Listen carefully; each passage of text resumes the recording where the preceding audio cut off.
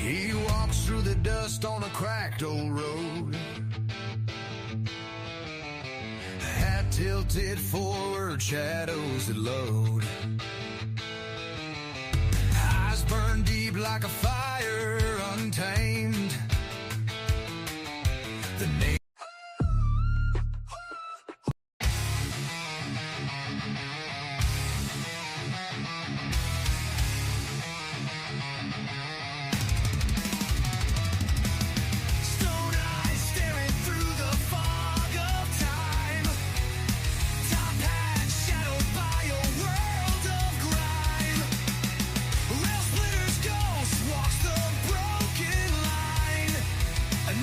splintered blood in the brine. Abe rises up from the grave's cold chain, whispers justice through the roar of pain. His voice like thunder, his truth like rain. Resurrected Lincoln to heal the strain. Dusty boots on the cracked marble floor. Hands once split logs now pry open the door. Union's dream he won't ignore. Binding wounds of a civil war. Abe rises up from the grave's cold chain. Whispers justice through the roar of pain.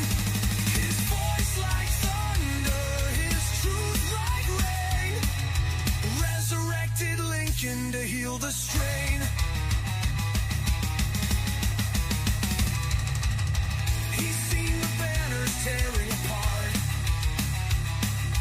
fingers pointing blame with a hollow heart. No more silence, the mission's stark. He lights a match in the growing dark.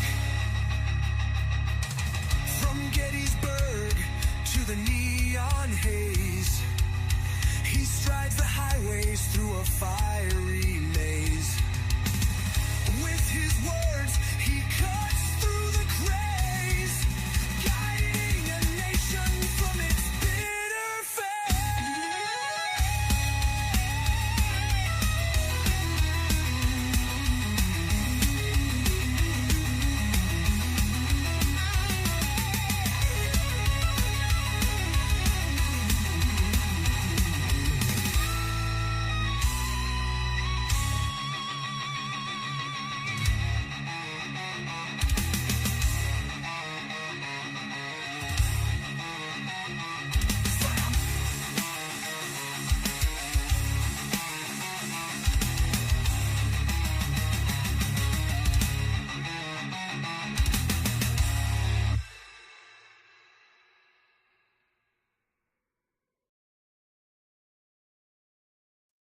Hello, hello.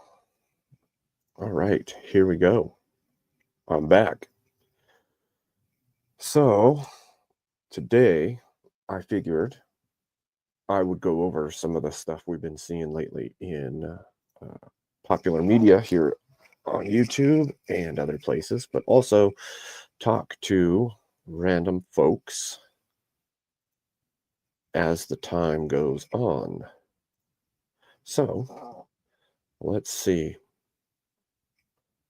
Who all do we have in the chat today?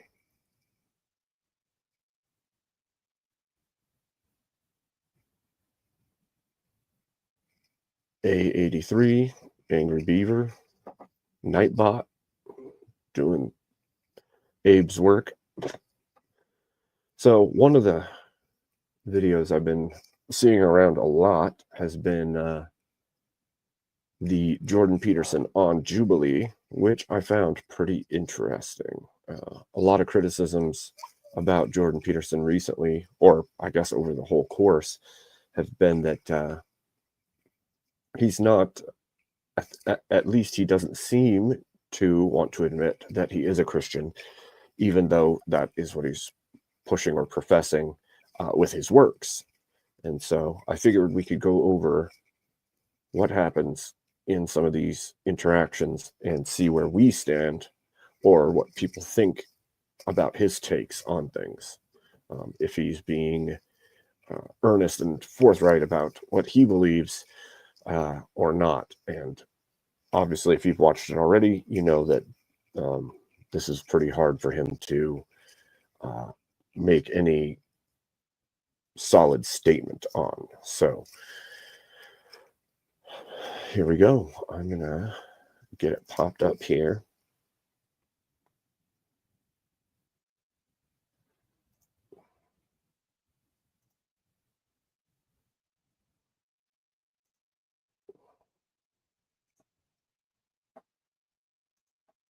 All right.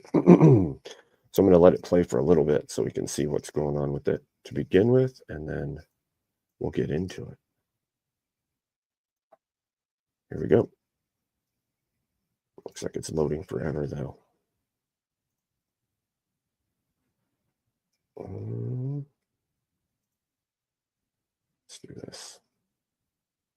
Oh, sound's off here. Some morality. When we talk about the Let's see. Let's go back here to the beginning. Here we go.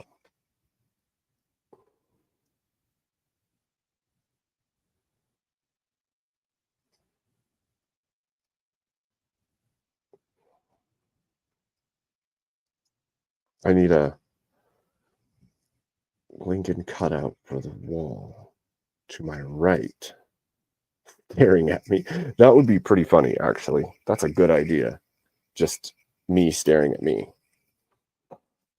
I'm going to have to either print one or purchase one or something. That would be great.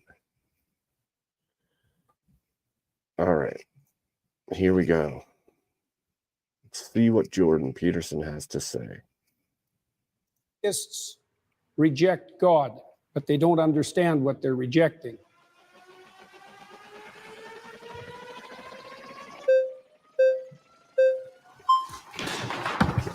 Good afternoon, Dr. Peterson. How are you doing? So this claim here that atheists don't know what they're rejecting.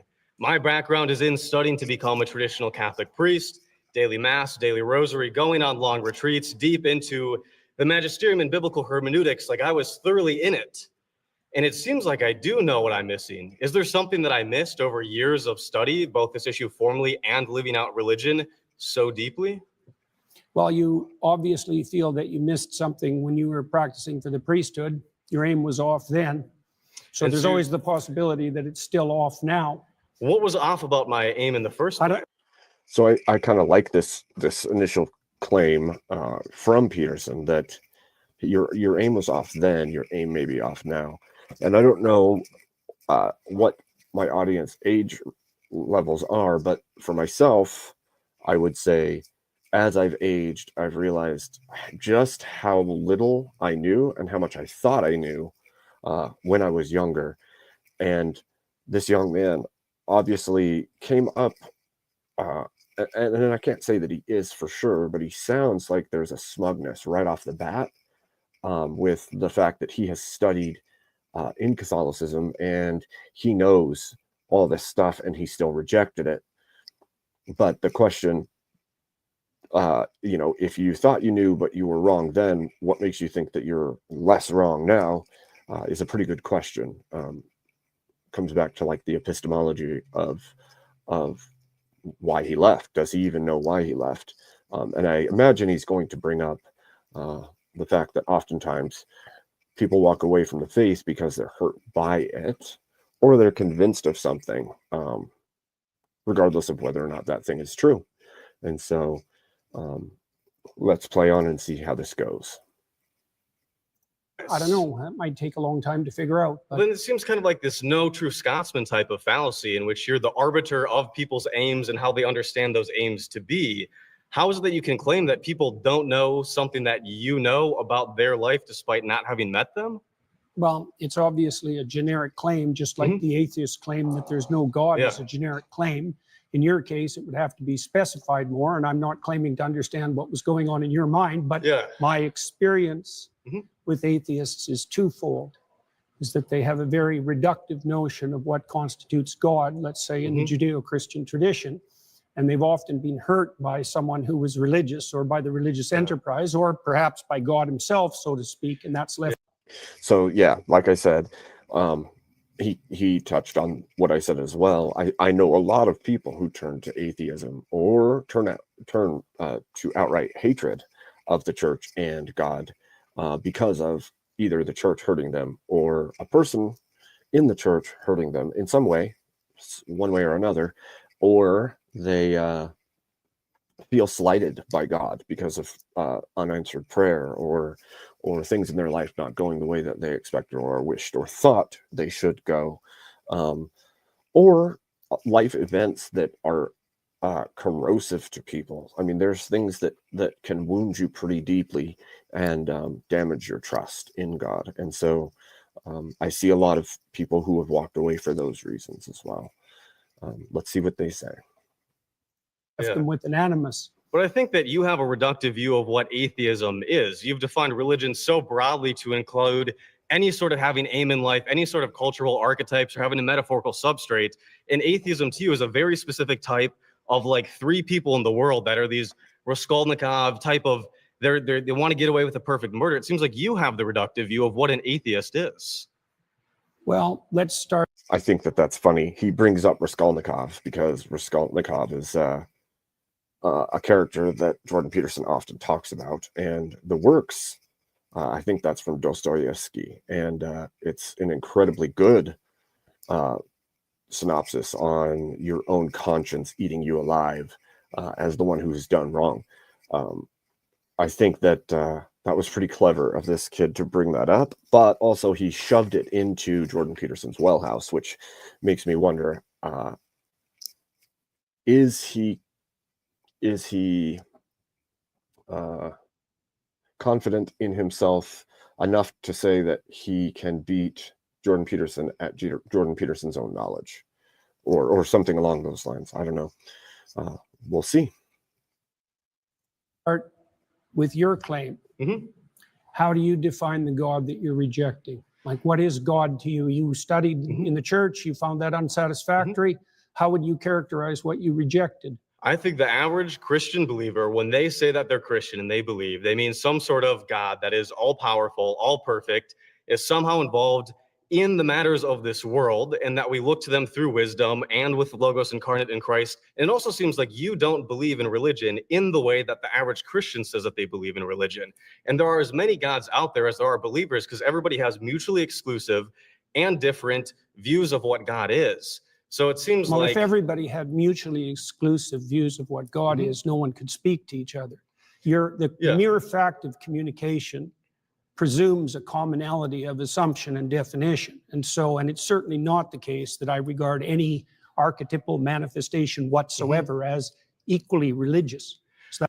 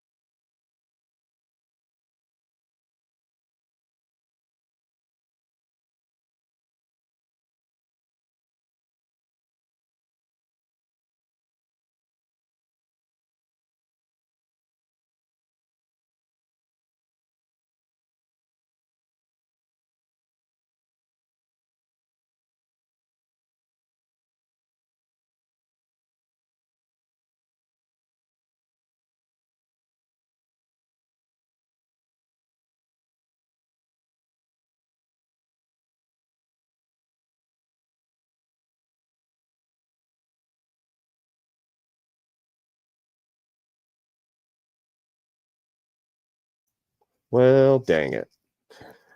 I was going to say, so I think that the young man wasn't incorrect in the fact that people believe all these different things are God, or that they are that everybody would explain God in a different way. But I think the defining factor is the character that you can elicit from Scripture. And so, yes, people do have a different thing in their head when talking about God, generally speaking. But if you take the attributes and character that you find the common ground, commonality. And I think that Jordan Peterson is incorrect in that people cannot communicate if they didn't all believe in the same exact thing. They can believe in the character defined and depicted scripturally, and then people have an imagining in their head of different aspects, or they may describe it differently verbally. But I think the underscore is what we find in the Scripture. So yeah, in your head, you might ask people, all these different people, what is God? And they might say a different thing to you than the last person or the last person. But when you get down to the character of God, even though we can't encapsulate all of his being in our understanding, you could take scriptural understanding and go, okay, if I go to the scripture that is his word and speak to somebody else who also believes that word, then we would have a commonality. And we don't have to go from what we think in our head at that point. You could agree that you've both read the same thing and that those characteristics and attributes were shown. So I think there's a little bit of incorrectness on either side of this argument. So we'll keep going. That's not a real claim. Let me give you an example. For Precisely. example, there's a sub-narrative in the story of Moses where Moses is rewarded with a glimpse of God. Okay, and that's one of the ways that God is characterized in the Old Testament stories. Yes. Now, Moses is a faithful servant of God and a good man. At least that's the case within the confines of the story. One possible interpretation. It's the case within the confines of the story, obviously. But Well, not obviously. When we look at the Bible can't precisely say anything because there are so many different exegetical and hermeneutic views of this particular book, and that everybody has agreed everybody has disagreed historically on. It seems like even the most benign detail about a book this big, and it seems like you can only say that the Bible says something if you first presuppose that it's univocal. So I like this point, but at the same time, I hate this point. So if we stopped with the schisming of the church in a constant fashion and had a unified church body, we could have an agreement on the hermeneutics, on the exegesis, and the problem is when we do all of the fracturing of the body of the church, the body of Christ, what we see is this fractionation of understanding, this break apart of textual meaning. And so he has a point, because in the outside world, everyone who is non-Christian or isn't in the church or has never been in the church is going to look at the body of Christ and go, well, this is a fractured, broken thing, and one part of it doesn't believe what the other does, and the other one over there doesn't believe that either, and this one believes something completely different. And that actually is a problem on the forefront of Christianity, but also every other Abrahamic religion at this point. So that's a pretty good point that he's made. We'll see how Jordan Peterson responds to it. So your claim essentially is that Moses in the Old Testament plays the role of a villain or is irrelevant? Because the alternative claim I'm saying is that we he's can't good. know because we can't talk to those authors. If you are going to start with the presupposition that there's nothing I can say about any of... Okay, so with that point, actually, with the Moses point, I think that the young man that's talking to him, who was in the priest training, I think that he is being a bit disingenuous. If he was doing training in hermeneutics and all of that in the Catholic Church, then he knows very well that literally Moses is the hero of that of the Exodus. He's bringing the people out of slavery. He's leading them to the promised land. So I think it's a disingenuous claim to say that we don't know if he's the hero or villain. The testaments or the scripture is pretty clear on what's happening. So I think that that's a little disingenuous. of these stories that you're not going to disagree with Mhm. from the perspective that there are multiple potential competing claims, then I can't speak with you. So And you we have also have a short time here, so I want to get to the core of what you're arguing here, and I'd love if we could the kind core get of what through I'm them. arguing is that atheists reject God. 4 score. Hello, Doom. Hello, K2. I'm just looking at the Jubilee Jordan Peterson episode, going through some of it, finding what we find in common with him, finding what's not quite there, seeing what he says about belief and Christianity, and also seeing what some of the arguments from the atheists he's arguing against are. So that's for fun.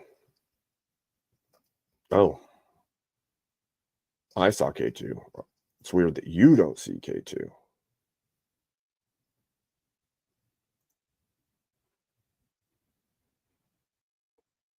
Oh, weird. Oh, that's really weird. He's not in the YouTube chat. He's in the StreamYard chat somehow. That's goofy. Okay. Anyway, let's continue on. But they don't understand what they're rejecting. So I'm trying to give you an example of what's being rejected and its complexity. Okay, so God rewards Moses with a glimpse of the divine. So this is a definition of the God that atheists are hypothetically rejecting. A possible one. I said Yeah. I didn't say the. I know. said That right. is possible, yes. Okay. So despite the fact that Moses is a stellar character and he's had a long and difficult life and can withstand a lot of difficulty and travail, God puts him between two cliffs. So he can just see a crack of what's in front of him. And when God walks by, he allows him to see his back. Okay, so the implication of that story is that the divine is fundamentally unknowable. It's a pinnacle experience, and that people in their finitude have to be shielded from a comprehensive vision of the basis of reality. Well, that's not the God that's defined in that manner, right? It's not a simple personification. It's not a simple old man in the sky. It's something that in its essence is unknowable and overwhelming. And that isn't, in my experience, the God that's defined by atheists who are attempting to undermine the story. I mean, it's the same claim, for example, that you're a finite creature. So I kind of like that claim, actually, because it cuts down on the physicality that we want to place the Godhead in. Obviously, Jesus came and was flesh, but when people are talking about God, they're oftentimes not talking about God the Father, especially when it's not in a Christian setting. They're not talking about Jesus, they're talking about God the Father, and that should be the unknowable as far as the human mind can understand what's outside of space and time. But if you wanted a real understanding of God, you can turn to Jesus Christ, because he said, I and the Father are one, and he is who we would look to for the understanding in a physical way of the Logos, the God who is man.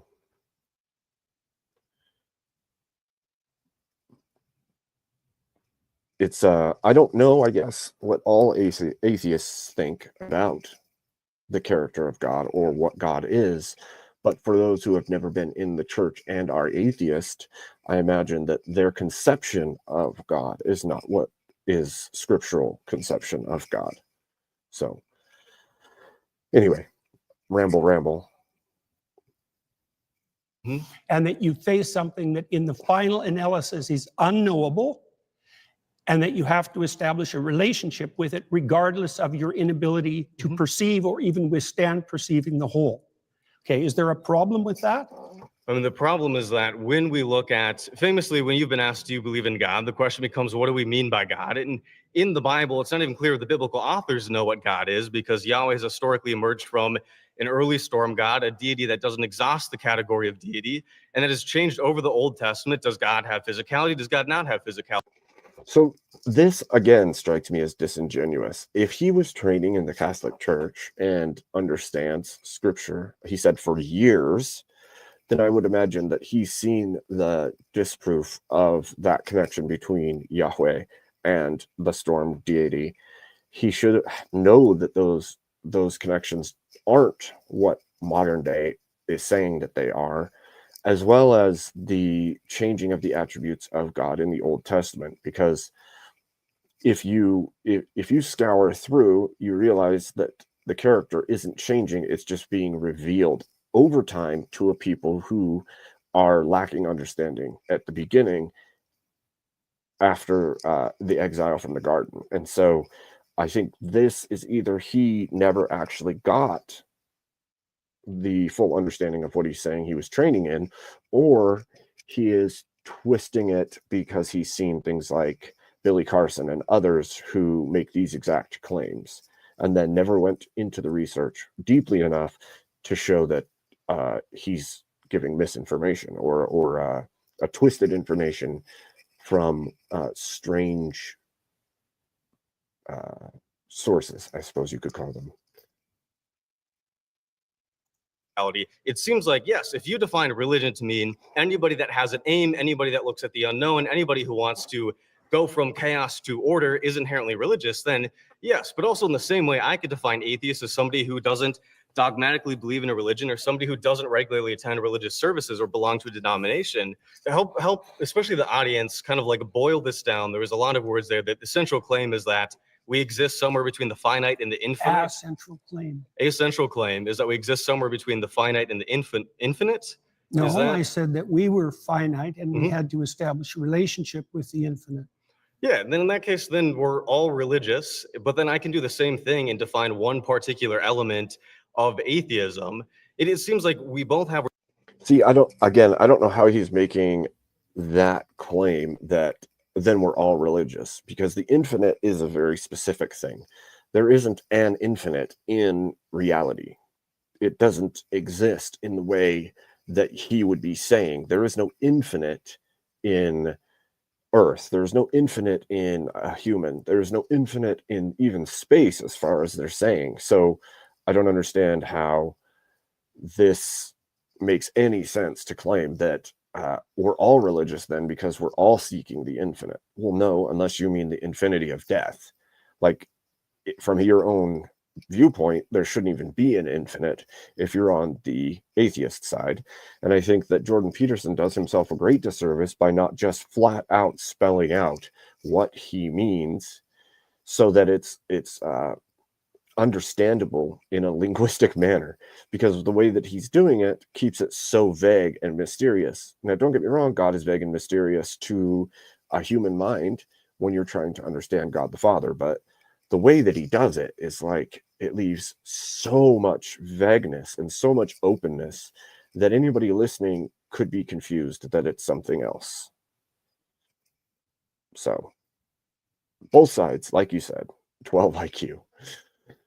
I don't think that Jordan Peterson is stupid. I think he's a very intelligent guy, but I think that if he wants to get his point across, he needs to hammer down and say what he means and stand on business.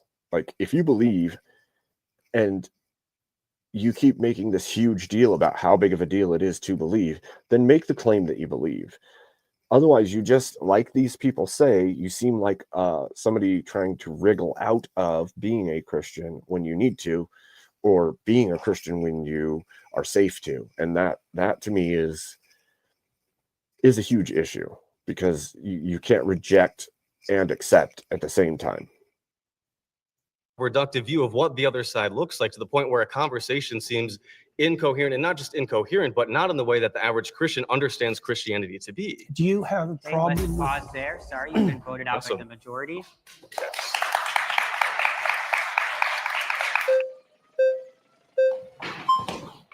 Hey, how's it going? Nice to meet you.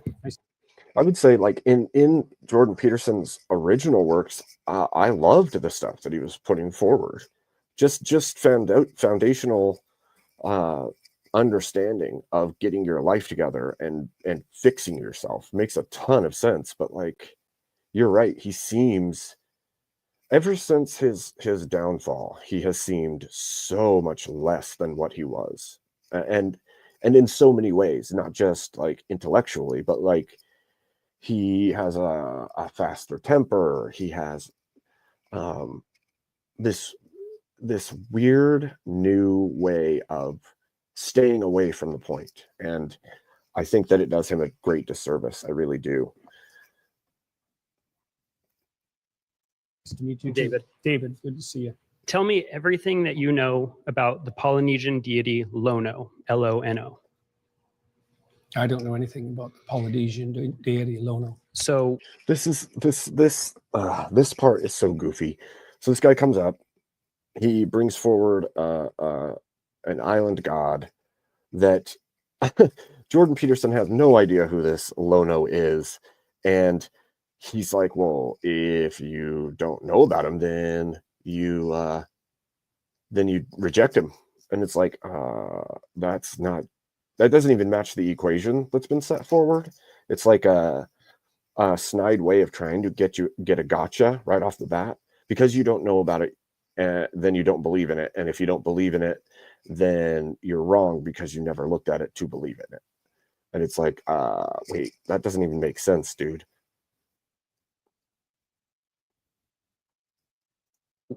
you're rejecting something without knowledge of what you're rejecting. I'm not rejecting it. Do No you more be- than I'm rejecting believe in anything that Lono? I don't know anything Do you about. believe in Lono? I Do you fail to believe see that the he is a relevance of deity that. that exists in the world, exists in the universe, that exists in the existence of everything? Do you See, and then he does that. He doesn't just say, do you believe he exists as a concept? Do you believe that people believe in him? Instead, he goes, do you believe he's real, that he's in the universe? And it's like, okay, man. That's like, I don't know. I just feel like there's no gotcha in this moment. It was just a way of saying, you're stupid for believing in something we can't see or measure. Like, I don't know. do you believe that Lono I'll is answer a that being? question once you answer my question, which is, do I reject everything that I'm ignorant of? Because that's your presupposition that undergirds your argument. And unless you can prove that that's valid, then there's no point. My question is quite simple. Yeah, but that doesn't Do mean you it's believe- formulated accurately. Do you believe that Lono exists? Yes or no? I'm not going to answer that question for the reasons I just described. You already insisted that if I reject something, that if I'm ignorant of something, I reject it. Do you think that everyone in the world has to know everything simultaneously for that to be valid and true? I think in order for your Answer that argument question. to be true, in order for it to be true that we atheists don't understand what we're rejecting, then you need to also apply that to yourself and to Christians and to Muslims and to any other person on this earth, where if you don't understand what you're rejecting the belief in, then you can't reject the belief. I don't know about you guys, but I can see the nerves in these people. Some of them come up and they have no nerves whatsoever. There's no worry, there's no care that they're sitting in front of Jordan Peterson on camera, and that there's probably going to be millions of people that see it. And some of them are obviously terrified and shaky in the fact that they are sitting there and they're going to be seen by a lot of people. And if they look stupid, they're going to be real stupid. It's kind of funny, the difference that you see, because I swear the ones that are legitimately interested in answer and wanting to understand where he's coming from are the most nervous. And then the ones that actually are there just to cause damage, like Parker, I think it is, who's in here. I think that those ones, they have zero nervousness, zero care for the stage presence. They're literally only there to wound and destroy. That's the point of them. To tear apart his argument, sure, but more than that, they just want to wound and cause damage to him. And they have no nervousness about their talking point. So this guy is obviously nervous, which makes me think that there's a possibility he actually wants the answer and he's trying to legitimately understand. Whereas some of the later people to talk to him don't seem to give a damn, really. So belief in it. That's the implication of your I didn't claim. say that I rejected the belief in Lona. I It's- said it's I didn't Lono. know who Lono was. I didn't Right. say anything about rejecting. That's because I've asked you several times and you haven't. But let me get to my even greater point. Mhm. You're saying atheists don't understand what religion is or what God is in order to be able to reject it fully or completely. We have someone over here who studied it in their own way. I've studied religion. I have a degree in religious studies, specialty in Christianity and Mediterranean traditions. And further than that, beyond me, Pew Research studies suggest that atheists and agnostics actually know more about religion and about religious stories, the foundational principles, than believers. That's because they're more religious than they think they are. Okay, you can. They're concerned with deep matters, and one of the defining characteristics of someone who's oriented in a religious direction is that they're concerned with deep matters. So I'd agree with that to a point. There are some that are not, obviously. We all know people that are not concerned with deep matters, that live within the religious tradition of some kind. But I would agree for the most part. I can see comments, guys. I can see you cursed. Sorry, I'm just commenting on this and talking about it. It's how's it going, Hugh? Just going over some of this Jordan Peterson Jubilee debate, I guess. It's kind of wild. I feel bad. I guess I don't feel bad. I feel like it could have gone so much better. And had he stood on business, like I said earlier, he could have really done a service to what he believes. And he just doesn't. He kind of worms out of it repeatedly. I think he brings up some really good points. And yeah, exactly. They tried to get gotchas on him the whole time. What's funny is the people that didn't try specifically for big time gotchas seemed very nervous. Like they wanted actual answer and they wanted to understand. I don't know where Jubilee gets the people specifically, but it's obvious like Parker and others who are in this room with him are there specifically to wound his pride, to destroy his career, and to get the gotcha clips for themselves, basically. So, and the ones that are trying to ruin him or wound him are not nervous in the least. They just come in with that snide attitude. And the ones that do want answers and are seeking real understanding seem to be extremely nervous that they're sitting in this room, that there's going to be millions of viewers in the future, and that Jordan Peterson is currently sitting across from them. And Doom brought up earlier that he's become exhausted and sad. And I would agree with that. He's obviously not the same ferocious arguing opponent that he once was. He's got a way shorter temper and is way less straight with his words. And it's really sad to see.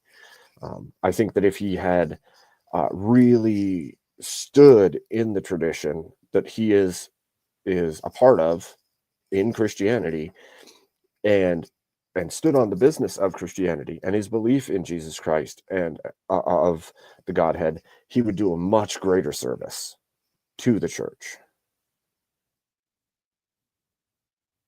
Yeah, you're absolutely right, Hugh. If he had stayed out of teaching anything biblical, he would have just continued as a voice for reason and understanding yourself and growth and all of that.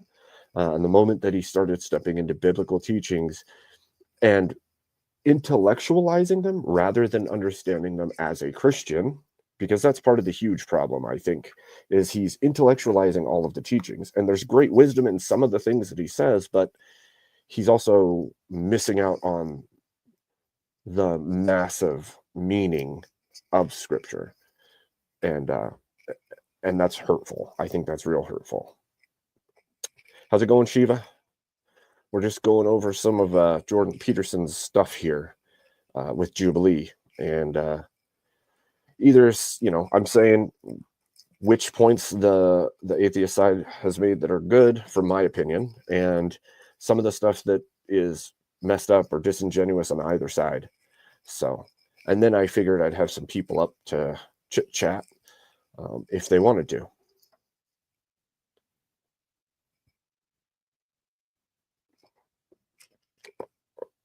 All right, here we go. I'm going to keep on going. Fun times. Okay. In fact, it's virtually definitional. Right, but they also have to identify with a religious tradition and accept the foundational stories that go along Well, with that would mean more that they're sectarian than that they're religious. And most people, for example, in the United States, deny that they're religious, but accept that they're Okay, spiritual. let's pause there. You've been voted out by the majority. So I would agree with that statement, Shiva. It's infuriating because if you're going to come in and speak to atheists about why you think they don't understand God or don't believe in God, then you damn well better at least stand on the fact that you do. And if you're going to make a stance against atheism as a Christian, then you need to be the Christian to stand in that argument. And then on the other side, a lot of the incoming, like Parker and others, I think they're just there for pop shots, and they are snide little assholes the whole time. And it's not helpful to the dialogue, I don't think, in the long run. I think every angle took a hit for this, even though it's going to get clipped up and people are going to call them W's. I didn't see any legitimate W's. So.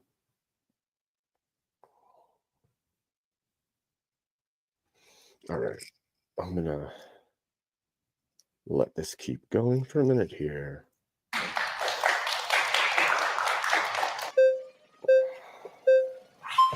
Aha!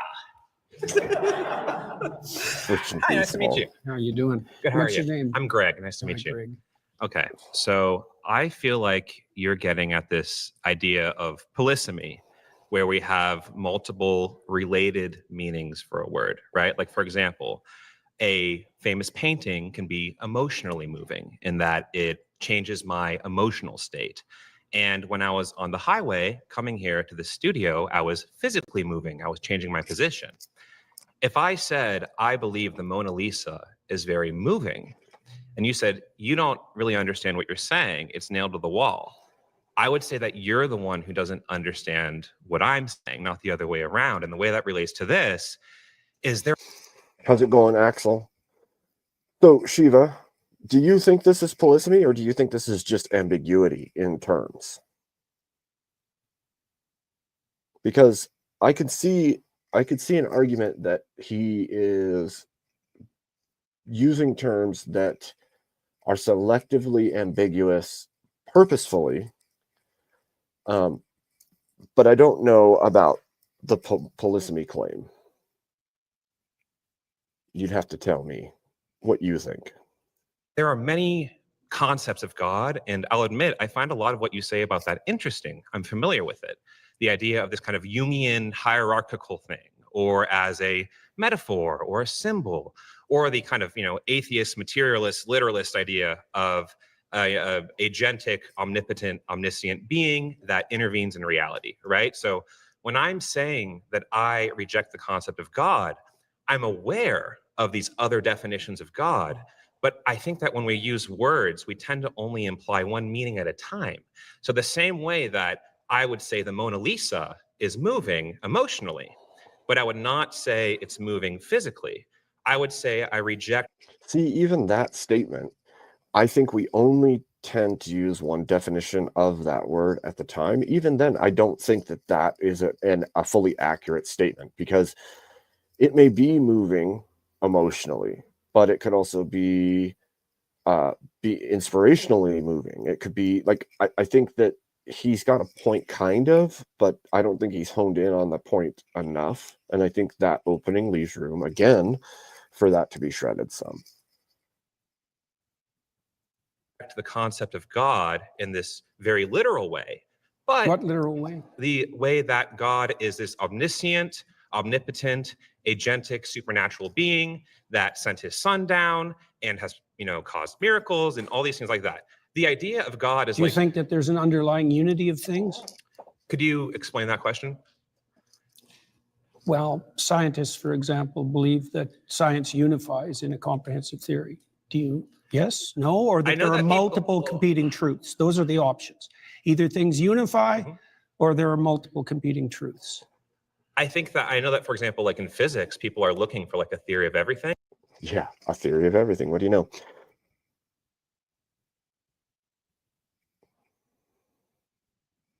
Absolutely, I agree with that. First, hi, Cat, and number two, I agree that he doesn't want to be pinned down. The conversation with Alex O'Connor was interesting. I thought it was a very interesting conversation as well. Like, that's what I was saying before. I wish that he would just take a stance. I understand where he's coming from with claiming a belief and the profoundness of claiming that belief and the standards you'll be held to by holding that belief. But if you believe it, then you damn well better live it and show it and claim it, right? I mean, that would be my opinion.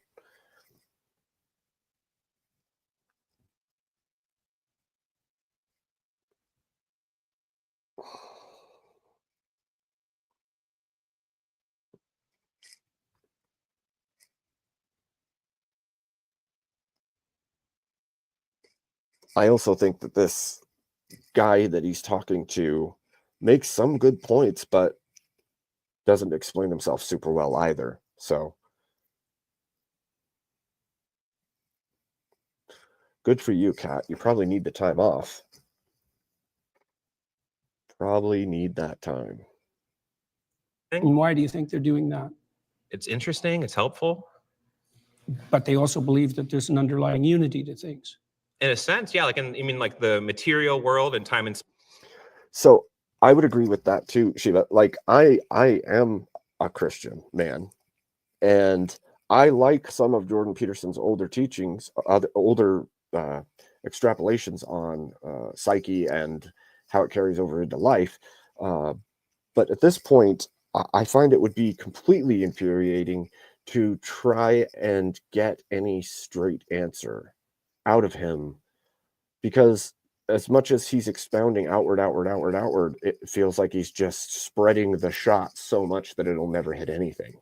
And I don't know how you can actually effectively communicate any sense of belief or religion even from what he allows his linguistic salad to spread out into, I guess.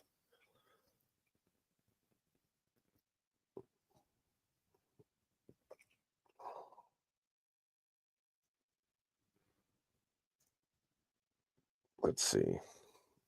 I'm going to see if I can do this here. I'll let this play for a minute here. Space are probably governed by universal laws and principles. Partly that, yes, Mhm. yes, but that the same thing might extend to a broader domain that would include imagination and value. Could you help me connect that to the prompt? I'm trying to define God, the God Yeah. that I don't think atheists do a very good job of defining. Here's another question for you. What do you think guides you in your determination of whether or not what you're saying to me is true? Can we go back? Can we stay on what we were talking about? We are. Okay. You're just uncomfortable with the question. No, I feel like you just kind And that right there, that's like a pop shot for no good reason. I didn't see that there was discomfort to say that. I felt that that was a weird statement to make, and it's more of a debater's tactic to get him off guard by saying he's uncomfortable. Yeah.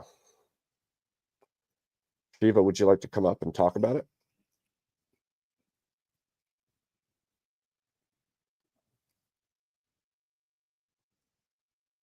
I'll give you the link if you want to come up and chat.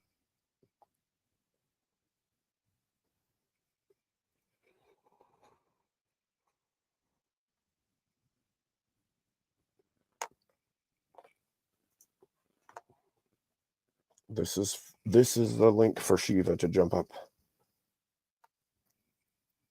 if you want to. What? You can't? Oh, I see how you are. caring about people. What the heck?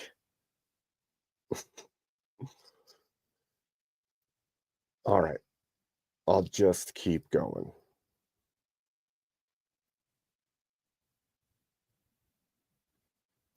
Kind of throwing different spaghetti at the wall. I'm not. Okay. I All asked right. you a very specific question. What is it that you think guides you when you're talking to me to help you determine whether what you say is true?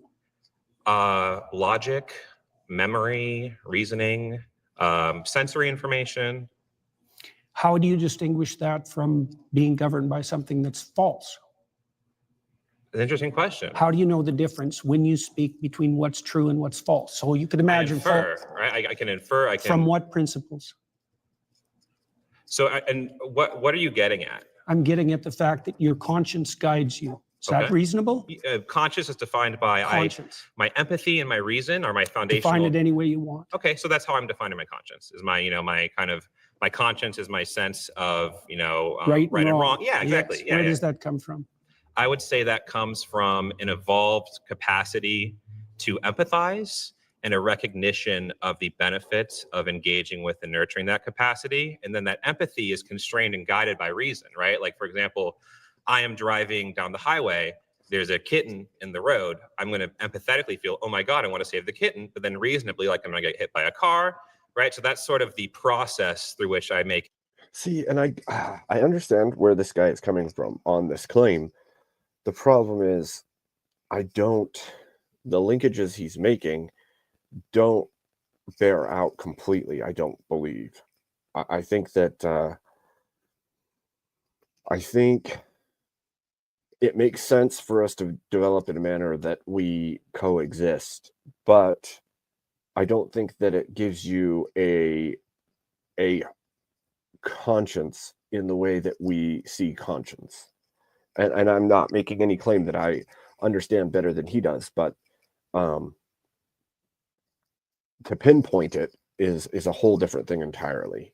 And to write it off as being something that is just come to through your own empathy and wanting the best for others is hard for me to see, I guess.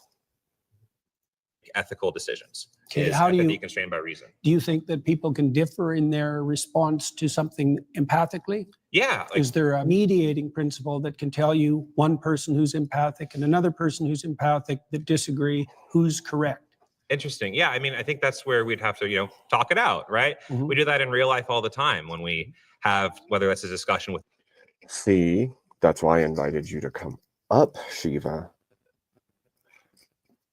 so that I could talk it out with somebody rather than just make random comments about it. How we know what we know is even hard to drill down into when it comes to things that feel or seem innate in us, I suppose, would be what I'm saying. I don't know about them. Where do you go once you hit a bottom point and you can't actually understand any further where it's coming from within oneself, I guess? With a friend about the right thing to do in a situation, whether that's a policy discussion about law, right? That's where we can converse with each other, think about things, explain our perspectives, and then kind of reach a conclusion, right? That I think that we do that all the time. So Elijah, the prophet Elijah, defined God in the Old Testament as the voice of conscience within. Okay. That's a definition. So you're saying by that definition of God. Okay, so this spot I actually kind of really don't like. I don't like that. I like that he brings it up, sure, but I also don't like that it just becomes a definition of God in the general sense, because that's more like an attribute of and not the central character of, I think. And so that's a strange argumentation to use. I'm going to pinpoint one attribute and I'm going to call this thing God, and then I'm going to argue with you about this one thing that is an attribute that's claimed in the Old Testament. It's a very weird way of trying to say, because you have conscience, that is God in you. And I mean, because you could have gone to God wrote it on your heart. You could go about this many ways, because if you're going to say this attribute right here is God and it's in you, so you must accept that that's it, without drilling any further than that. I see. This is kind of goes back to where I'm saying initially. I'm not defining it. Elijah. Okay. Shiva, I'm just being a smartass. I understand that you can't. If I was in proximity to my wife and she was sleeping, there's no way I'm going to get on my mic and be loud. I would have to leave the area in order to even do it. I wouldn't feel comfortable doing it. I would feel like a total jerk. So I totally understand, and I appreciate you. Okay, so Fine. as Elijah defines It's God. defined that way in Jonah too. Okay, so as Cardinal Newman also got defined it, it that way. as I'm sure you know many people who defined it that way, and it's impressive. You're a very knowledgeable person. I'm not trying to be impressive. I'm okay. just pointing out to you Got how it. God is defined in the Old Okay. Testament. All right. So to respond to that, I do think there are lots of interesting ways to define God, and that goes back to my kind of opening Then how do we statement. specify what we're arguing about? We use context clues, or we again, it goes back to my example of the I'm Mona Lisa. defining God as conscience. Okay, so that's interesting, but then you're kind of expanding the meaning of No, God. I'm not. That's how it's defined in the Old Testament. Okay, in so Elijah and in Jonah. Sure. So whoever, so It's some, not whoever. okay. Elijah is one of the Okay. major All right. Old Testament All right. prophets. All Right? right. He's equal in stature to Moses. Okay. Right. So it's not arbitrary. All right. So that is interesting, but it's not relevant to the context with which I am using the term God. It's directly relevant. Atheists reject God, but they don't Right, but understand what they're rejecting. you're You being- accept conscience as a guide, and conscience is So I understand that this technically would be or look like a good point from Jordan Peterson's side, and I take understanding in what he has stated. But again, when you go about it this way, do you think that he convinced this man of anything? Yes, he's saying, okay, in the Old Testament we see God shown as conscience. I don't think he's defined as conscience. I think this is an attribution of the living God, right? I think that this is them telling us God reveals himself through conscience. I don't think that it's telling us straight out God is conscience. Like, that's what God is. God is the conscience of man. I don't think that makes any sense to even make that claim. But I understand what he's doing here. And again, like I said, if you're trying to help somebody to see that they're missing a point, the way that you go about it is kind of important. And if this is how you do it, what you've done is you've essentially turned that person against you if they weren't already against you. And if they're already against you, you've only driven them further.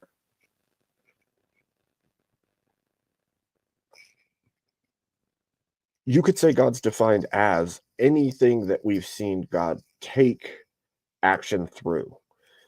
And that's why I'm saying attribution makes more sense than calling it a definition of.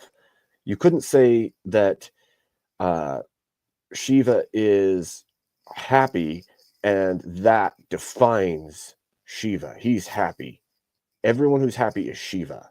Like, that doesn't make any sense to say that. And so the conflation that happens there is too much, in my opinion. Would you not agree, Shiva?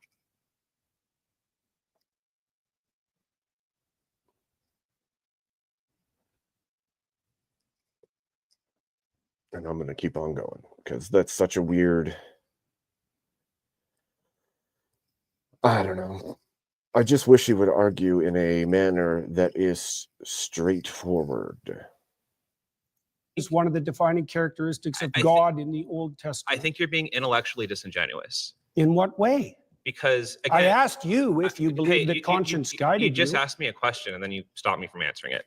in this setting, you understand the way I am using the term God and belief. Not and in then the you're- least. I don't understand how you're using it in the least. That's why I'm trying to define it. My definition of God as conscience is a lot more precise and oriented than But- your definition of the God that you But hypothetically disbelieve in. it's irrelevant to the fault lines of this debate. How is it irrelevant? Because in common parlance, when we're talking about atheists, God, belief, not belief, I we're don't not care talking about common parlance. I'm trying to get to something fundamental. I think your point is irrelevant to the way that people tend to Which use point? these words. Your point that there are these polysemists.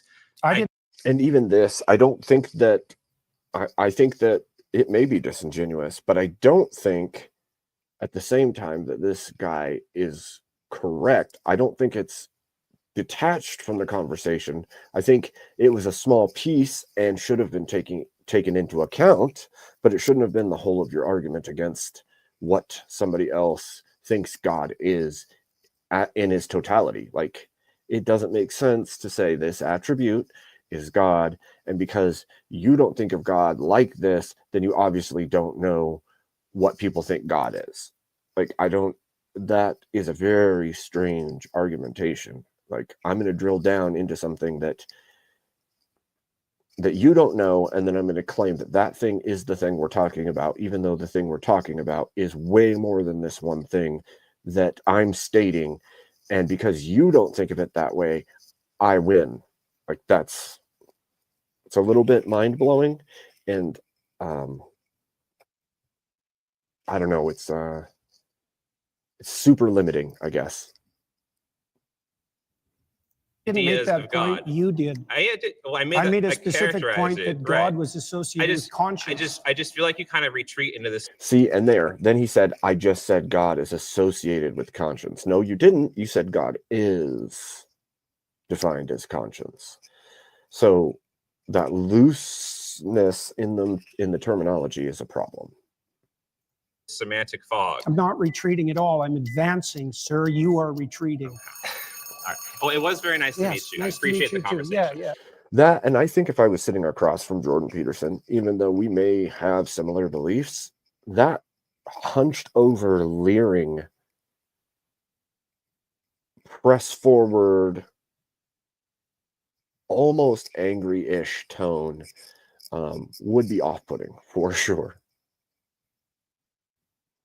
But I imagine when he came to this, he saw the crowd and decided it was battle, not just debate, but real battle, at least mentally.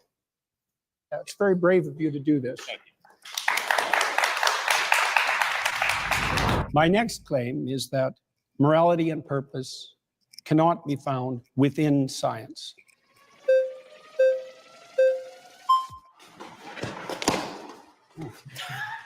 What is up, Mr. Canada? How you doing, man? I'm doing great. How What's are your you? name? Even this, I hate the prompts even, actually. Morality and purpose cannot be found within science. I think he means the creation or the conceptuality of morality and purpose cannot be found within science. Not just morality itself can't be found within science, because there's plenty of morality in the people who are doing science. So, like, I hate the vagueness of terminology used in some of these prompts as well. Brian, I think it's interesting that you said that morality and purpose can't be found in science. Actually, Not within science. sure. Yeah. Sure. Yeah. Purpose, I actually grant you, because purpose is subjective, right? Unless you want to boil it down to the purpose of life is just to procreate, right? Sure, whatever. Morality is actually something that we do see. We actually have examples of Neanderthals, an older individual was found in a tribe, missing an arm, missing teeth, still alive somehow in his 40s, 50s. Before I go too far into this guy's argument, he starts off with this and says that we see there must have been morality in these people when they were pre-society or pre-modern society, at the very least, Neanderthals. And he says we see that there was morality in them, and then basically tries to equate the fact that because we see morality exhibited within people way back at the earliest people, then, you know, it must have a scientific backstop. And it's like, that just means it was there the whole time, which I think actually degrades his his point, because if it was there all the way since the beginning of humanity, then it wasn't developed over time in humanity. It started there. I'm not saying that that's the case. I'm just saying that his argument seems to say that.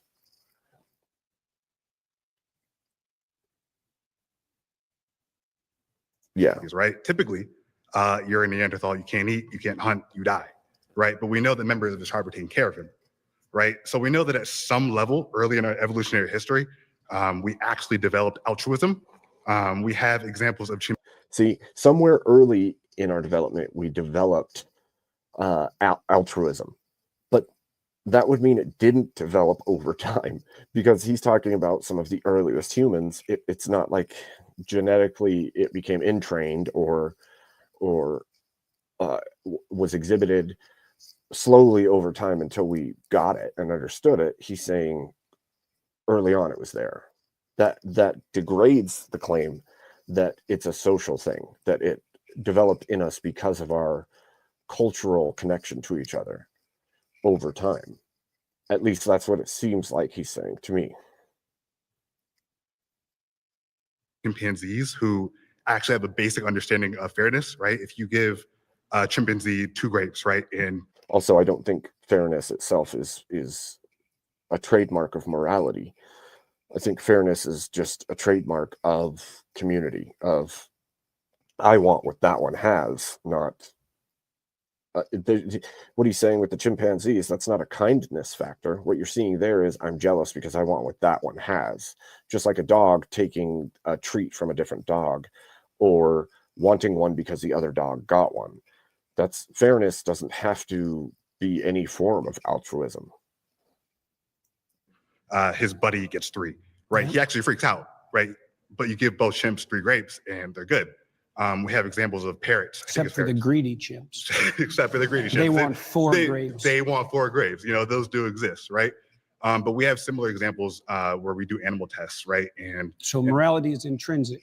I think So it precedes science. that actually right? a better way to define it would be that social animals, which we are, right, Yeah.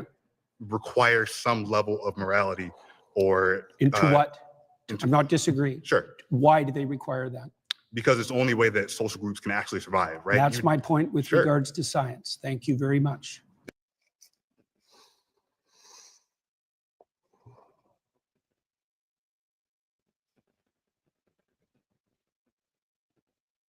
Yeah, that's what I was thinking as well. It's a strange thing to put it into those terms. It doesn't. I don't like the prompt. In fact, I don't like most of these prompts. If I was going to sit down and do this kind of a conversation, there's no way that I would leave extreme vagueness in the terminology, and then I don't even know what the goal of this is. Maybe the prompts are designed specifically because of his argumentation, maybe, but it just doesn't mesh well with making a cohesive argument for or against, in my opinion. And then this gentleman who came up, I don't fault him, but even the way he's arguing is actually placing it into Jordan Peterson's court with the way that he's saying this. He basically paints it out to be intrinsic, and then he says it has to be there because we're social, and that doesn't mean that it is scientifically findable, that it developed because of some scientific principle. I'm not saying it's unprovable or that he couldn't find a way to explain it that's convincing, but the way that he does it here does not convince me that. It actually pushes it back into Peterson's court and makes it look like, okay, it's intrinsic, so creatures naturally have it, and we don't know why, but it's there, more or less. That's fair, Chase. It's fair. I think that when we look at things, we go, is this set up specifically for the purpose of entertainment, or is it actually trying to find an answer? And I think oftentimes we don't see it looking for a very good answer. If Jubilee is the one who creates these prompts, then to me it seems either they don't have somebody formulating them very well, or they allow the person coming on to make these claims or these prompts, in which case they need to be revised.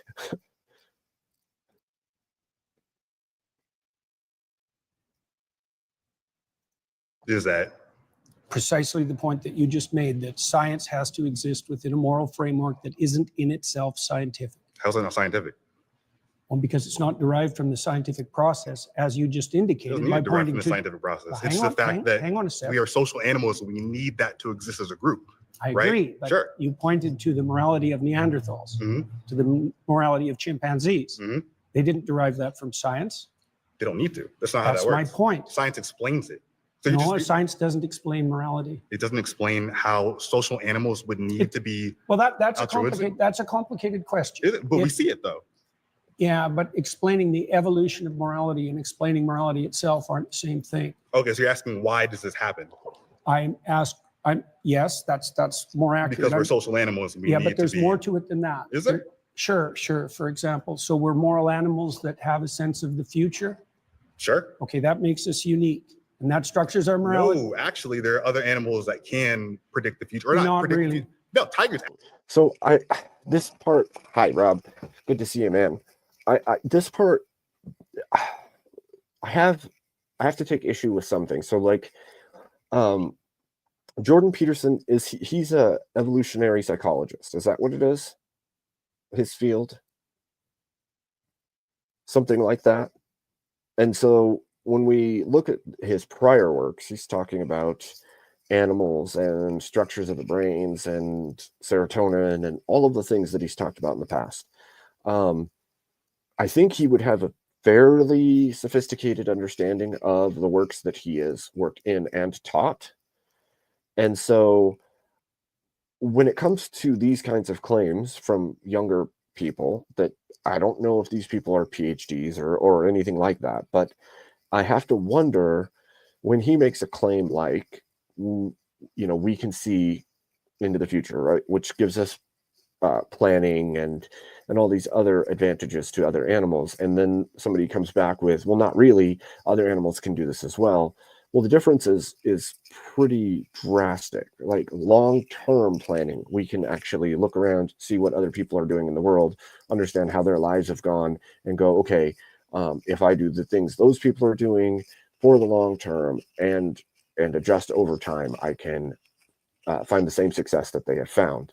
Yes, animals can mimic that. They can see another animal doing something and follow that and learn a skill, but they're not like plotting, okay, in 20 years, this is what I'm going to be doing. And so it's weird to make an argument against someone who works strongly in the field that you're arguing against when you don't have the level of knowledge and understanding in that field that they do. So I'm not saying inherently that Jordan is correct, but it seems weird to be a 20-something arguing against somebody who's been in the field of psychology for 50 years and understands this like the back of his hand. So then I'm like, I don't know, man. You can say that, and you're cocky in how you say it to him. And I'm not saying Jordan's right about everything, but it feels like you're going with your own thoughts in your head being reality rather than the science behind it. Hi, Rome. Welcome. And I'm going to keep going. Actually, there was a tiger that killed somebody. And so Hunting actually, animals. No. Kids threw shit at the tiger. The tiger actually plotted its escape, and it found the I'm not kids. saying that animals can't think. Okay. No, let's but they can pause see here. the future. Yeah. That's what I'm saying. Well- Voted out by the majority. Thank you, man. Good man. Yeah. I think, sadly, that guy from beginning to end only defeated his own arguments. They can plan for the future. Yes, but that's not what the conversation was alluding to. It was planning for your future and understanding that actions now affect the future later. And the conceptual the conceptual understanding that humans have is on a level far exceeding what most other creatures can do, making us unique. Even if another species of animal on Earth could do even half of what we do, that still doesn't make us the unique one. And so that was a defeat to his own argument for the most part. And then also his beginning saying Neanderthals and chimpanzees have exhibited states of fairness or helping each other, and that is a sign of morality, defeats also the fact that it's been there longer than it needed to be if it was trained into us over time. Like both his arguments didn't actually lead him to winning that argument or getting a gotcha or proving anything to Jordan Peterson. So I don't, yeah.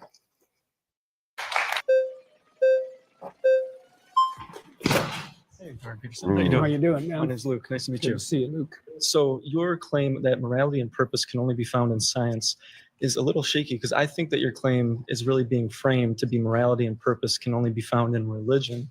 Is that how you're kind of framing it?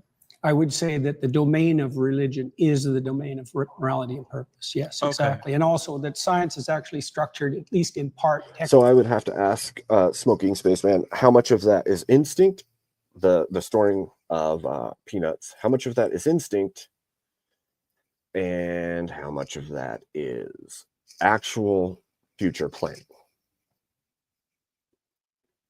And yeah, rest in peace, Peanut. Rest in peace. And Harambe. Gone too soon.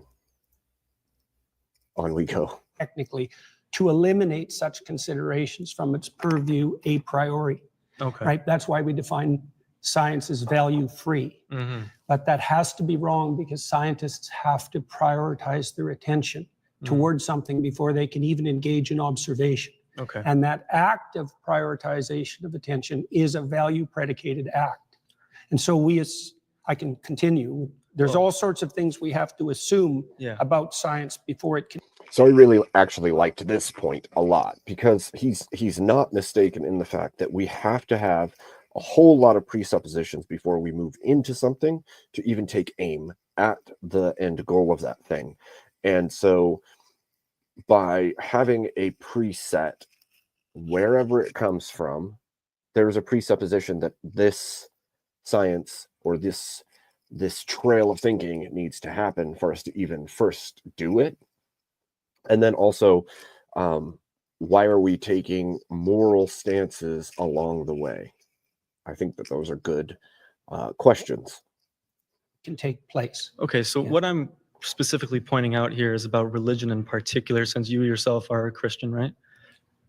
People debate about that, and I generally don't discuss it publicly. Okay, I understand that. And me, myself, I am a former young earth creationist fundamentalist. Oh, yeah. So I have experience in this. I used to run a TikTok channel directed about apologetics about the Bible, specifically in this type of facet with morality, evolution and such, and going back and forth with that. So in the Bible, it talks a lot about slavery, right? Yes. Yes. So in that, it teaches you how to take care of a slave rather than saying. So even this point, this question here, like, yes, it talks about it. Yes, it talks about taking care of your slaves, but like the word even is a conflation when it comes back to what does that word mean? Because as far as I know, servant and slave are the same word, and we don't know where those lines are completely. And that's not to say that there wasn't, because I think that was a worldwide phenomenon. I don't think that one group individually was taking people and making them do their bidding. I think that this is across the board a thing that humanity did, which is one of those things that makes you go, the whole world was doing it. So why is that? And why does this point get brought in? I understand people will argue, why doesn't the Bible or why didn't God just tell people that that's not allowed? That's wrong. And I understand where they're coming from on that. But it's a weird argumentation to attribute specifically to one belief system and not say, okay, all of humanity did this thing. and learned it from each other and passed it down over and over. Slavery is wrong. I think Now it it should says say that in the story of Moses. It says slavery is incorrect. It says Well, it's that's immoral. why Moses leads his people away from slavery. But why does the Bible predicate and tell people exactly how to take care of a slave? Isn't Well, that immoral? Wouldn't you say that culturally we've evolved as a species, as he said earlier about empathy? Yeah, I would say that the reason we evolved, so to speak, away from slavery was because the West was founded on Judeo-Christian morality and the Yeah. presumption that every person was made in the image of God. Wouldn't you And say so that slavery itself became immoral, and Yeah. that was established by Protestant Christians in the Yes. UK, who then convinced the Yes. UK government for 200 years to go to war on And slavery. wouldn't you say that this is about the cultural evolution of humans in general rather than just Christianity? No, I think it's the 'Cause- flowering of the ideas that were embedded in the biblical texts Well, across long spans of time. I feel like this is just humans editing based on the cultural evolution And what do you of mean morality. by just? Just? Yeah, just humans. Well, Mm, humans. Editing. Well, Yeah. based on culture and history, right? We get better. Well, they and- did do it based on culture and history, but Yes. culture and history have their foundations too. So Well, yeah, but we're talking. I understand that question too, Shiva, but even then, to attribute it specifically to the Judeo-Christian system would be an incorrect attribution. So even in the claim that it's written about in the Bible, and so they're the ones who are the problem, isn't equal. Isn't equal either. Like, I can see where you're coming from with the question, but if it's saying that you're supposed to treat them well, you're supposed to do this and this and this and this and this, then already it's a different case than this, the other brands of slavery you have seen in the area that this is coming from. So I'm not saying that I understand why, but what I am saying is that you can't attribute slavery itself to one belief system, because it would have to be across the board. Talking about slavery, so many people bolstered it based on the everyone, Bible. Based on the that's- Bible, they that's looked much at it less and they true. justified it in the United States and the Deep South. They justified slavery. Yeah, but the based on main the Bible. thrust of Protestant thought in particular was stringently Yes, against slavery, which- and it was about the only movement in the history Yes. of the human race that Yes. had an anti-slavery direction. which was driven by humans and their Well, that's understanding one of way of morality. looking at it. Well, it depends. It's the same with women's suffrage. I mean, women's in the patriarchy. What do you mean it was driven by humans? Humans drove slavery too. Yes, exactly. They So there's no argument there. If slavery and anti-slavery were both driven by humans, what does your claim that they were driven by humans have to do with it? evolving There is a morality specific- based on the culture that within the society that they live in. Okay, So fine. with I think women's that did suffrage as happen. well is a very similar topic in the Bible. There are denominations in Christianity such as Pentecostal movement, which do bolster women to be pastors, right? Which I think that's a great thing to do. But most like to disregard Where do you women. think the idea that human beings were sufficiently equal to all vote and not be slaves came from? Humans. Yeah, but so did the idea of slavery. So did the that's idea of God. Fine, but what's your Yes. point? Like, you're not making an argument. You're just saying all thoughts come from humans, Yes. regardless of the thoughts. It's not driven by a higher power. It's driven on our experiences Define as higher. humans, which is what is best for all people. Is it driven by conscience? It could be, which Okay. conscious is also something that has evolved over time. And I think that's What's something the that does evolve in morality and empathy. Okay, I don't understand the point that you're making. My point is that God influenced slavery. People looked at the Bible and went, this is moral because God says so, just like women's suffrage There's lots and of just like homosexuality. all human societies were slave owning, so you Yes. can't blame that on the Bible. if humanity decided, Oh wait, address that first. what, about All slavery? human societies were slavers, so you can't blame that on the Bible. Well, you can say it bolstered it. Well, not if you look at the broad sweep of history, because it was the Protestant Christians Based in on the their UK. interpretation of the Bible, It was the Protestant Christians. which in- evolves over time. Let's pause there. You've been voted out by the majority. Okay. Well, it was great talking Yeah, with you, nice sir. talking to you too. Yes. See, that for me, that kind of comes back to an argument that, like, he's saying based on humans' interpretation of the Bible, but like it didn't happen in every other religious belief either. So You can't say it would have happened anyway, even if there wasn't a Bible, but because we didn't do it that way, we don't know. Like, it didn't, so it only happened because of that movement. So that's how we know that movement did it. If the other movements didn't do it, then they didn't do it. And we can't say that they would have done it because they didn't do it. Like, it's a weird argument, I guess.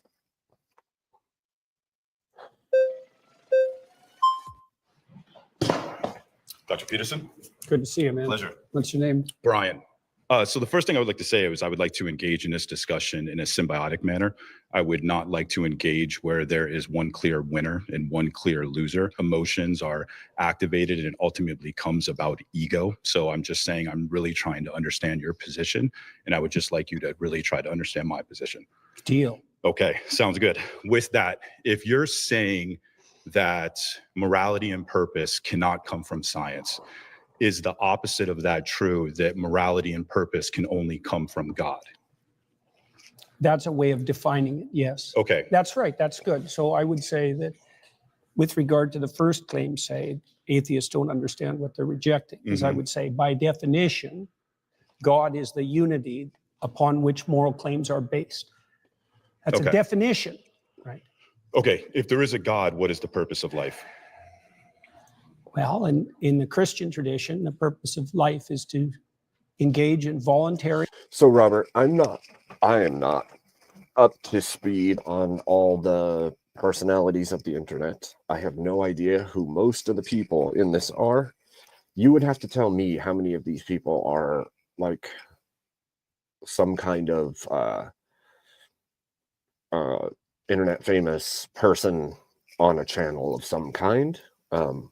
The only one I recognize is that Parker kid, I think is his name.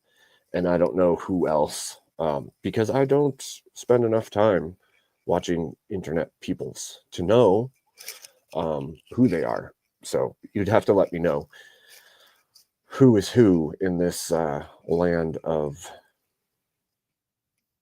Okay.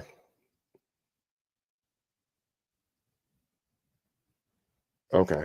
Well, and see, and that's what I thought, Spicy, is that most of them are some brand of something somewhere, but I couldn't tell because I have no idea. And the only one I've seen pop up is that one. So Upward self-sacrifice so that the hey, LD, welcome in. kingdom of heaven can be established on earth. So you're trying to make it to heaven and avoid hell. Yes, that's a good way of thinking about it. What is the purpose of heaven?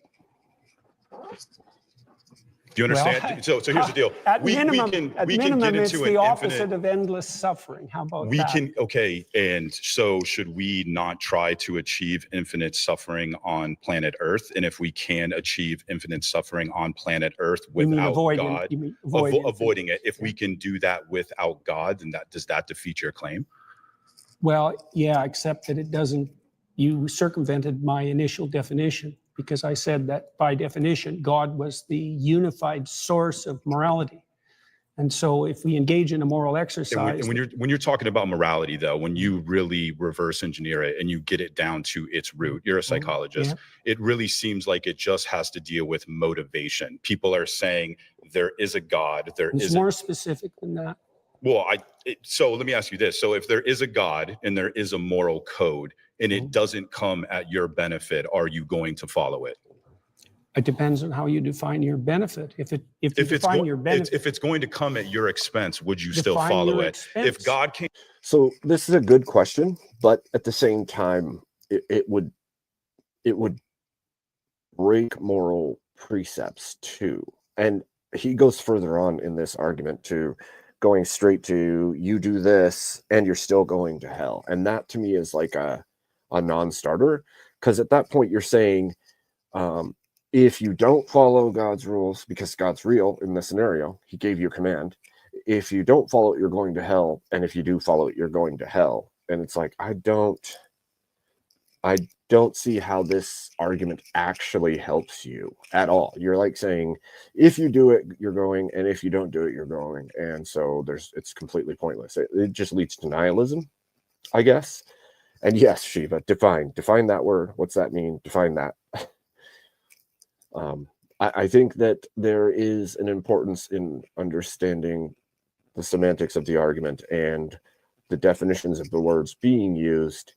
But if we be overly pedantic about it, it becomes silly, for sure. Came down and said, here is my moral code and you should follow it. But even if you follow it, you are still going to end up in hell. Are you going to follow it? Well, that was the question that was put to Job and to Christ, right? Now, this is a good response, but not a good response at the same time. Like, this is the question that was put to Job. Well, no, that isn't the question that was put to Job. Job was basically following God and knew that he was supposed to continue to follow God. And everybody told him to curse God and die as he lost everything. And he stood steadfast in his belief and continued to follow God. He had hell on earth, but that isn't the same thing as follow these laws and you're still going to hell. Job wasn't going to hell. He just had a horrific hell of a life during that time. So again, I think this falls short of understanding by the questioner. And I think Jordan Peterson totally missed the mark on putting that into understandable terms, I guess. Because they were required. Hang on, I'm answering your question. They were required to withstand trials that would break anyone and maintain their upward orientation regardless. And they did that with the motivation of believing that this omnipotent, all-loving God would somehow turn it into a benefit. So they still did it solely for their benefit. So No, when you, not well. yes, Let's they define. did. Yes, hang they on, did. hang on. If- Let's define benefit. Like Here would be a question. Is there a problem with following God because it's to your benefit?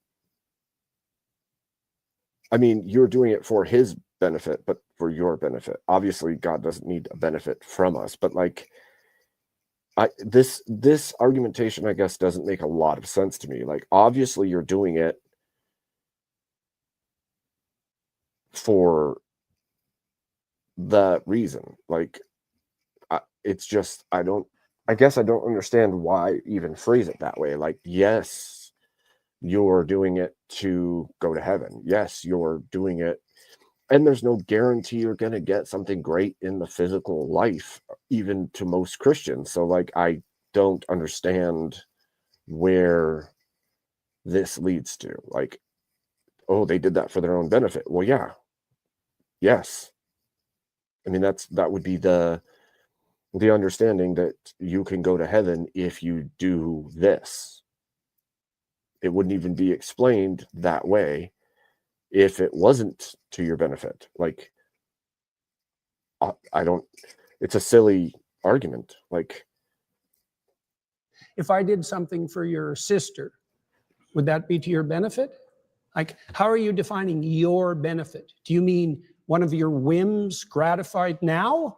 Or do you mean you and everyone you love and know over some reasonable span of time? Like, So what do you mean by you? when you're talking about whims, I think you're talking about something that's more dopamine. When you're talking about morality, you're talking about something that's more serotonin and more ultimately satisfying. So you and I agree on a lot. I mean, when it comes to talking about how men should be masculine and things of that nature, you and I are 100% in agreement. We just don't agree on the justification that God is the only thing that provides morality. It's not a justification, it's a definition. What's the difference then between a definition and a justification? I mean, it's ultimately psychologically the same thing. Well, we have to define what we're talking about before we can debate. Okay, well, right? so here's my I position. said that God, among other things. I'm actually a non-theist. I'm not an atheist. I believe the human condition is one of uncertainty. And what that means is that I don't believe that you can conclude there is a God with certainty. And I don't believe that you can conclude that there is a God without in the same position. Now, see, at least that's a good take from him. I don't see how there could or could not be one. And so I stand in the middle because of that. Like, at least that's an honest place to stand, as far as I can tell from this man. For himself, I can see that's an honest place to stand for himself, because he can't see how we can prove there isn't and how we can't prove there is. At least that is not, there isn't one because I believe there isn't one, or there is one because I believe there is one. At least he's standing on a conceptual understanding in his own mind, at least. Now, with that, I don't care. I still wake up every day and I have motivation to be a moral person. Define moral. Moral, what I ought to do. Okay, and how do you And come what to that I ought to conclusion? do, ultimately, it comes down to what not just benefits me, but what benefits the entire planet, what benefits the entire system. I think that your entire moral perspective comes from linear thinking. And when you look at the reality of the universe, it's actually more so holistic. So when you look at how Aristotle defined God, when he said that there had to be an unmoved moved or an uncaused cause, he was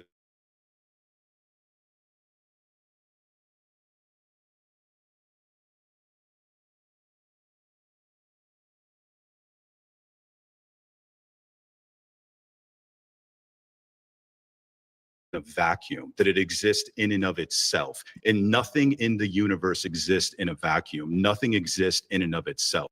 That would be because it doesn't start in this universe. It doesn't need this universe to be. It's not a physical guy floating around doing things. It's beyond everything. If you can conceptualize everything about it, then it would be here right now, like as a person or as an entity that is in your.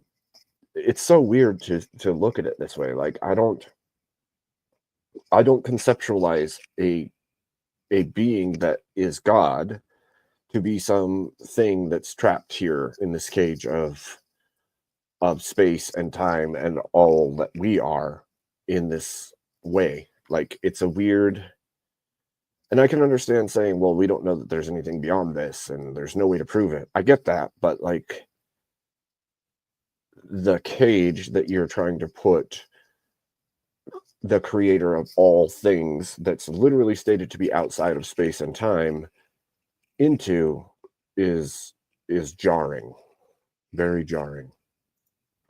It's a whole systems-based morality. It's a systems-based reality. Is there a hierarchical and that is what the structure? quantum. Is there a hierarchical structure?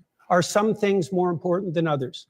Are some things, I think some things lead to more benefits than others. Then, by your own definition, some things are more important than others. Yes. Okay. Okay, What is pause there.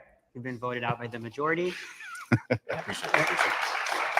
Dang it, I think that guy would have liked to have a full-blown conversation. I think that guy should have a full-blown conversation with Jordan Peterson, because there was way more goodwill between those two than there was any of the others so far.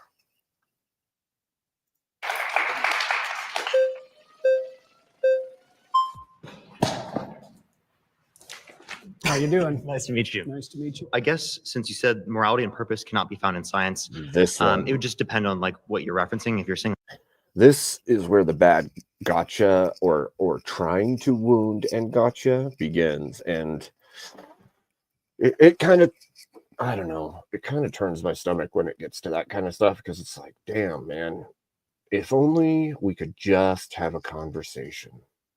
Debates are all good and well, but sometimes if you're seeking to understand, you got to actually listen and care. So the more you try to wound, attack, and destroy the other person, the less understanding you can ever have for their words, I think, sadly. But here we go.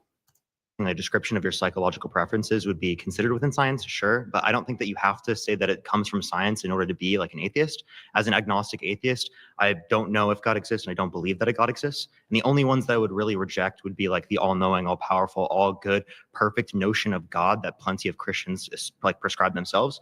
So I guess How is that relevant to this claim? You're basing a position of morality and purpose in some like notion of God that isn't the same type of notion of God that typical Christians describe. Your notion of God is What typical Christians? yeah. Typically, when I talk to Christians, they say that they believe in an How all-knowing. about Cardinal Newman, who defined God as conscience? He was a major influence on all of Catholic social theory. How about that Christian? Sure. So do you believe in the all-knowing, all-powerful, all-good notion of God? What do you mean by believe? Of course. Do you think it to be true? That's the circular definition. What do you Like that, for me, that bugs the crap out of me. That Jordan Peterson will not just say that he believes in God. He'll define what believe means as you have to stand on business. You have to be willing to die for it. All these things, right? But then he won't say that he believes. Like, pick one. Just pick one.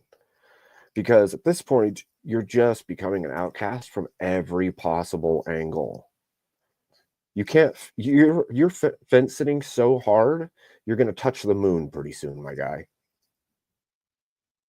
mean How when is you that say you circular? believe? How is that circular? Because you added no content to the answer by substituting the word true and believe. I said you think it to be true. All right. So if What's you a belief? believe something, you stake your life on it. What do you mean by that? You live for it and you die for it. That's what I mean by that. It isn't something that you say. It isn't something. I love that claim. I love that claim that you believe in it, you live for it, you die for it. That's a great claim. That's a powerful claim. The problem is you didn't say you believe, so your claim is now forfeit. It's gone. And believe in is different than belief of or believe that.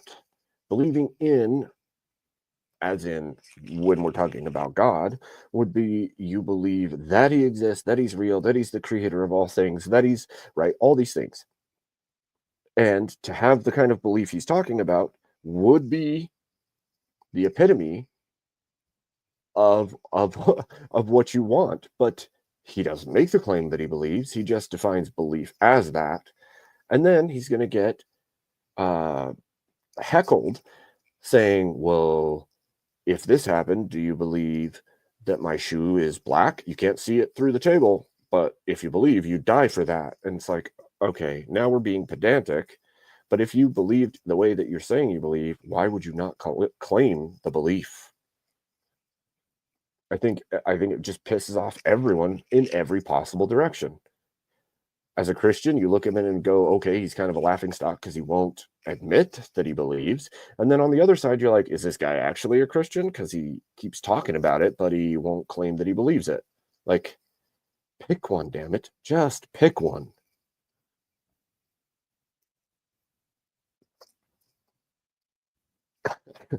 Exactly. Beavers killing people because they don't believe the sky is blue.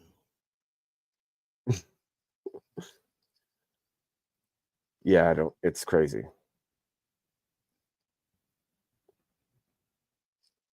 That's associated with logical consistency. It's not declarative. It's not propositional. It's not a figment of your imagination. It's the presupposition of your attention and your action. And you're either fragmented, in which case you worship multiple gods, or there's some unity at the bottom of it that makes you an unstoppable force. Okay, so you're saying that you See, that just comes off as a platitude at that point because you didn't say that's what you stand on. You literally didn't say you stand on it, and then you describe this with glorious purpose, and then you don't stand in it. you don't believe something if you wouldn't die for it? Not really, no. Okay. So then, How would you define belief? Something you say? Can I explain? Like, I could believe it is the case that this pen exists, but if someone like threatened my life, right, I would lie in order to be able to save my life, right? Like, I think you would do that too. You wouldn't lie to save your Don't life. be so sure. You wouldn't lie to save your life.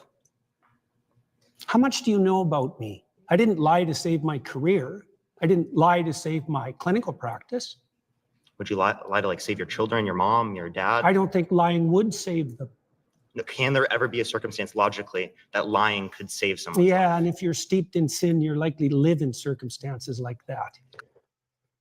Oh, and this is where Jordan has decided mentally that Parker is actually his enemy. He finally gets it, and I think he probably figured it out earlier on, but finally takes this more of a antagonistic approach. And yes, color is just light.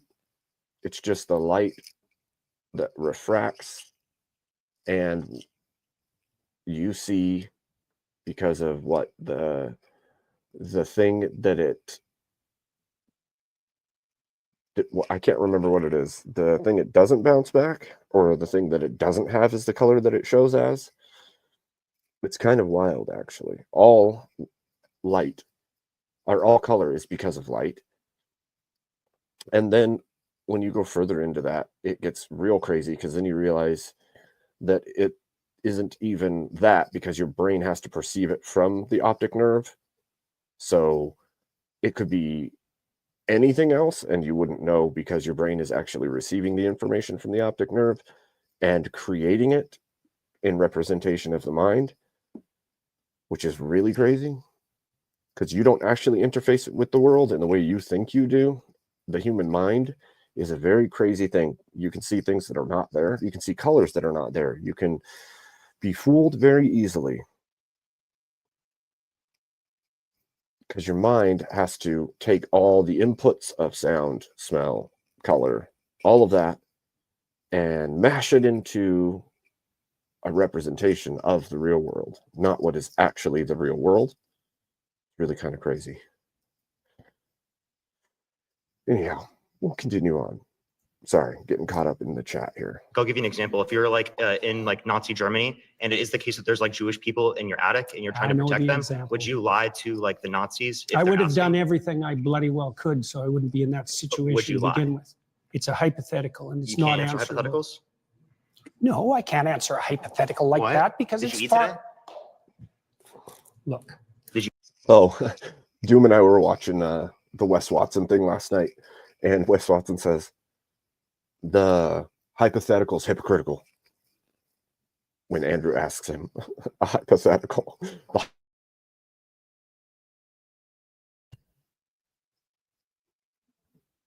Shave your arms, man. Don't play games. I'm not playing games. I'm just asking Yes, if you you ate are. it. If you present me with an intractable moral choice that's stripped of context and you back me into a corner, you're playing game. I just told you I would do everything that I could to make sure that I'm never in that situation. By the time you've got there, you've made so many mistakes that there's nothing you can do that isn't a sin. Being born in Nazi Germany and trying to protect people that you care about, like there could be a Jewish friend that you have and you want to protect them. I think you should have just them in give your up on attic. that line of questioning. Give up on just like.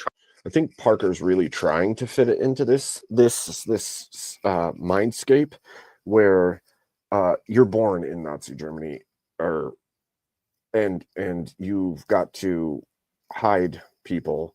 But if you were just born, you can't be the one doing that. You can't be the one that's hiding people. You're a child or a baby. And so you have to ask, like, in what world are babies hiding people from bad people and lying about it? You would already have to be the adult in that situation. And so then it's like, that's a really weird question to ask. And Peterson's trying to say, well, at that point, you've already let it get that far in the government of your land. And so now you've allowed it to get to the point where you have to tell a lie in order to save those people's lives. And he would do everything in his power to never let it get to the point where he would have to do that.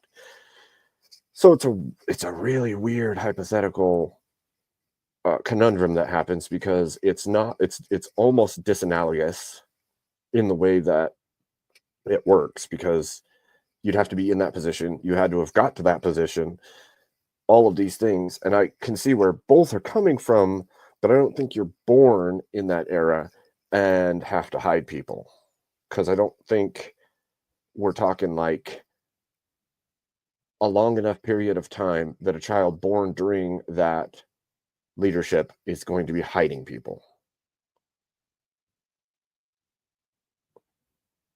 I'm sure it is, but the problem, Shiva, is that Peterson already talks about this often, like how most people would have been in the bad side during that time because, and people think they wouldn't be, but in reality, people that didn't believe they would do anything like that end up in that boat because of the trends and the movements of the culture of that place at that time.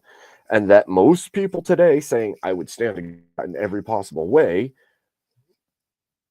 don't know that they wouldn't have seen things that happened or understood it enough to not end up in that place. And he's saying currently that he would have done everything in his power not to be in that boat, specifically because he's already taught this and looked into it deeply. If it was anyone else that you could say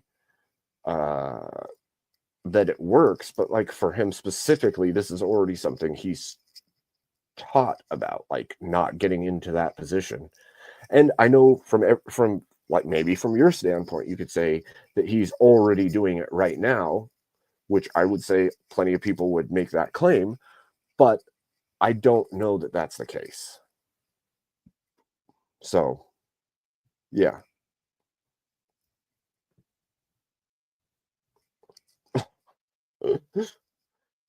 Anyway, I'm going to continue on. Trying to clarify your position? Because you I don't did like, are you like clarify. uncomfortable with me asking? I would dare say, Shiva, if he did everything in his power to not be in that boat, that he would lie. Because I think any good human being is going to lie in that situation. Period. In order to save a life that rightfully saved, you would lie. It sucks that it would get to that point. It shouldn't ever get to that point. But if it did come to that point, you would lie. I think a better hypothetical would be that someone comes to your door while someone's visiting your home to harm the person that's visiting your home. Would you lie to protect that person? If a SWAT team showed up or a hit squad showed up to take them, would you lie? Because at least then it's devoid of the context of the development of that area, that era, all of the things going on. You know what I mean? Well, yeah, it is an easy hypothetical to answer for myself, but I'm not that guy who's been teaching on it for 50 years or whatever. So, like, yes, it's easy to say that, but also put yourself into the shoes of somebody who's already been ridiculed, repeatedly attacked, who's taught on these things for decades, sitting here on screen knowing this is going to be viewed by millions of people. He's not gonna put those kind of claims out there because he knows how people will manipulate. And I understand that part of it. And I understand at this point, it seems like his pride is not allowing him to relinquish that answer, partially because he doesn't want it taken out of context or used against him, but also because he's overly aware of what's going on. But I don't know. I'm just a guy in a top hat. Asking this question, it's just a basic hypothetical. Like I could ask It's you. just a basic hypothetical where you put Jews' lives at stake in Nazi Germany. That's just a basic hypothetical. Obviously, you would lie in that scenario to save their life, but you're like not trying to answer this question for some reason. I just told you why. Are you anti-fascist? Like, so you're Why anti-fascist? are you asking that? I was just asking. Okay, so come on. This is a linkage, right? You have to admit that that was a purposeful linkage, right? You know he's not going to answer that he would lie because of his prior teachings, and then you're going to ask that question right after, making it look like you see, because that seemed super freaking dirty to me. That's a purposeful setup, a certain line of questioning, and then boom, drop that question. Like that's pure dirty to be dirty, to get a clip, to get a moment. So Asking, just clarifying. But like, okay, again, you're not answering this hypothetical because you know it shows that you clearly would lie to save I'm someone's life. answering it in Obviously, a that's manner not what you truth don't is. find acceptable. Yeah, like that's wild to me. And to be fair, that's American youth hubris showing through big time. Because I don't even in my own when I was that age, I'd have got smacked for something like that. When we were growing up, we got punched out for stuff like that. And in the day we live in today, there's a whole lot of smirky little jerks that will go off and do harm in whatever way they can. And claims like that are way over the top. And he knows his audience loves it, and he knows he can clip that up, and he knows like that was a purposeful setup to cause damage to the reputation of another person. And why? You disagree with him, great, but you don't have to character assassinate the guy. Like, if he's doing something wrong, let his wrong show through, but don't stack it on him when it's not his.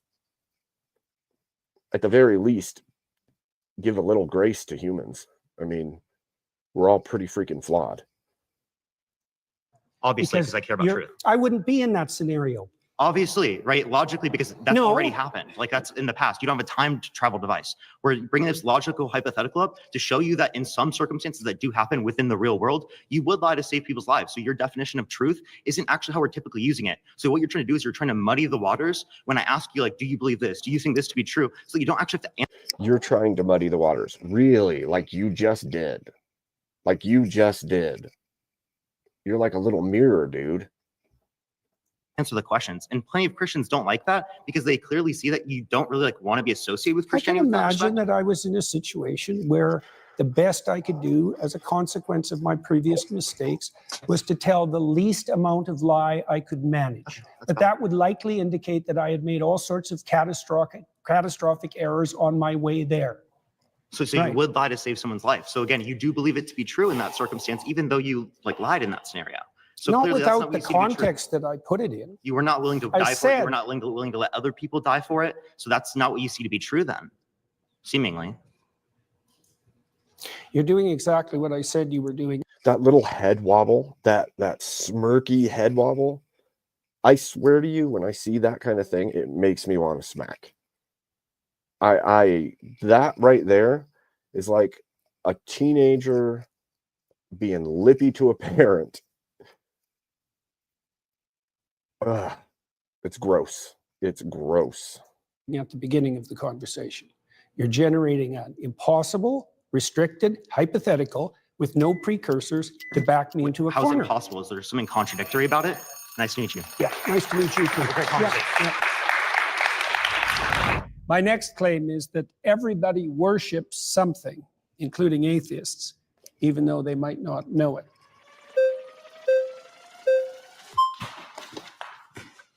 Hi. Good work. Thank you. Hi there. I'm Zena. So I want to start off with like defining terms. Yep. How do you define worship? Prioritize. Prioritize. So almost like having a preference over something other than the It's a other. hierarchy of preferences. Yeah. And you use it to direct your attention.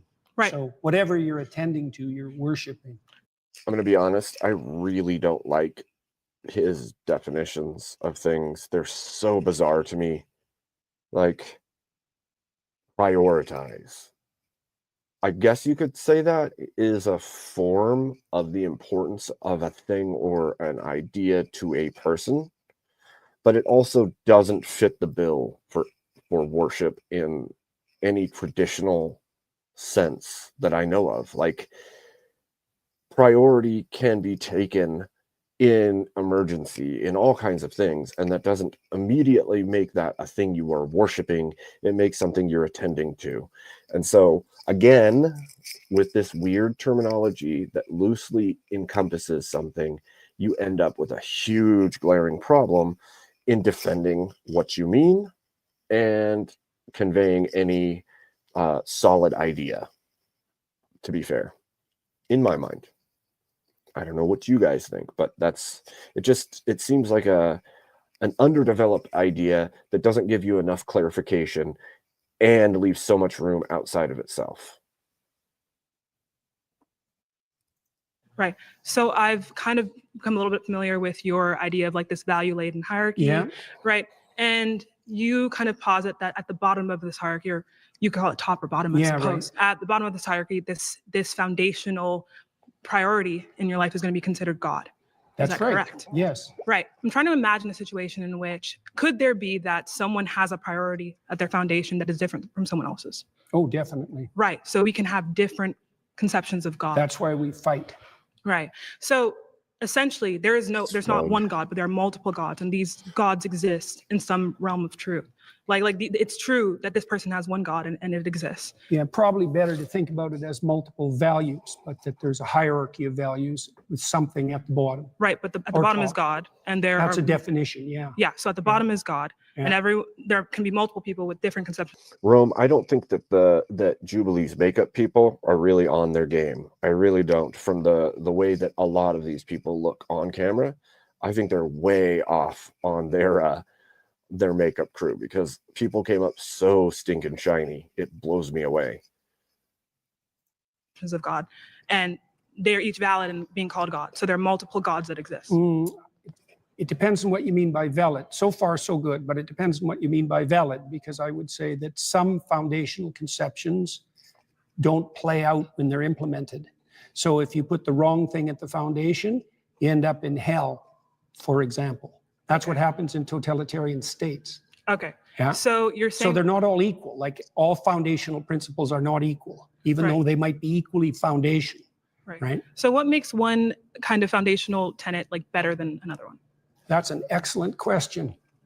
The one thing I would say for this definition that he's given, although I don't think that it is an accurate or all-encompassing definition of worship, I think that it is a good way.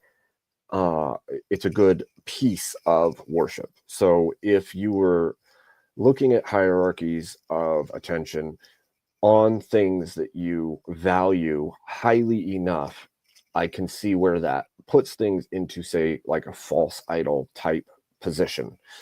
I don't think, again, he is so loose with the way that he's outlined it that anything with any form of attention at all is being worshipped, even if it isn't worshipped in the least.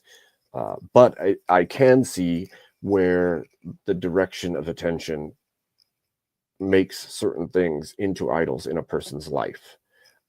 Again, he should have done way better, but I understand where that sentiment could exist. Iterability. Imagine that you play a game with someone and you're a kid, and it's fun. So then you play again and again and again. So Well, then repetition. it's playability across multiple iterations. So then you have a friend, and a friend is better than having a game, right? So that's one. Breadth of application is another. So if it's just for me now, it's not as good as something that would be benefit to both of us across time. Right. So we're explaining like characteristics that can be applied to like these types of like foundational values. But why is it that this iterability makes it better? And what does better mean? Well, one hallmark of better is likely to be selected voluntarily. So it's invitational. Another descriptive kind of quality. So we're talking about characteristics that in some type of system with a goal, an output being like, we could maybe say happiness. I would say so far, this girl strikes me like the other one that was very good faith, that was staying in it, trying to fully understand. And I like this interaction. It seems more level, more exploratory than it is straight argument and the seeking to understand each other. Again, I've said it before, but like that active listening skill and hashing things out really helps, because I think when humans converse with each other, exploring ideas, they both end up flushing out the ideas in their head to a greater extent than they can do on their own. And that exploratory side of conversation is incredible for clarifying your mental stances in a way that you couldn't do alone in a very real way. right? Or some type of Harmony. harmony, Yeah, right? that's better. Not Based- happiness precisely, because it's too short term. Exactly. Mhm. So as someone who is an atheist, right, I can explain that within a system, there are things that we can see as better or worse to meet this goal or meet this output. But what we're interested in, though, is what could make these things, regardless of any system, right? Well, imagine that you set up a system and you implement it and it produces the opposite results to which you intend. Mhm. Oh yeah, that's not a good system. Exactly. Right, so the foundational principles are lacking because when you implement them, the game degenerates instead of moving towards the aim. Right. Okay, So we're talking about okay. within a system. That when we talk about something being moral, right, just absolutely moral, it means that Mhm. without a system, right, this thing is simply moral with no reason. Like stance independent, this thing is good. So I'm trying to figure out if such thing can exist, and if so, do you believe that these things are moral in of themselves, like self-evidently moral, or are they moral in accordance with the system? I can't define them any more accurately than I already did, really. Okay. In regards to morality, when we talk about the divine, when we talk about God and religion, these moral tenets and religion, right, and God exists as good because it is God, right? So it's self-evident, right? Without any kind of goal or output, this thing is good. So I want to figure out how. There's an element of that that's true. So, for example, in the story of Job, Job is unfairly tortured in consequence of a bet between God and Satan. So Job is emblematic of someone who's being hurt for no apparent reason. Okay, so Job's response to that is that he refuses to lose faith in himself, and he refuses to lose faith in the ultimate goodness of being. Okay, and those are axiomatic decisions. They're not exactly evidence dependent because he is suffering. There's an arbitrariness in that that's reminiscent of what you claim. So I'm essentially trying to figure out, do you believe that something can be good, like stance independently, something that can be good? I don't know what you mean by stance independent. Okay, so you I mean independent of people? Independent of people, we can use that, or more so, I want to be more specific, something that can be good, right, regardless of any end goal. It's just good. No, I think good is tied up with goal. Goal, okay, I completely agree. So in a sense, this is why. That's why the religious goal in Christianity is the establishment of the kingdom of heaven on earth. It's goal dependent. Okay, right. And so it's in reference to a goal.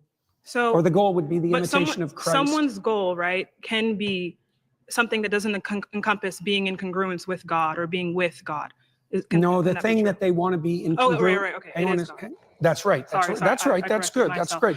The thing they want to be in congruence with is fundamentally equivalent to their God. So what makes someone a Christian and what makes someone not a Christian? What makes like that's what I'm trying to figure out, because that's a good question. Yes. Yeah, well, probably the deepest answer to that is willingness to shoulder your cross voluntarily and trudge uphill regardless of circumstances. Okay, so someone can have a God, because in your definition, your first preference, that is God, right? So someone can believe in God, right, and not be a Christian, right? Yeah, well, there's a statement that Christ makes in the Gospels. He says, not everyone who says, Lord, Lord, will enter the kingdom of heaven. So not that they're even saying that they believe in God, but they just... I know, but that's why I'm saying this to you, is that Christ himself points out that there's a difference between people who say they believe and people who act it out. And the fundamental issue is the action rather than the stated belief. But he also says that, to be saved, right, you must believe God has died for your sins, or that God has resurrected in some way. So it's like, I don't necessarily think that we can take from the Bible and say that like acting in accordance with God necessarily means, or acting in accordance with, the principles of God, like for example, sacrifice, like you talk about, means that you are Christian. I don't see how you can get that from that interpretation and then, kind of justify it as the truth. I don't think that the fact that you sacrifice is sufficient to make you Christian. So can we repeat once again what you believe makes someone Christian? There's many things, but one of the most fundamental is that you believe that the cosmos itself is founded on the principle of voluntary self-sacrifice. Best founded. Let me offer you a contrary example. So I could assume that power rules. And so that my assumption would be, if I can make you do it, I win. Right, and I can found a whole society on that, and that happens a lot, by the way. And that's also a whole society. See, this comes right back into it. Like, why are you evading the central claim of belief in Jesus Christ as what makes you the Christian? Like, why are we mincing words? like this. Like I don't. There's it baffles my mind that you want to dance around this so much. Like, just answer the question. Belief in Jesus Christ, that his death and resurrection saves those who believe in him from their sins. Like, why are we mincing the words so much? Because I don't know, man. If you're gonna walk as a Christian, then you need to be there with the answer for why you believe what you believe. And he's not doing that. He's dancing around it and not even claiming belief in it. And from the exterior, at the very least, you couldn't say that he is a Christian. You couldn't, because he won't. These tend to degenerate. And so that would be a society that was founded on the principle that you get to sacrifice and I don't have to. Right. Now, the contrary to that would be something like you give up voluntarily and with courage all the things you need to situate yourself properly in relationship to the future and other people. Right. So then there's a harmony. That's why I talked about harmony earlier. So you navigate your life, right, in accordance kind of to this principle of self-sacrifice. Can I say it in that way?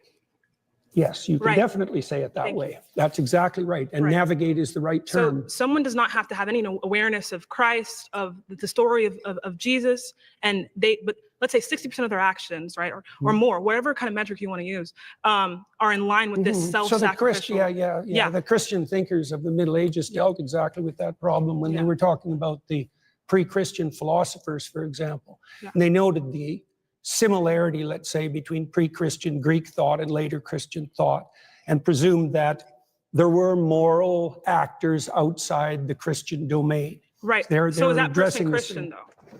Is that person Christian? To some degree, again, that's a matter of definition, because they wouldn't be proclaiming Christian propositions, but they're acting out the pattern. Right. So so imagine that full Christianity would involve a dozen things. And you can imagine someone who knows nothing of Christianity, say, acting out 8 of them. Right. So then they'd be 8/12 Christian or something like that. Christian. Well, but to be like a full. See, none of this. This is silliness. This is absolute silliness. I don't get this line of thinking at all. Like, because you're doing things that Christians do, you are part Christian. It doesn't make any sense, because the term Christian has a meaning. And that meaning isn't just all the actions, but the belief itself is what makes that central term, the central claim. Like, it's so bizarre to take all these attributes. Again, this is actually ties back into an issue earlier. He conflates attributes with definitions in a way that strips meaning away from things, and it's not helpful. That's possible, Rome. That's possible. Okay. Christian. How can someone say I am Christian? Like I am Christian, not 8/12, but Christian. Well, I hesitate to do that personally, because I think it's the kind of goal that you be very careful about proclaiming. The technical. But belief is not necessarily, to be mostly Christian, belief is not necessary. 8/12s or, right? Well, it depends on what you mean by belief. See, because I would say that acting out the pattern is the deepest form of belief. Now, you could add to that what you say. So, maybe in the optimal situation, how you act and what you imagine and what you say, they're the same, right? But you can imagine a hypocrite who says all sorts of wonderful things and does nothing.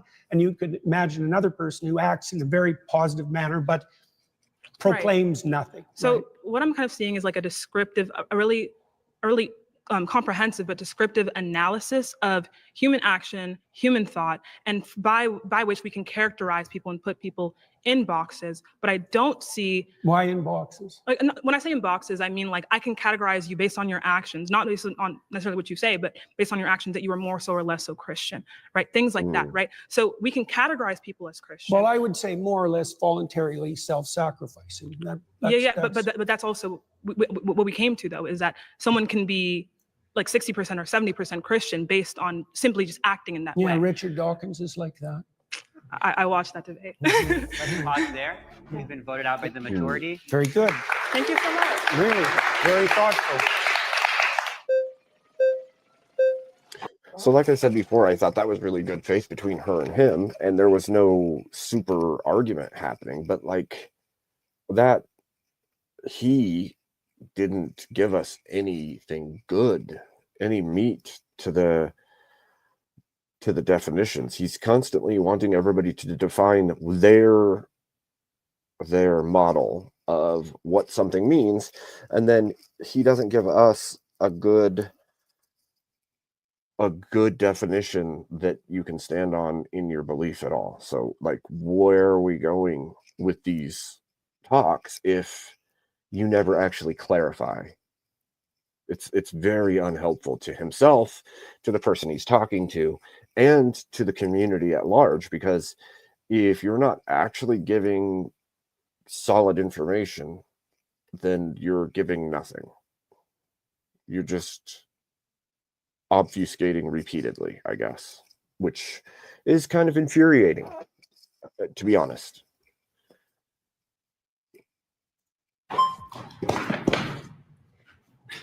Hey, Dr. Peterson. How are you doing? Danny, nice to meet you. What's your name? Danny. This kid is the smuggest of the smug in this interaction. It's wild, actually. Bowl burners assemble. Yes, you shall. Okay, here we go. Danny. You're saying atheists worship things or people or places, whatever. Can you be very clear about your definition of worship again?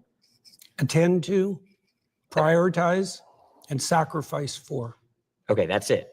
That's your understanding of worship. Well, I could flesh it out, but that'll do for the time we have. Okay. Do Catholics attend to Mary? Yes. Okay. So do they fit that description of worship? Yes. So you would say Catholics and other people that revere Mary, like the Eastern Orthodox tradition, worship Mary. Well, they might not put her in the highest But you would place. put it that way. No. You just said it. Now you're taking it back. There's now? still a hierarchy. Okay, there's a hierarchy, but within And the there's something at the top. All right, you can worship things Mary is below. quite a ways up the hierarchy, but not at the top. Let's go over your definition of worship again. What's your definition of worship? Attend to. Attend to. Prioritize. Do And Catholics sacrifice for. What do Catholics attend to?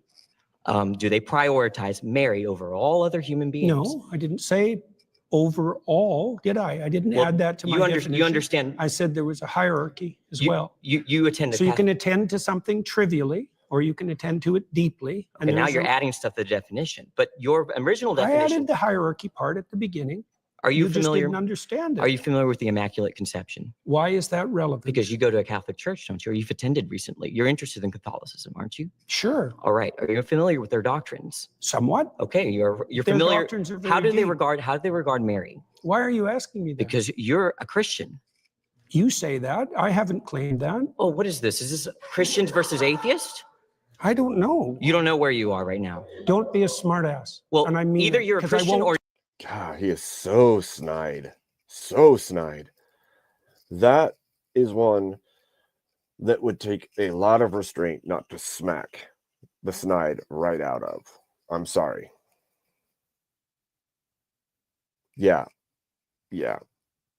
It's like a 14-year-old talking crap to grandpa. My grandpa would have whopped me good. He probably would have taken the ring on his hand and backhanded the top of my head for that. That's what would have happened.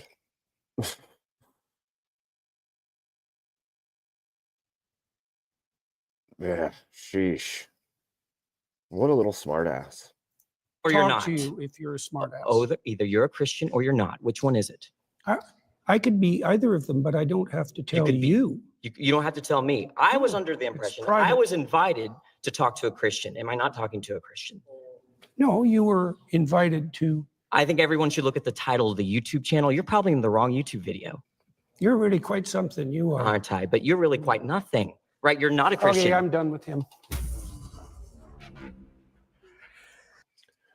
That is so ridiculous. You're really quite nothing. Okay, and you've accomplished what, kid? Like, you might not like his ideas, but the guy's got notoriety in a way that you don't. He's also a practiced psychologist and had a practice. Like, you got to be a little dirtbag, a little scumbag, yeah, to even approach things like that. Zero respect, zero couth, very uncouth.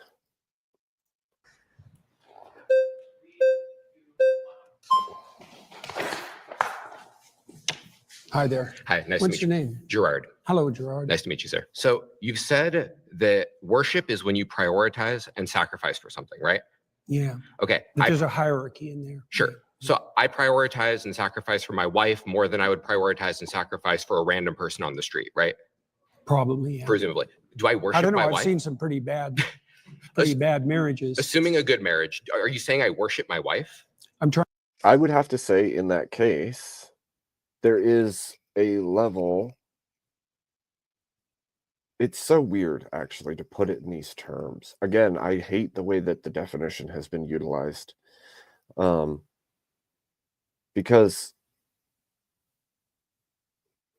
it's almost like his definition for worship is not all things that are prioritized and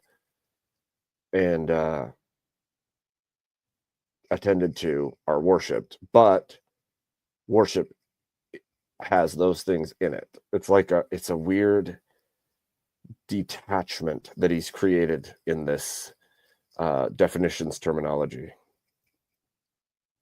They are definitely in attack mode. Trying to define worship. That's what I'm asking. So prioritize and sacrifice. I do The those higher things. it is in the hierarchy, the more what you're doing is akin to worship. But even in your trivial acts of attention, you're prioritizing and partaking in worship, even if you don't know it. So I am And it's prioritizing. partly, well, with regard to your wife, say. So why do you value your wife? You do value your Yes, wife. I love Okay. her. So I Right. prioritize and I Okay. sacrifice for her. Right, right. So that's within the confines of love, let's say. And Sure. what else does it serve? What else does what serve? Your love in your marriage. I mean, I'm married to my wife because I love her. That's Yeah. also why I prioritize and sacrifice for her. I certainly wouldn't think I worship her, and I don't think anyone else would make that. I'm Are you trying to making make that a claim? definition. Okay. Yeah, that there's a hierarchy of attentional priority, and as you move up it or down it, depending on whether you think about it as a pinnacle or a foundation, you move more towards worship. Right. Okay. So even the small things. I'll give you an example. Imagine you go on a date. Well, imagine that your aim is a long-term relationship like a marriage. Okay, now imagine that your aim is short-term sexual gratification. Your pattern of attention is going to vary during the date, depend on your ultimate end. That's the hierarchy. The way that you attend to your wife is dependent on your ultimate aims, even if you don't know it. So at what point is it worship? Because it sounds like you're saying It's worship is almost a shades. spectrum, right? Or it's not a binary. It's not a. It's kind of like that. That's a good So question. when It's when is it worship as opposed to just I love my wife? the closer you get to the top or the bottom, the more it's more like How close worship. to the top? Because I don't think I worship anything. And if you're saying I have to hit a certain threshold for it to be worship, it is possible I don't worship anything then, right? It's not possible that you don't worship anything. What do I worship? Because you wouldn't attend. Well, love. So you think I apparently. worship love? Do you attend in consequence of love? I See, do. I'm trying to define something. What do you mean worship? I told you what I meant. What do you mean? So I mean, something you worship is something that you have a reverential view for in a manner in which you believe it to be above and beyond normal things you like. Like you So do you presumably have worship that attitude towards your wife? I have that Do you attitude. privilege her compared to other women? Of course I privilege her compared to Okay. other women, but I don't worship her. Nor does she worship me. By the definition you just offered. That was weird. I don't know why I'm center stage. Hold on. Let me see what's going on in my settings here. Mm-hmm.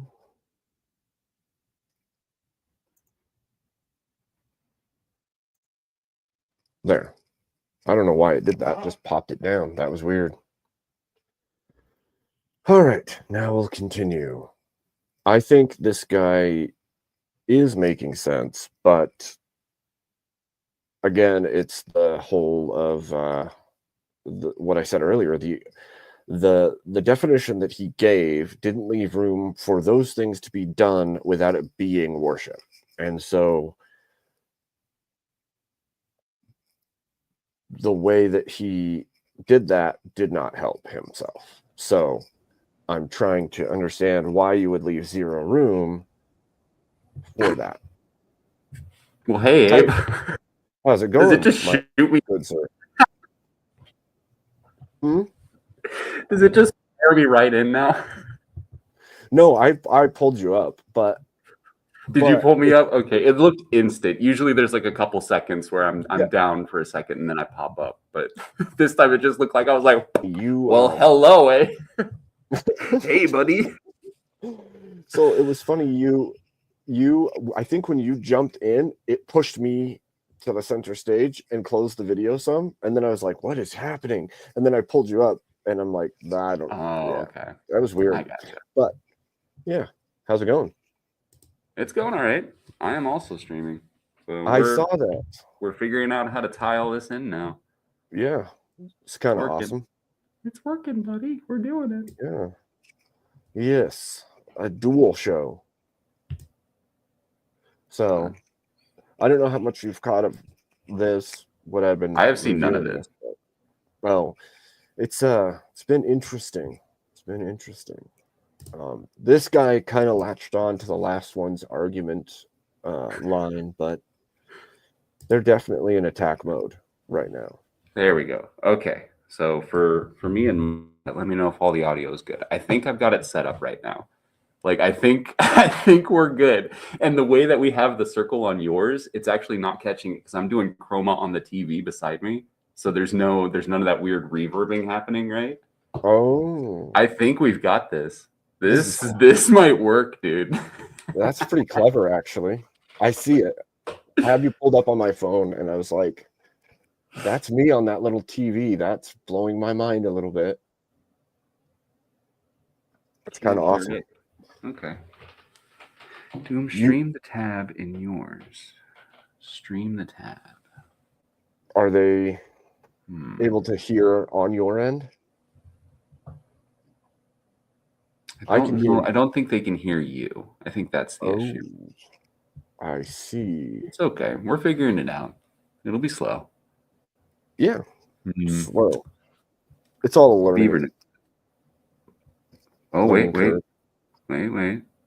Okay, now I hear him. Boost his audio. Okay. Abe is a little quiet, but we hear now. Boost Abe's audio. Okay, so if I do this. Talk now, Abe. Hello. Hello. Hello. There we go. Is that better? I'm going to leave it alone until I see another chat that says something, okay? I'm trying to be smart about this. Yeah. Nice and slow.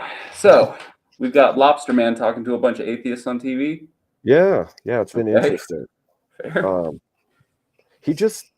It's kind of infuriating. Some of the people that come up to debate him are infuriating as heck, but even he himself is infuriating because he just won't make a claim of any real. He won't stand on business at all. Like in theology, not at all. Never. Yeah, he'd have to come to terms with stuff. Yeah, and it's he cries enough as it is, dude. You can't hold God over him now. Like he wouldn't make it through the night, man. Yeah. He'd be right back where he was 10 years ago at that point. Yeah, that's true. Canada, come on. He'd no. Canada.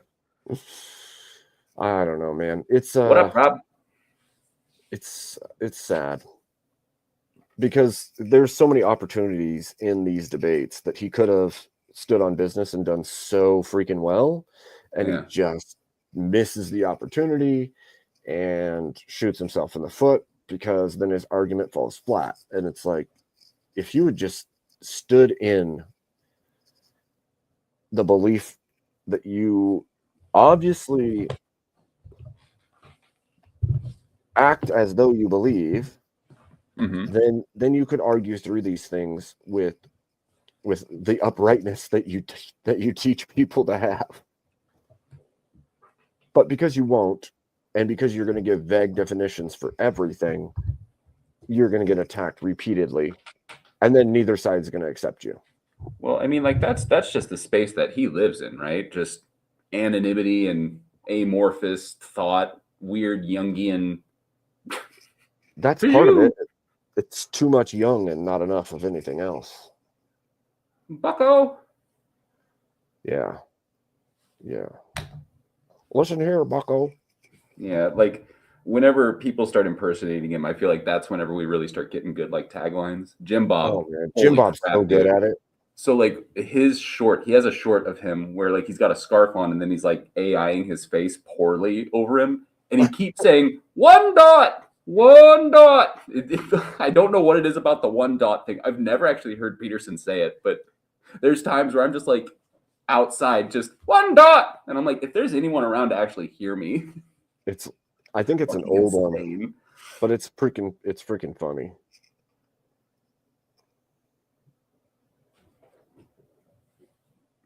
Oh no.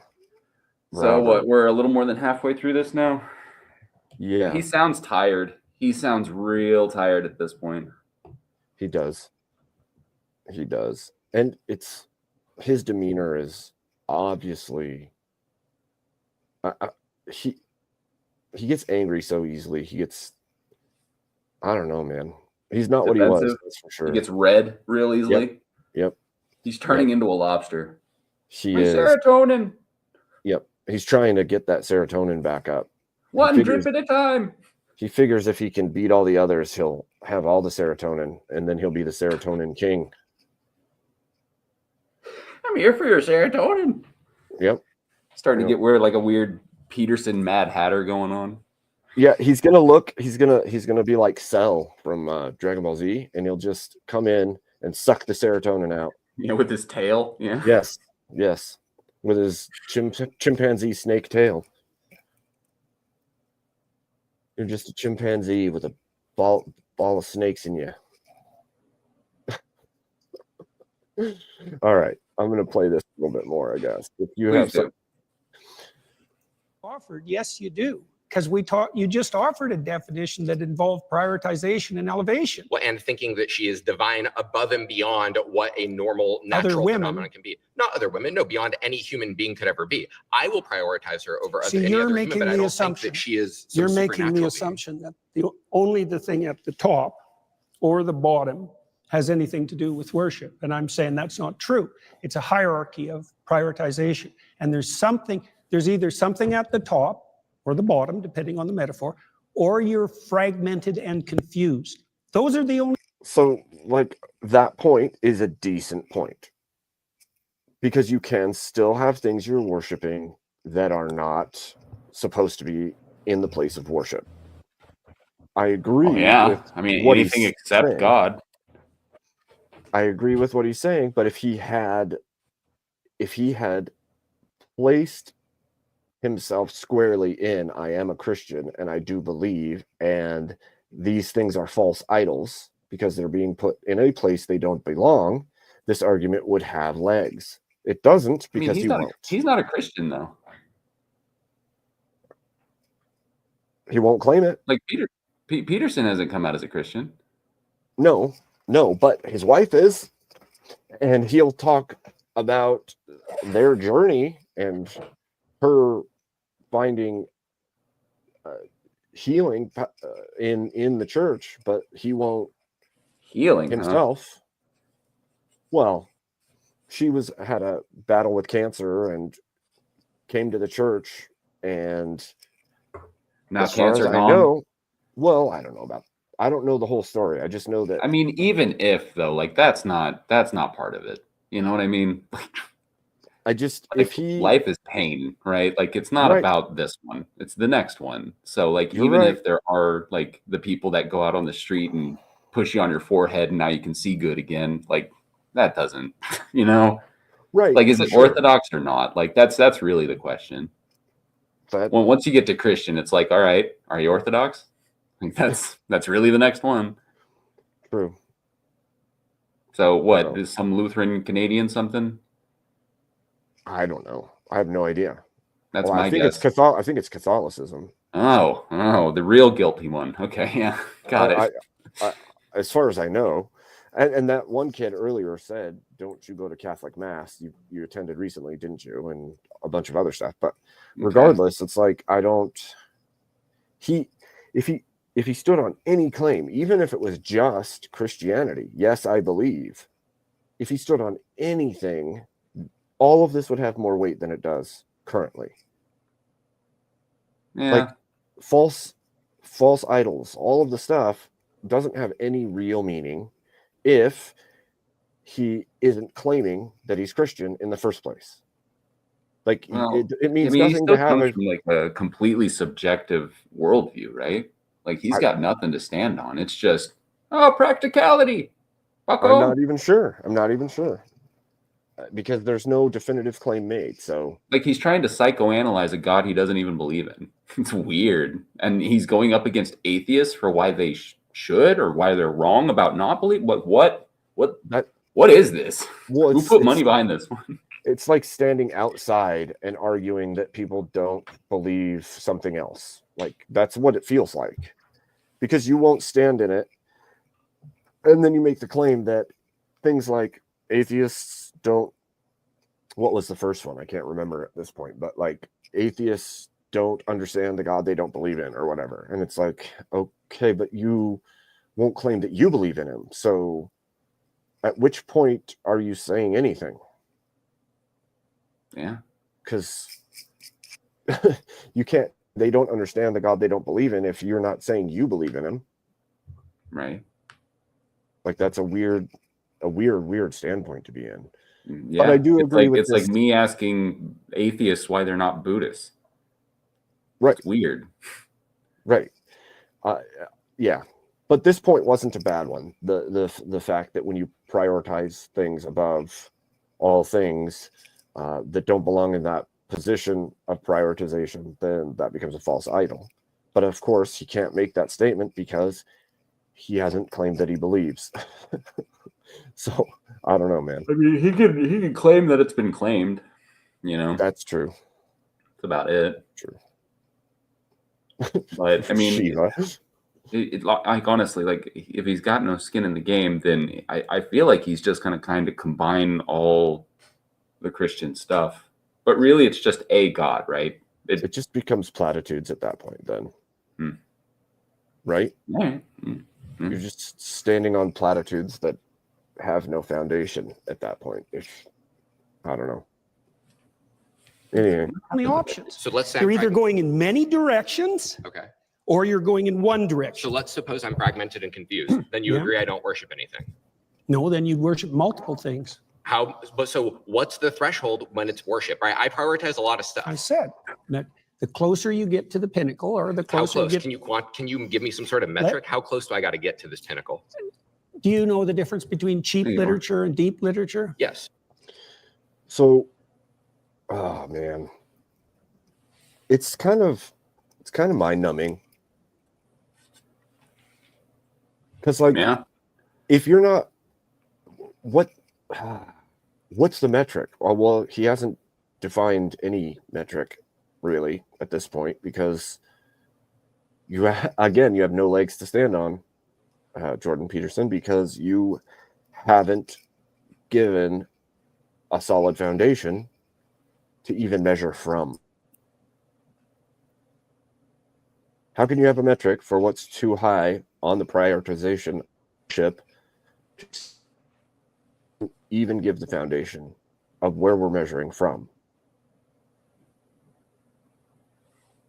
I don't know. That's all subjective. It's too subjective, you mean? Yeah, there's nothing solid to stand on there. No. He built his house on the sand. All right, I'm going to hit play, and then I'm going to go get a drink, and I'll be right back. There. Okay, that's the same issue. And how do you distinguish between them? What's the difference between cheap and deep? I mean, it's really an opinion-based thing, right? Is I mean, it? So it's just an opinion that plenty of- Dostoevsky is better than a porno magazine. Well, I've spoken to people who think To Kill a Mockingbird's cheap. It's one of my favorite books. So, I mean, people will differ on Well, opinions. just because people are stupid see, I about think I things can do doesn't mean this. that their opinion is I think- valid. That's certainly Do you, true. well, I do let agree me with ask that. I you. agree with that. Okay, well, do you think there is a hierarchy in literary quality? I think that there is a hierarchy to an extent in literary quality, but I think once you get to a certain threshold, it is just opinion. Like I agree, Dostoevsky Okay. is better than a porno mag, but is F. Scott Fitzgerald Why do better you than think Ernest that? Hemingway? I don't know. Yeah, fair enough. Why do you think that? Because of what a book is, what literature is. Dostoevsky, he follows what literature is the purpose of more than the porno magazine. Okay, does. good. Well, So it's about purpose So and let me. definition. Yeah, sure. Let me give you an analog then. Okay. The depth of worship is analogous to depth of literary significance, and the closer Crossing you the get arms to what's here. deep, the more religious and worshipful your practice. So And to use maybe you your don't know what's at the bottom, but something needs to be, or you're confused. Well, so to use your analogy, then how deep do I have to go for it to be worship? Do I have to be Catcher in the Rye? Do I have to be War and Peace? Or Depends on what. is It depends on Twilight what enough? you're seeking for. I'm seeking to know whether I worship something. You've claimed I worship something, and I Well, if want you to want know. to have a deep and meaningful. Okay, I'm back. Hey, man. Hey, man. What do you think? Anything interesting while I was gone? No. Oh, so still brain numbing? No, it's Jordan Peterson. It's turkey babble. I don't know. No, it's lobster babble. Whoa, bucko. Ooh. I can do that one. Oh my gosh. Okay, I'm gonna keep going. I guess. See if I make it big. Will a point get made? Yeah, there we go. That What do we works. You got me big now? Oh, that sounds wrong. No. Here's what I'm gonna do. Oh, I mean, not my intention. Let me know how I'm doing, Abe. Oh damn. Okay. I know. I'm a fruitcake. I'm still right here. I gotta click a few buttons before I can do more. Yeah. Anytime. I'm ready. Go for it. All right. Here we go. For I'm life, watching then your. you have to go. I'm watching yours on my phone as well. There we go. A little privacy. This is kind of awesome, actually. Sure. I think we're good. I think ours are like identical now. That's freaking fantastic. I think they're All right. identical. Here we go. Maybe go all the Okay. way to the bottom or the top, and insofar as you're capable, because otherwise you'll be fragmented and miserable and anxiety-ridden and hopeless. So I Fragmented. Dragon's breath you got going on there? Huh? I heard you doing dragon's breath over here. Roda. Yeah, I had to scare away the helmet bugs. You know, they don't like Oh. sound. That's a good idea. Keep them at bay. Got to spray the helmet at least twice. That's fair. Fair. Maybe you should soak it in bleach at night or something. No, wouldn't that be bad for the metal? Yeah. Yeah, probably. Yeah. Oh, you could just oil it. Just use mineral Yeah, oil. there's a long list of tinctures to be used in a specific order. I've talked to apothecaries about it before. I got it written down somewhere. Perfect. Bucko. All right. I have to worship something to have a meaningful life. And if I There's worship no multiple- difference between those two things. Okay. They're the same thing. So if I don't worship anything, my life will not be meaningful, correct? Well, that's the definition of nihilism. Okay. So if I'm a nihilist, I don't worship anything.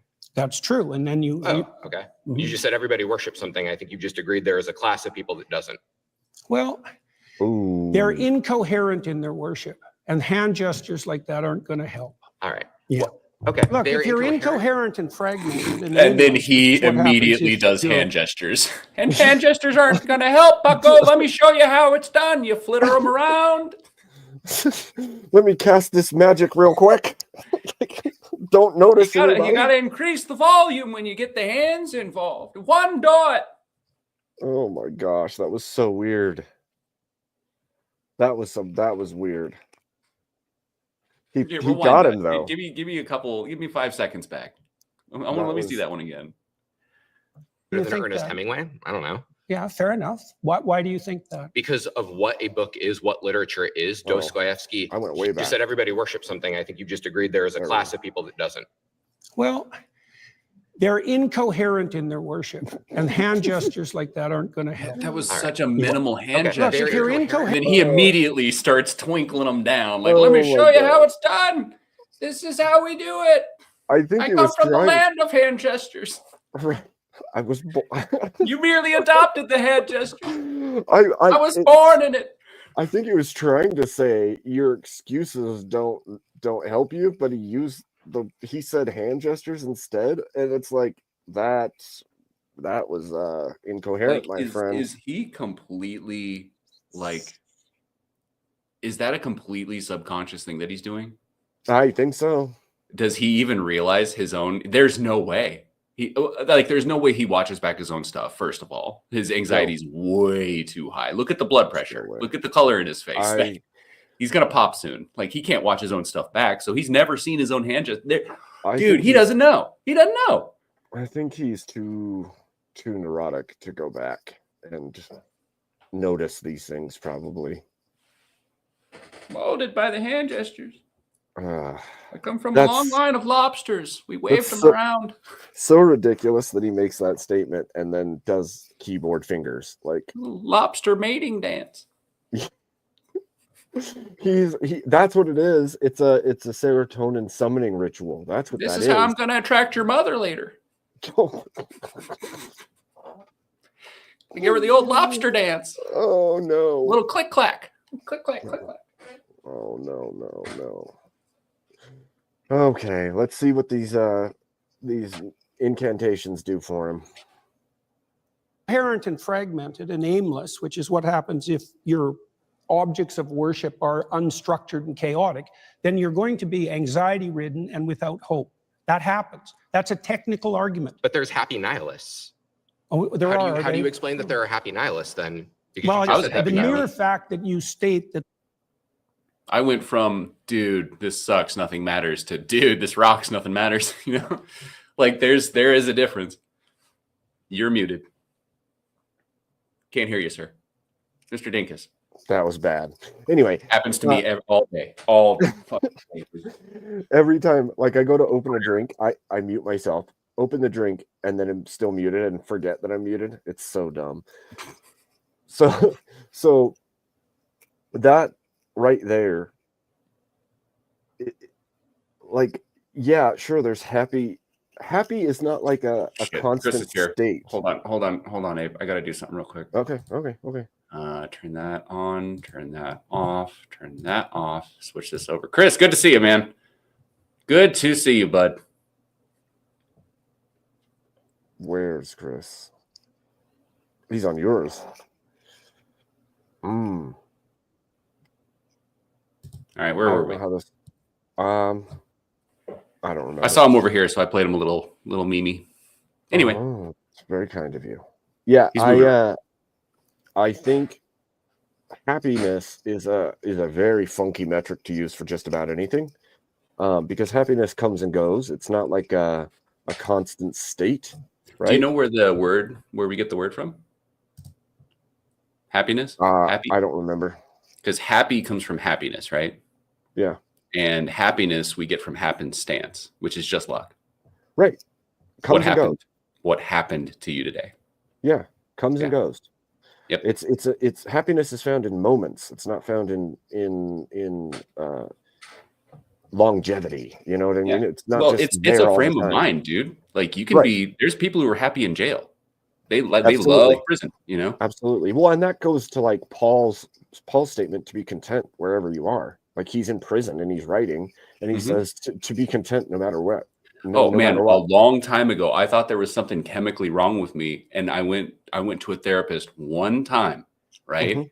And legit, this dude said, I mean, you know, come back, whatever, you know, keep paying me, stuff like that. But there was one good bit that he threw in there. He was like, if I was going through that, I'd be bumming too. And I'm like, oh, thanks, man. See ya. Never. Bye. Right? I'm like, okay, this is just total normal.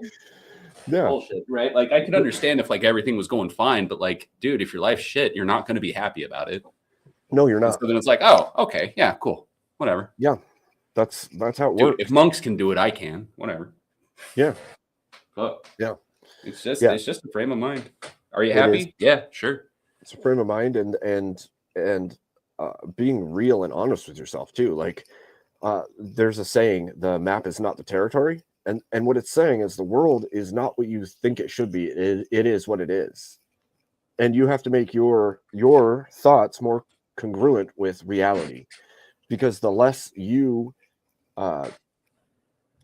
accept what reality is and make it up in your head what it's supposed to be, the more unhappy you will find yourself on a consistent basis, because you're constantly expecting things to be what they're not.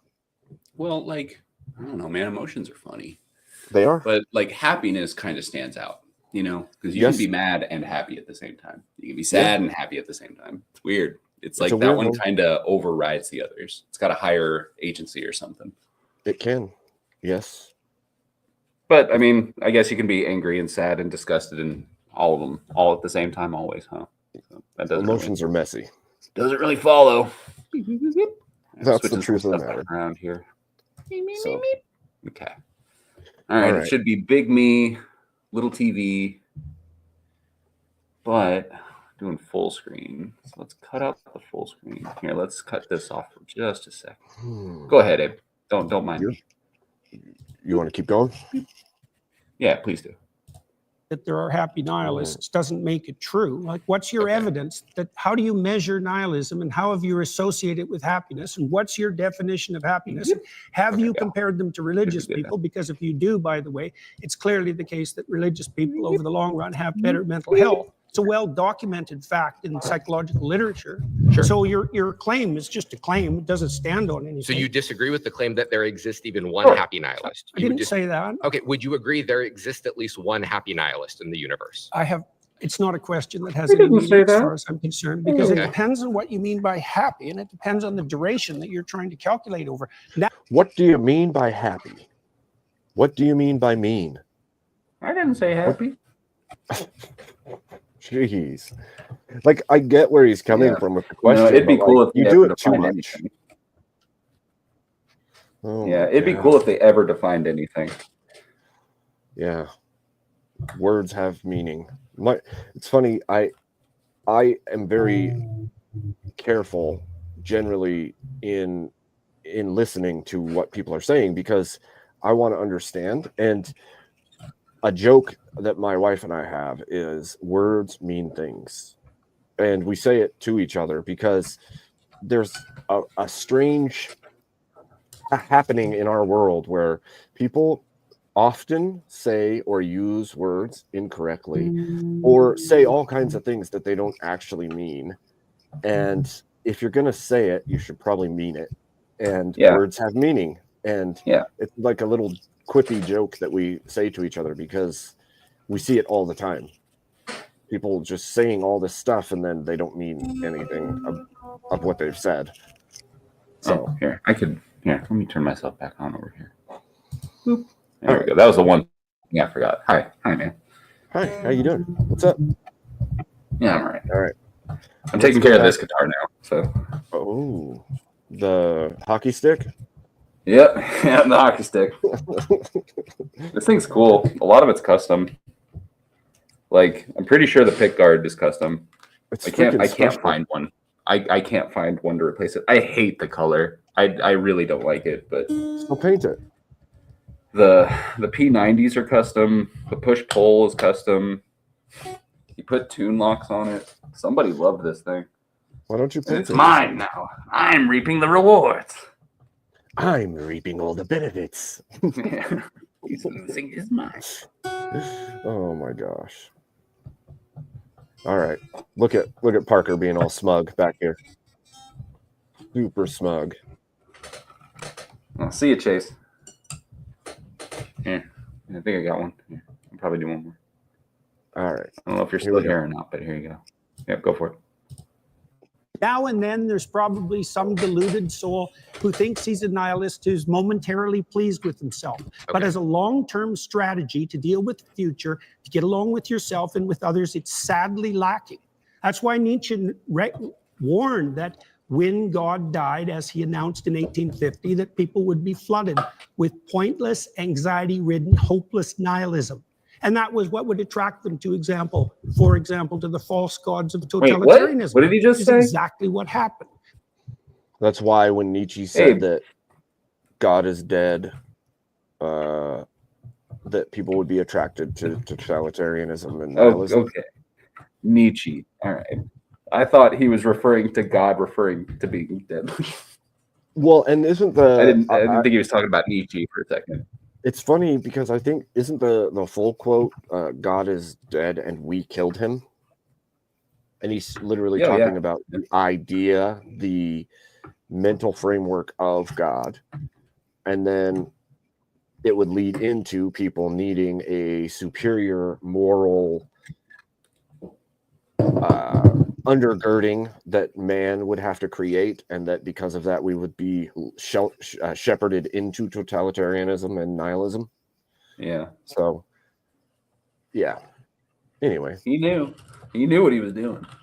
There were some pretty smart people in the day. Because everybody worships something, even atheists who think they don't. Aren't there unhappy Christians or devoted believers? So worshiping something is neither sufficient nor necessary for happiness then. Wow. Why are we so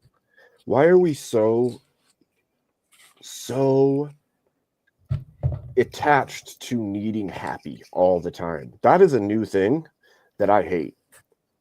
Yeah. Like, don't get me wrong, happy is not a bad thing, but if happy is what you live for, you're living for the wrong thing. Because you can find happiness in all kinds of stupidity and wickedness. Sorry. I mean, because what? Because, like, really the only time is now, right? Yeah. So it's like, what are you doing right now? And if that thing is chasing happiness, you only chase stuff you don't have, right? Right.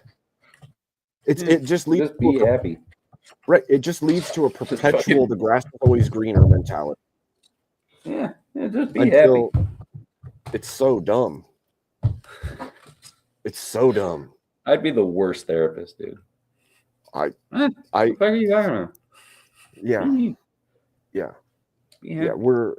We are so hyper fixated on happiness, and it's wild to me, I guess.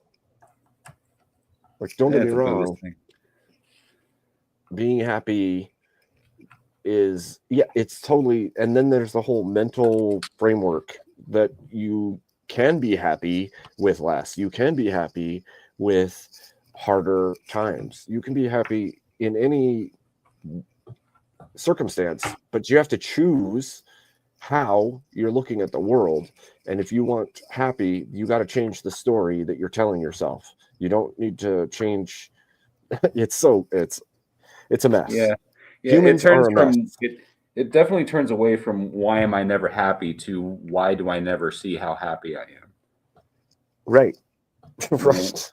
It's like a song that's always playing. You just don't hear it all the time. You just don't always pay attention to it. Yep.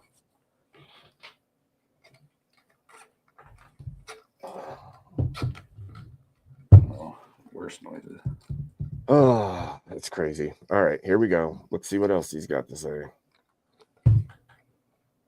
How terrible things can come your way regardless, and that does happen. But it's the case that even when circumstances become deeply troublesome, that how you're oriented makes a big difference. So I'll give you an example. So the book of Job deals with the issue of unfair suffering. So Job is a good man who has everything taken away from him in the most painful possible way. To settle a bet, right?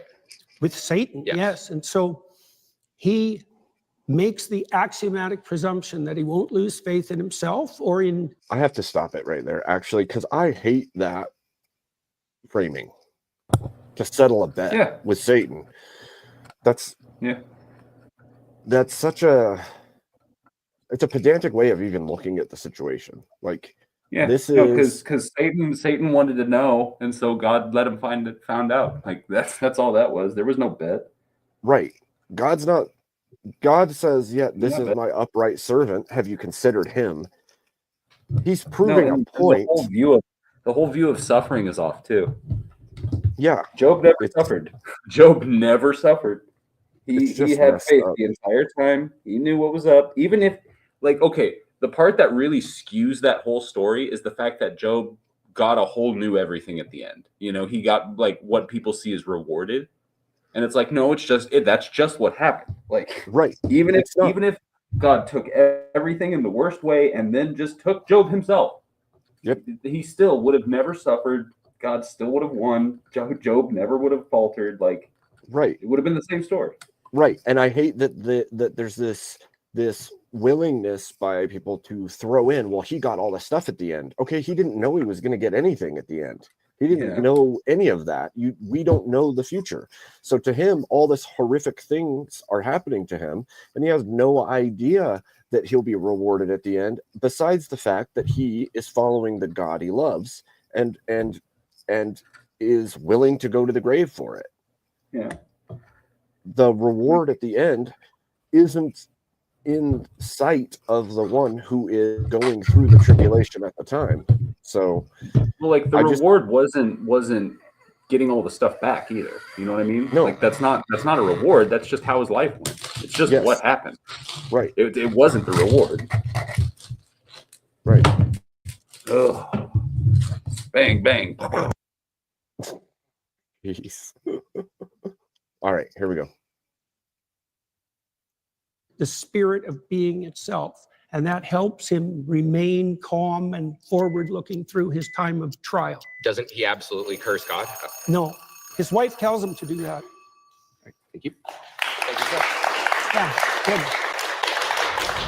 My final claim is that atheists accept Christian morality, but deny the religion's foundational stories.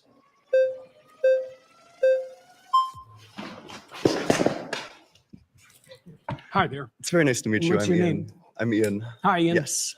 So God says that you can own people as property. He says that you can beat them with a rod too. He commands genocide in Deuteronomy, in Numbers, and in Samuel. I mean, they have a goddamn baby barbecue in Numbers. Like, is all of this in line with Christian ethics? Hard S's. No. So then God doesn't fit within Christian ethics. Well, the biblical library is a continuing story, and everything written in it has to be contextualized by the entire text. There's 65,000 hyperlinks in the biblical text. And you can take pieces of it out of context and criticize them, and that's what you're doing. But that's a mistake.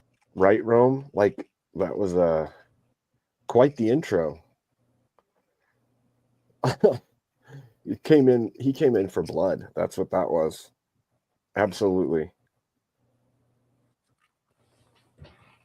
All right. Yeah, here we go. I think it's an analytic mistake because you're putting the cart before the horse. I really don't think so. I think that if we say that something is Christian ethics, then I think that all of the books essential to Christianity would fit with it, especially if it's like the main character. When we're talking about how do you deal with God, the morality of war? So how do you think you should deal with the morality of war? Sure. Because I feel like the morality, like I feel like Christian ethics, like this is kind of, I guess I just think it's like kind of an absurdity to say that God doesn't fit within Christian ethics, but sure, well, we can go on my ethics. That's totally fine. I don't know what you mean by an absurdity. What game are you playing with? Well, I just think that it's an absurdity to say that the Christian God doesn't fit within Christian ethics, that like the Christian God isn't like Christian ethical. I said that the specific statements that you made don't take the context of the stories into account, and so that your analytical approach is faulty. Sure. Don't put words in my mouth. Sure, then let's go through the example. Yeah, so, and I apologize. So let's go through the example. So in 1 Samuel 15:3, God says, go and slaughter the Amalekites, slaughter the men, the women, the children, the infants. What's the justification for that? Is that in line with Christian ethics? That's a good question. I don't really know what to do with the terrible, blood-soaked, saturated history of the human past. I don't know. And I don't think anybody knows. I mean, what you try to do in your own life, as far as I can tell, is to conduct yourself in a manner that makes such things much more unlikely. I totally agree. We're all saddled with the problem of the catastrophes that got us here, aren't we? Yeah, but this one was commanded by God. That's the problem. Yeah, That's what differentiates it from anything else, is that this one, it's God saying, go and do this atrocity. What's that?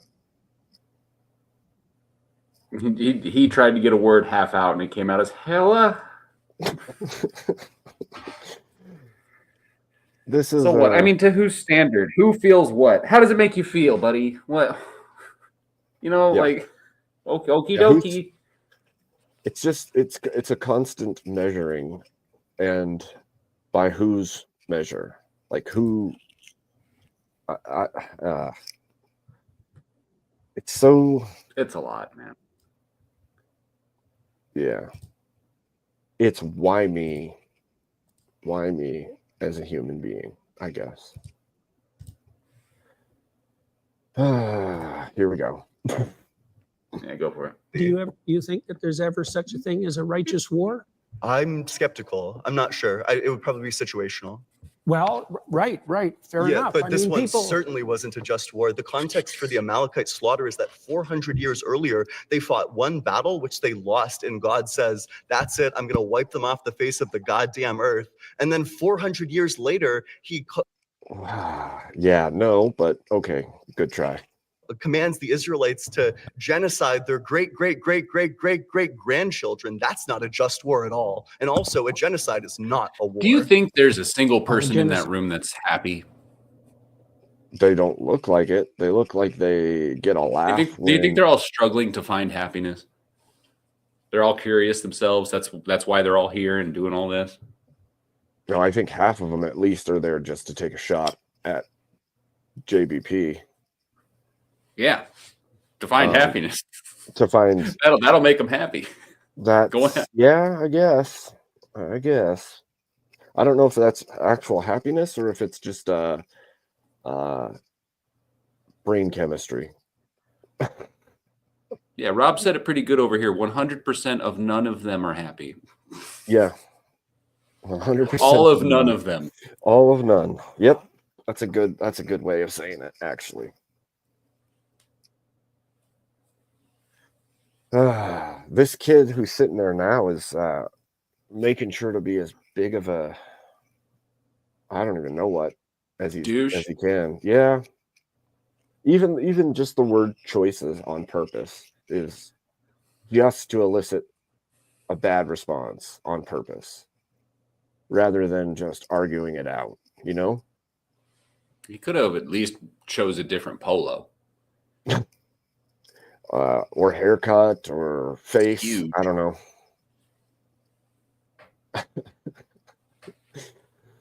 Oh man. Okay, here we go. Side can be a war, but absolutely not. Nope. The genociding of the Amalekites, the men, the women, and the infants, that's not a war. The infants aren't combatants. Look, I already said that it's very difficult to look at the blood. Yeah, he's got nothing know for exactly this. what to do about This it. is where that subjectivity really The falls answer I through. gave to the gentleman who was you can't. Zero explanation for war. It's so odd too, because it's detached. Like we're detaching what happened scripturally from what they're talking about. Well, because it's That's the happening. order of God. What's lacking here is there's not a single person in this room that puts God above everything, including themselves. Right? They are all putting themselves at the top, and they're like, well, what happened if I was one of those people who didn't think they were ever doing anything wrong, and God commanded these other people to come over here and slaughter? Right? Like, right.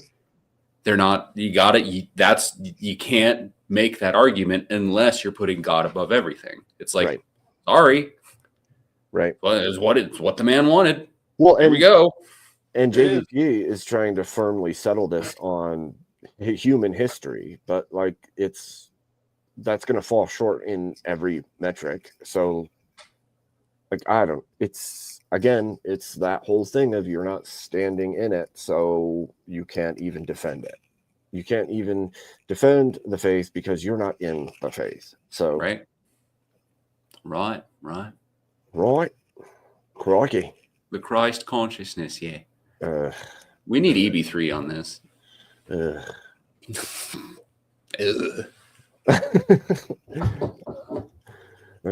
sitting here before you is that it's necessary to read a text like the Bible at all of its levels of analysis simultaneously. And there's a directional morality that emerges across time that has its roots in the Old Testament, for example, with its restrictions against murder specifically. that makes itself manifest in the Christian texts as the insistence on voluntary self-sacrifice as the foundational belief. That's a profoundly anti-violence ethos. Do you have the belief in your theology? Well, what do you think of that? Wait a sec. Now redress So what I just said. So I'm about to address it, but I'm addressing it with a question. Do you think that God is by his very essence perfect? You'll have to provide more. Sure, just like maximally great and all like the I think great it's a making definition. qualities. Sure. Yeah, By like definition. flawless. It's yeah. part of the So description. does a flawless It's part of the thing change? description. Does a flawless thing reveal like more and better information over time, or would a flawless? Yeah, this should be a no question. Yeah, the right? fact that he had to say explain, he had to say elaborate. It should have been no question there. It should have been absolutely yes, and his will supersedes all other things. Period. Done. Donezo. I don't know, man. As odd as Jubilee is, they're doing the God's work here with letting people just kind of expose themselves. Like I feel like Destiny took a huge hit when he went on Jubilee alone. Oh man, yeah, and Andrew hit him. Yeah, and Andrew took a big step up on Jubilee. I know. Yeah. Yep. But I feel like this is a step down for Peterson. Like this is a lot of exposing right here. It is. Well, that or it's conviction. I mean, if this should shove you the direction you should be. Do you know what I mean? Like a moment like this should be a wake-up call to make a move in the right direction. Even from his own ethos, right? Right. His own way of looking at it is you should be doing everything you can to be less wrong each day by examining yourself and your life. And this should be a calling card to that exact thing. Like, obviously you missed the mark because you missed the mark. Yeah. So yeah, they're just missing the cute little hats. This thing say, here's what's good. Here is the absolute good thing to do at all circumstances in time. Well, we know some of that. Wait, Tell so the truth. That's one. That's totally fine, but No. presumably You don't get to skate over because that. this is a straw man. Totally It's fine. a straw man of my position. It's a straw man of the argument. So In the what way? argument No, is wait a sec. You Well, I'm already said waiting a find sec. one maxim that's transcendent across situations. I didn't and say I any just of did. those words. I'm not sure what Okay, conversation rephrase you're a part of. Don't be a smartass. I'm sorry. Seriously. Whoa. I mean it. If we're What gonna else have you a gonna serious do? What are you gonna conversation, do? Conduct yourself properly. Okay. Okay. Rephrase your question. Dang. I'm gonna hop the table. Was that thing loaded? That he pointed it right at him, dude. That was wild. That and the kid responded with I think he actually scared that kid. A little bit. I mean, look at those eyebrows. That was Peterson the Grouch. Like I'm gonna put you in your place. Mm-hmm. Yeah, that was a very crooked finger, dude. He Yes. that's definitely saying something. Wow. He's got some pent up something in there. His face is only getting redder. Yeah. And those brows are getting more pointed. Oof. Question. So that because I must Sure. have missed it, I So- tried to answer it. So in my mind, I guess by my lights, a perfect being doesn't change. A perfect being, if they're maximally good, maximally moral, Does our understanding of the perfect being change? our understanding might, but Okay, how presumably do we what the perfect distinguish? How do being we is distinguish? revealing. Well, I agree. How do we distinguish between that, though, at the human level? How do so we distinguish between whether between our transforming understanding of perfection and perfection itself? Between Like, our we can only we can only see through our own lenses. Presumably, a perfect being would be revealing all of these aspects all the time, especially if God's outside of time. I don't know how a God who's outside of time how does is something- revealing different things at different times. That just seems like incoherent to me. Imagine something that's Yeah, I perfect bet. Sure. and complete. Sure. Okay, and it's trying to communicate with creatures who are anything but that. Sure. Well, they're going to get it wrong. Sure. Okay, now wait a sec. Do you blame that on the interpreters or the phenomena itself? So in Like, this for case- example, are you well, yeah, I perfect in blame this- attending to your conscience? Hold on. At the point in time when God is literally the one who created us, he could have created You're us in a going way way too where we would fast. always be receptive to these principles, where we don't have to go across like a learning curve. Yeah, he could have created. You're right. Peterson went way too fast in the wrong direction.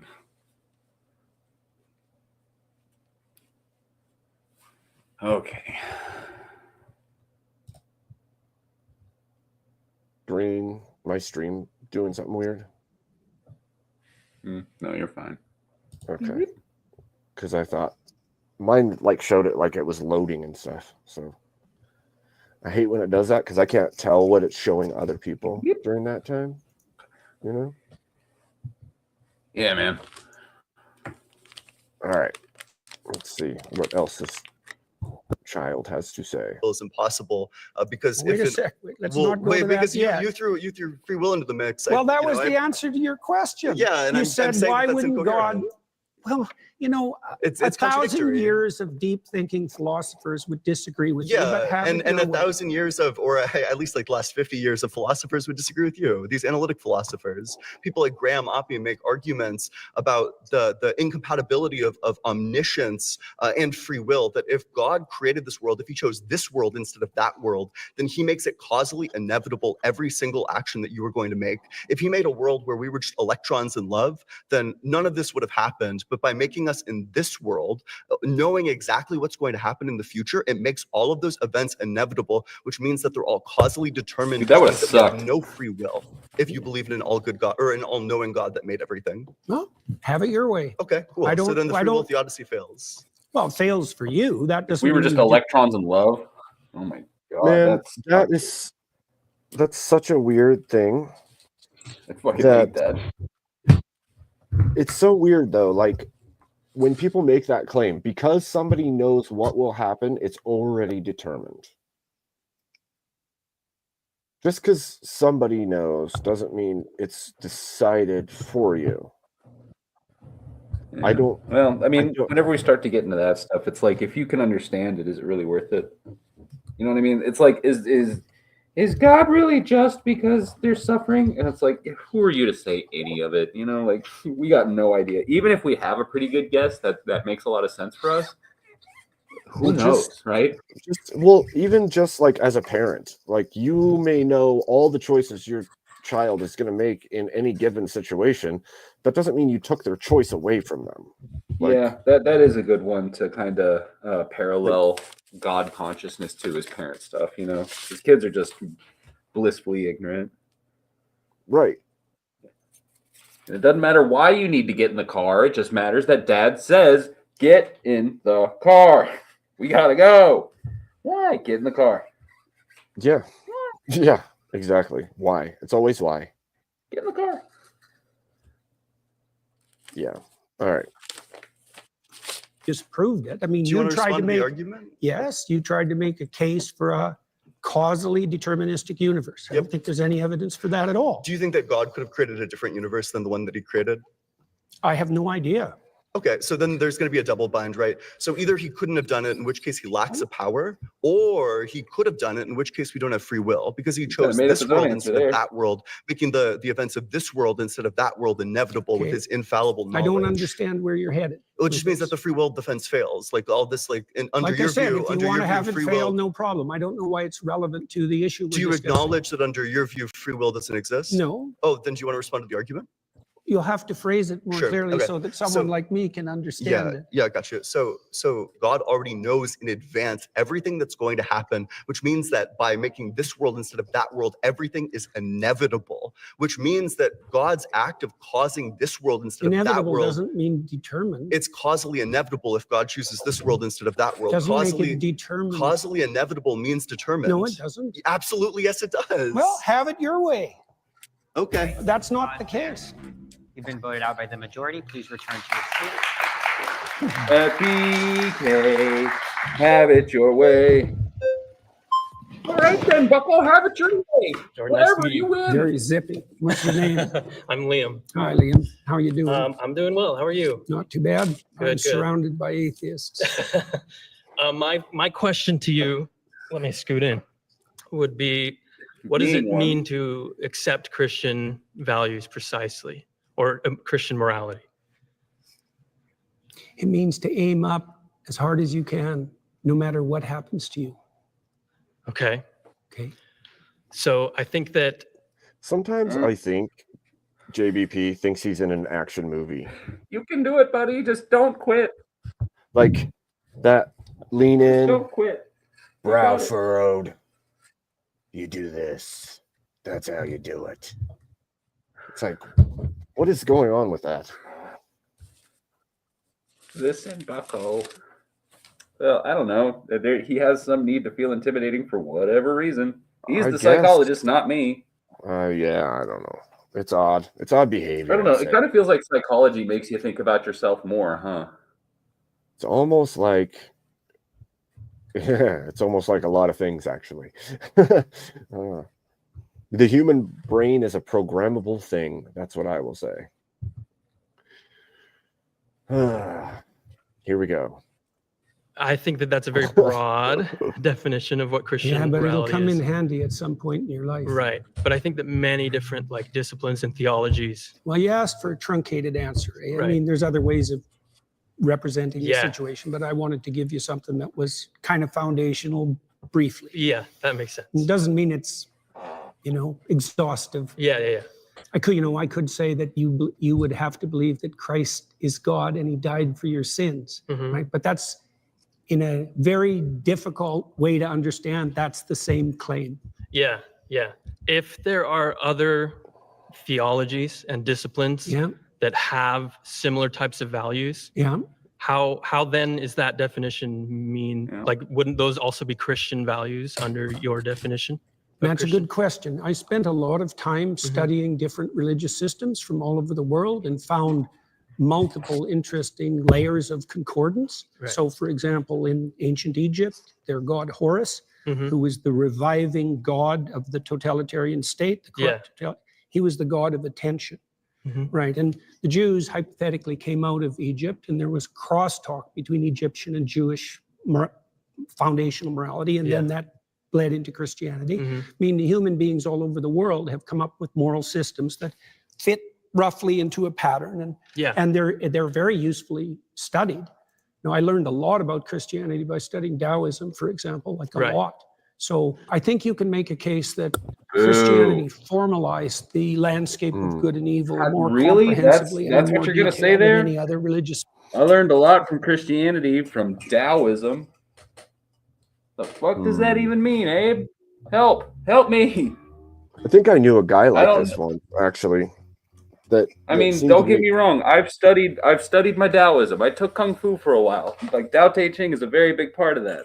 What does any of that have to do with Christianity? The fuck? Good question. That's a good question. I learned a lot about Christianity from Taoism. Did he mean deism? No, he definitely said Tao. I mean, rewind it. I don't know. No, I mean, he said it. I'm just wondering. What's deism? It's just believing in a god, but not any specific god. Just monotheism? Or so like not specifically. So it's like one step above agnostic. Right. Like I believe yeah. Not a thing. It's just not knowing. It's just that's just not wanting to pick a side. It'd be like saying, I see evidence all around me that this was created, so I believe there's a God, but I don't know who that is, kind of thing. But yeah, I don't know what he's saying here. Let's see if he explains what he learned from Taoism system, and I think that that's part of the reason that it defeated paganism and spread so broadly across the West and is still dominant, still understructures our culture, for example. The way you feel about Horus or Taoism or something is how I feel about Christian morals, I think. Yeah, but how do I feel about them? Well, that you took inspiration from them, you learned from them. Maybe that's a good start, right? Because I would say that. Okay, so Shiva says theism is belief in a god that acts in the world. Deism is a belief in a god that creates the universe and then buggers off. So it's created and then he's hands off. Well, he's hands off. So what? So who was it? The Nietzsche? Was Nietzsche one?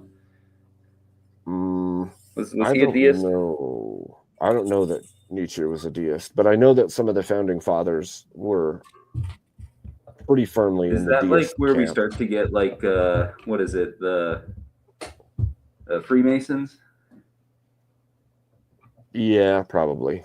Because they're like sort of theistic. They're like, as long as you believe in something, just as long as you like us more.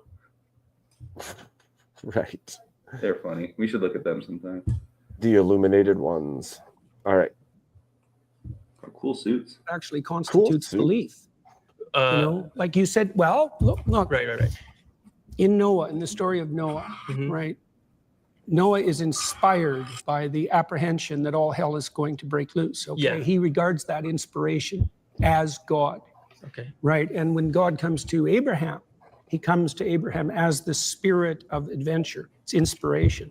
One of the definitions of God in the Old Testament, unsurprisingly, given the derivation of the word, is inspiration. I don't like that, actually. That is some weird exegesis going on there. Yeah. Oh, yeah. Well, because he's still trying to evaluate the Bible as a book written by a philosopher or something, and not by God, you know? That was, that was something. Okay. And so if you take inspiration from Christian ideas, then insofar as you do that, you are in fact a believer, which was my point with regards to atheists Correct. not understanding. But have what you they're taken rejecting. inspiration from Taoism or from studying Egyptian mythology? Definitely. So then you believe them under that definition? Yeah, but I've incorporated them into something that's more comprehensive. Oh, enlighten us. Take inspiration and Goodness. appreciate the teaching. There we go. Thank you, Chase. There Just are weird to different make a kinds of statement that truth God claims, is right right? when we There's killed them. propositional truth claims, which are the truth claims of what you say. Very atheist. And then there's embodied truth claims, which is the truth claims of what you do. That should be prioritized. Optimally, what you say and what you do would be brought into harmony. But I would say if you had to prioritize, it should be what you attend to and what you act first. And that's what Christ actually says in the Gospels, because he points to the Pharisees, for example, who say all the right things, but don't do any of the right things, and points out very clearly that that's not acceptable. I don't know that the Christian morality, those principles originate in Christianity, because you brought up other things that predate Christianity that you can very closely tie connections to. Well, I don't think they do originate precisely. I mean, Right. I don't think the Christian claim is exactly that they originate in Christianity. So if I'm right? Because- living those values, how is it that I'm living the Christian values and maybe not the Egyptian values or something else? Well, that you one brought of up? one of Pause there. You've been voted out by that was good. That was good. Yeah. That was good. Good job, kiddo. Hi. Hello there.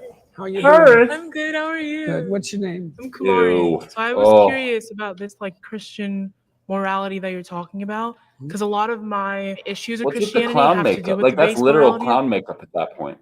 Yeah, and I think those are like, those glasses really look like they're a style choice and not a need. She's got that I just sneezed blush on. Yeah. Konnichiwa. Yeah, I don't. That's a character from a movie, I'm pretty sure.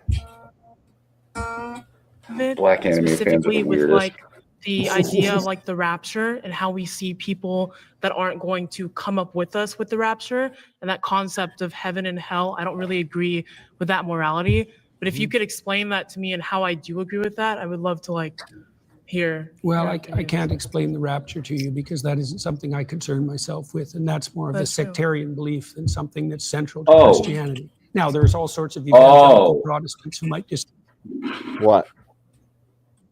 It's just something he chooses not to believe. She actually brings in some scripture, and he's like, "No, I don't like that one. No, thanks. Not here, not today, bucko." I think it's probably more along the lines of, I am unsure on the topic, so I am not going to address it. And I don't know, man. That sounded pretty personal. Well, didn't he like yeah. directly say, "I don't like that"? I Well, don't want that one. Let's go back, because I want to hear the exact words he uses, because that's important. Let's see. a sectarian belief than something that's Sure, and that concept of heaven and hell. I don't really agree with that morality, but if you could explain that to me and how I do agree with that, I would love to like here. Well, your I opinions. can't explain the rapture to you because that isn't something I concern myself with, and that's more of a That's sectarian not something belief I than something concern central myself to with. Christianity. Now, there's all sorts of evangelical. That's not something I concern myself with. I don't worry about it. Well, I could see in one way, if you believe it's out of your control.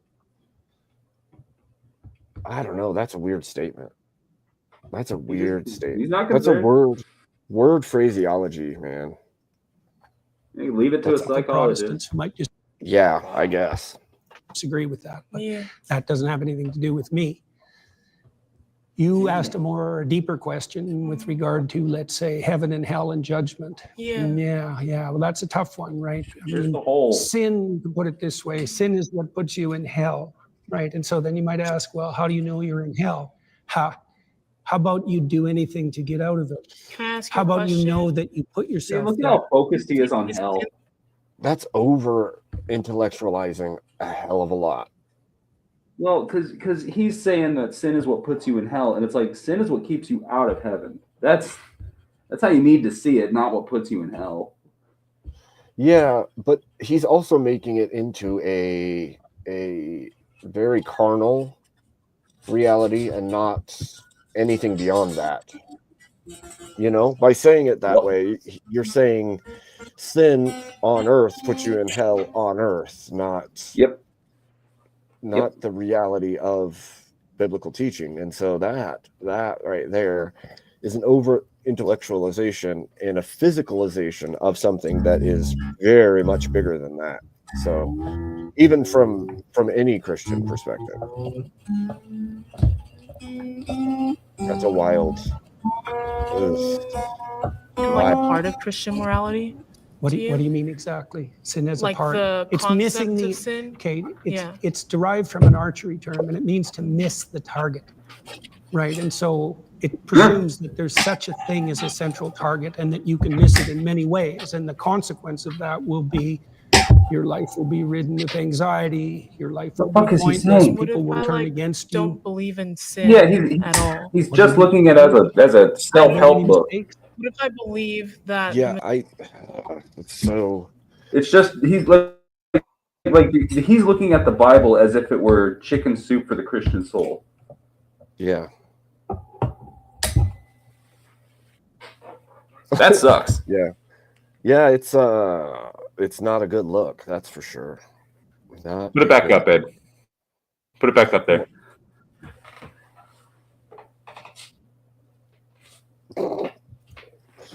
Oh man. You gotta leave it. Yeah. Had to mention it. Had to talk about it. Had to say something. At least hers don't look like that, because then we'd have to make fun of Kat, and that would just hurt her. I have the microphone and you don't, so you will listen to every goddamn word I have to say. So you will listen to every. That was so good. All right, here we go. Mistakes that you make, that they're fixable, and so that no sin is finite, and that the idea that's a Christian belief. of the idea of hell, I don't believe No, in it's it. also a because Christian belief, by the way. A Christian belief is hell? No, that there's no sin that, well, there's one. The sin against the Holy Ghost is unforgivable, but that's really the sin against the process that would enable you to learn. Okay. But there's a Christian belief that hell does exist, and if I commit sin, I'm going to go there, correct? Yes. So what if I don't believe in that? Like I think that when you, can I explain a little bit? Sure. Okay, thank you. I think that when you commit sin, rough, man. that it's because of a lot This of environmental sucks. factors in your life, like where you Why are were you born watching and this? who you were raised by. And so there are certain things that lead you down. Because I wanted to be it. What the fuck are you doing? You know what? You wanted to be it? What? No, I'm doing whatever I want. How about that? How about that? Fair. I'm just asking. I'm not telling you to change it. I'm not telling you to stop it. I'm just asking why the fuck are you watching it? I wanted to What see do you what it get was out about. of it? I get to Yeah. see. See how bad it goes. Yes. Because if you've paid attention to all the things that have happened with this particular character, you can see where it's all culminated to. And I can call out how it's a farce. Did he ever clean his damn room? I have no idea. Although he has many. He has a desk and it's made of mahogany. Mahogany. Dorothy Mantooth is a saint. He has many leather-bound books. She sells seashells. Oh my gosh. Unique New York. Unique Yes. New York. Exactly. That's why I'm watching this. I'm watching this for the I don't comedy. even think I want the whammy bar. I don't even want the whammy bar right now. I'm gonna leave that off. I can still bend it. It's just Yes. Okay. It's like Down a dangerous path. A B? Ooh, I like this guitar. Yeah, that's like super low. It's not buzzing at all. There's some buzz. Anyway, go on. You're gonna have to play that for us later. Yeah, let me pop the strings first. But once you are dead, I think you're kind of removed of that person. There's no like, there are no factors of the earth that have to. What happens after death? Right. So I would ask you, in these times that you've suffered terribly in ways that you thought would never end, do you believe that you had any causal role in that? Like, did you play a part in that? In my own suffering? Yeah. Maybe sometimes I would say that there was a part that I played well, in that's, that. okay, but I that's also the thing do to think find that, out. I think that maybe it's like a concept of free will that I don't really believe in somewhat of free will, that I think that there are certain things in your life that lead you to do certain behaviors. And so when you commit those sins, you go to hell. I'm not too sure why you would still be reaping the consequences. So this girl is basically stating that she doesn't believe anybody makes any choices at all. It's not fair. Yeah. This is predeterminism doesn't equal heaven and hell at all. Yeah, that is so bizarre. Like, I had a bad 'cause you life. can't be blamed for so your actions. We're products of our environment. That whole thing. Wow. Wow, wee wow. Yeah, it's not me. It's my parents. Wow, With wee me. wow. Wow, wee wow. I have a chair. Holy smokes. Okay, here we go. Do you believe, like I said, I can't address that. Do you believe that you can change? I do. Do you believe you can change for the better? I do. Do you believe that when you change for the better, you abandon the things you've done in the past that weren't good? I think that you can. Okay, then that's very much in keeping with Christian doctrine. Can you explain to me how that's in keeping with Christian doctrine? You believe if you would go to hell for okay, those things? You believe you can improve. Yeah. Right? And you believe that if you improved, you would let go of things that were impeding you. That's a sacrifice. You believe that improvement would be upward, and you believe that you have agency in that. Yeah, those are all Christian presuppositions. I guess maybe we have different opinions of what Christian morality is. Yes, sounds so like I think that my opinion of Christian morality is something that I don't really agree with, and maybe you would define that as like the foundations of Christianity. let me give you an example. So if you want to atone, which means to unify yourself and unify that with the world, then the first thing you have to do is figure out what you did wrong and admit it. That's a confession. That was good. Thank you. Nice to meet you too. Boy, he's really changing hearts, changing lives here. Yeah, you got to unify yourself with the world. You know, be of the world. Lord. I think that's the opposite, Jordan. Doing it. I picked Xena because I think she asked genuine questions. I think she's and wasn't trying to win. She has a winning personality. Okay, I've never met this woman before. My claim is Jordan Peterson's framework for understanding Christianity is probably not the one that the Bible intended us to use. In regards to the way that you interpret the Bible, I don't see, you have said in some circumstances that there's not a way to kind of say whether or not ontologically the historical claims made by the Bible are true. Like, for example, the story of Cain and Abel. You've said that this story is like a meta-truth in the sense that Dude, it she came in is... hot. it exists Yeah. all throughout time culturally. And the came way that in you real define hot. meta-truth, I don't see the a distinction between I that agree with her. and like a metaphor, right? But and you also say that you cannot say whether this story was true. You can say that it exists eternally, you know, metaphorically, but you can't say that it's true. And if you can't say that there are historical facts being said in the Bible as stories that weren't really said with much ambiguity, how can we say that we can understand the Bible in the way that it's meant to be interpreted? Like, if you cannot make any claims about these stories, right? You don't know they're the true or false. How do you know that your interpretation is the correct way? So that's why I picked you. You ask intelligent questions. Thank you. Yeah, that was good. What do they say? By their fruits, you'll know them. Okay. Right. Well, so one of the things I look at is the impact of what I'm doing. Right. And so I know. Wait, does that mean he just outed himself? By their fruits, you will know them. Interesting. A lot of evangelical Elaborate, Christians, a lot of Catholics. Well, you will know them by their fruit. I don't think he bears fruit in the Christian world whatsoever at this point in time, and thus he is showing that he is not of the tree. Yeah, no, his fruits are very secular. Yeah. So you out yourself by making that statement. Yeah, you're using biblical passage, but you're not standing in the principles of the Bible. So your fruit is rotten. You know what one of my favorite ones that people take out of context is? I think that's true.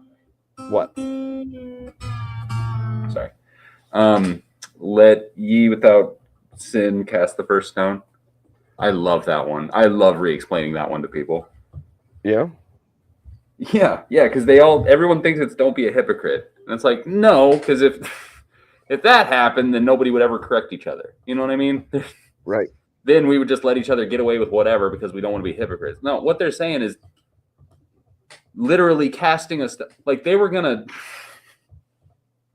She was doomed, bro. Like that was about to be her last minute on this earth, and he stepped in and said, "Yo, whoa! Before we just commit her to this, like, let's talk first, all right?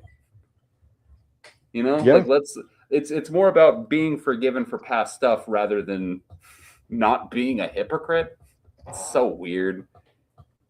It is weird. You shouldn't get the death sentence for something that you can walk away from. Essentially, you know, everyone gets more chances than just one. That whole thing, right? Not don't be a hippie. What? Like you're sinless. Yep. Yep. It's wild. We live in a wild time. You can almost say it's like things got lost in translation. And by translation, I mean thought. Yeah. Yeah. Well, it's like what humans are best at, right? Just messing it up. Taking the original and messing with it. Pretty good at that. Yeah. True story.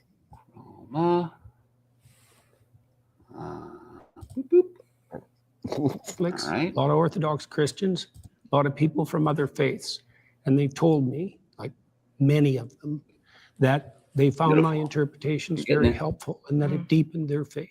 And so that's interesting because I wouldn't have necessarily expected that to be the case. And I've also talked to thousands of people who've told me that they came to understand the foundational stories of their culture better as a consequence of listening to me, and that they did everything they could to sort out their lives and that it worked. That's many different pieces of evidence that all converge on something like the practical and conceptual utility of my approach. Now, is it the same?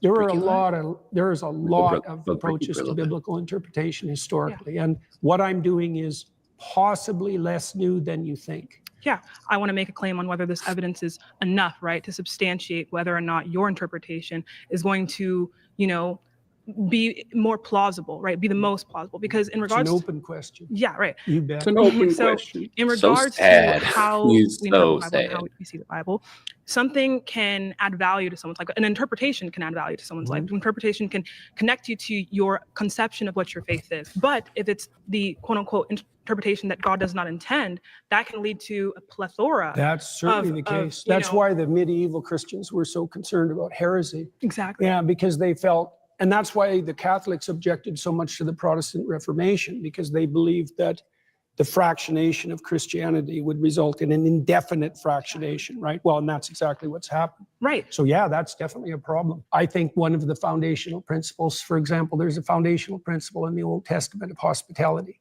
Right. So what you want to do if you set up your local environment properly is to make it welcoming to people voluntarily. And so one of the ways you could judge Those the validity proportions of were the very interpretation unfortunate. of You're a better classic man than story me. is that whether or not that interpretation might be regarded by someone as welcoming. Does that? How so?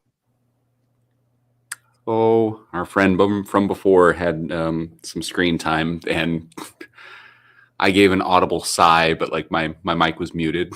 And I was like, dude, you're better than me. I would have ripped him apart. His proportions are just very unfortunate. Yeah. Yes. He's a thumb in a polo. Poor kid. Yeah. Yeah. That represents something you'd actually like to have if you were acting in your own interest in the long run. Right. And we can talk about that. Like do protect you from fear might be another one. Exactly. So we can talk about like how these interpretations of the Bible, like if they kind of resonate with us. And I think that can in some case be some kind of like evidence, oh, this might be true, but I think we need to ask, is evidence damning, right? Is this evidence certain, right? Yeah. So, but I do want to look at, again, the consequences and our understanding of this interpretation once more. So we look at, again, the story of Cain and Abel, and we say, yeah, so I believe this is a meta truth. I believe that this story is resonant throughout cultures.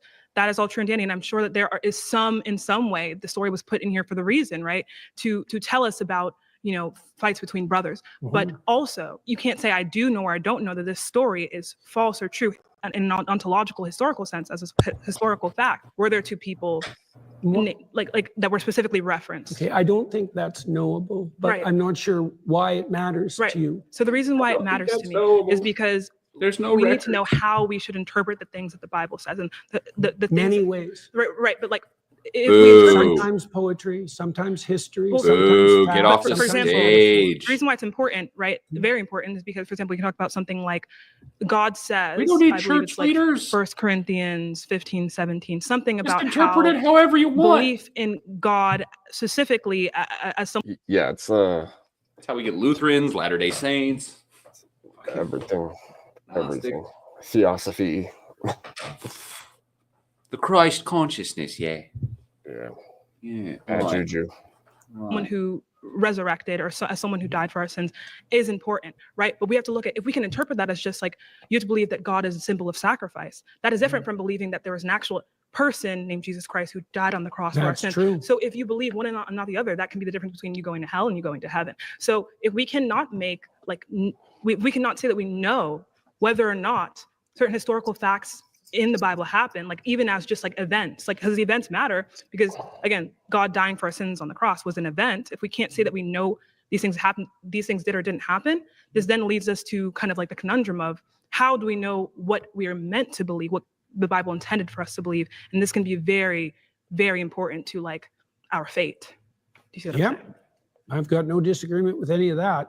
What sort of response do you want from that? So you pushed me beyond the limits of my knowledge. No disagreements there. There's so many things you can't know. I'm struggling. I know that the biblical stories are the foundation of Western culture. I know that the consequence of those stories has been the genesis of a society that is in the main freer and more abundant than any societies have ever been. I don't exactly understand the relationship between those stories and that outcome, but it's not nothing. Right. But I don't know the answer to the questions that you're asking. It's the case that forever when people have been interpreting religious stories, they wrestled with exactly the question that you just described. When is it fact? When is it poetry? When is it music? When is it metaphor? When is it ritual? When is it time bound? But what I'm saying is that your interpretation. That would be when you go to the church fathers, JVP. Like, good luck, man. Like, if you think you can do it just from the manual alone, more power to you. But you're not going to get there. Like, it's just not what happened. Interpretation of the Bible. If you cannot tell us again if these historical events happened or not, that can be deciding factor in if someone is like damned to hell for eternity or if they go to heaven, right? So that's why I don't concern myself so much with that particular question. You know, like that would be something that would stem more from an evangelical viewpoint. And I'm not putting that down, by the way.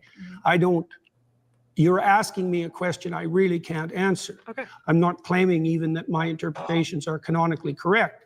I can only tell you the consequences of having released them into the world, let's say. Right. So I guess we've kind of come to a conclusion about that, which I've kind of wrestled with your framework and pushed it kind of to its end, at least in the way that you can answer my question. So I don't know that we can more wrestle with that. See, I guess the problem is, you see, I don't exactly understand. I don't think anybody does the relationship between fact and destiny. You know, well, they're different realms in a way, because knowing what the world is made of doesn't help you navigate through it. Not really. It doesn't provide you with a foundation for navigation. But knowing the facts of the world is obvious. What kind of statement is that? Not knowing stuff. You'll be just fine. Forget it. Fuck it. Whatever. Just go for it. You're good. You're good. Like, I don't even know what cheat is. There's an extreme detachment there. Like, extreme detachment. God, like, okay, what hour? Okay, so like we're at an hour and a half in this, so this has got to be like hour 5 of filming. Oh, that sucks, dude. I don't know.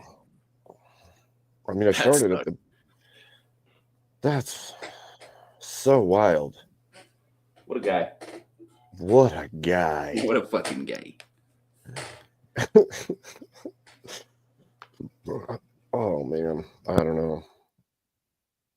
Let's see where he concludes, I guess. You know, I'm disappointed in the suit. He tried with the tie at least, but the suit is really lacking this time. I know. He's not balling like he used to. He doesn't have his typical clown gear. I really think like Peterson would make a great mime. He does enough hand gestures. He's got the sad face, the silly suits. All he needs is that little beret and some white makeup, some white face, and just to shut up. Shut up, dude. Quit talking. Just mime it all from now on. Yeah, act it out. Oh, that's where he falls short. Sad panda. It's wild, dude. Sexual harassment panda. Relationship between those two things. Part of that's the mystery of Western civilization and the continued competition between science and religion. To bridge this kind of understanding between fact and destiny is like an important question that the burden is on Christianity to answer, and specifically interpretations of Christianity. And if we can't do that, why is the burden on Christianity? Because it posits, right, that this interpretation, right, is going to be a way to understand God. But if it's faulty, right, that can what evidence would you what evidence would you accept? That would be an interesting question, because I've seen people try to answer the question, and I've never really been moved, because I can always attack and then kind of gets to this point where the answer is I don't know. Well, here's an answer. Let's pause there. I'm sorry. That's time. All right. Well, thank you so much for the ride. I've got an answer for you, Bucko. Thank you. That was very good. Thank you. I'm proud of him. He didn't point one time like at her. Talking to win. But there were portions of all the conversations that were He kept his cranky little finger sheathed and that whole it's time. instructive for people to see the distinction between a debate that's aimed at local victory and dominance, let's say, even of ideas, and a discussion that's predicated on mutual exploration and establishment of like a harmonious understanding and peace. Jordan Peterson, out of all of the kind of theists that are on the internet, he is one of the better ones in regards to just like being genuine as a person. But I do feel like he does a lot of, I guess, wordplay that can make it a little bit difficult, and kind of just muddies the waters in regard to what we define as Christianity and atheism. Jordan Peterson, I credit to good. turning I'm me glad you're into here an now, atheist. Kirst. I had a We need to blast talking to baptize him you. today. I think if the average person followed what We'll give Jordan you a little Peterson baptism. said, they'd realize that fundamentally Jordan Peterson is not a Christian. In fact, uses many atheistic principles and operated under bad faith by seeming to forget what basic words meant when he didn't want to answer a question. His definitions can kind of shift a little bit depending on the moment. And I think that he wasn't afraid to flex that definitional muscle. I felt really good about our conversation. I thought that it highlighted some key issues in Jordan Peterson's theology. I hope he reflects on these issues and maybe deepens his perspective on them in the future. With Zena, she was able to build up such a What a rapport that he chose goofball. her in the end, and they were able to have an extended dialogue, which is something I had hoped for. So maybe I learned a little something from Zena about being more cordial. It's extraordinarily useful to be able to model productive debate and conversation for people and see how my thoughts were landing with people. Well, that was interesting.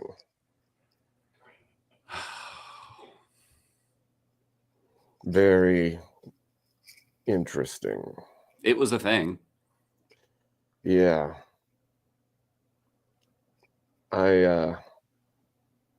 Yeah, that's right. It was a thing. And we watched it, and we were here for it. And You we know, were I would here have for signed it. up and then not gotten up. I would have signed up and I would have never left my chair. Just sat there and just groaned in the background, clanked my Yeah. helmet against it, and Loudly, though. Loudly. Exactly like that. I would have odd jobbed him with my hat. Like a bunch from of the next times. studio over, from Yeah. from a convertible driving down the road, a Yes. drive-by hatting. A drive-by hatting. I'd just keep throwing it at him too. Till he admitted it. A hatterang. Hatterang. Wow. That's a Here, let me get this thing back on. that's a little wild. I don't know what to think about that. All right. It was Yep. it was interesting to see the takes. Some of the questions are good to mull over by yourself, I suppose. Yep. But very strange. Very strange. What? God, what?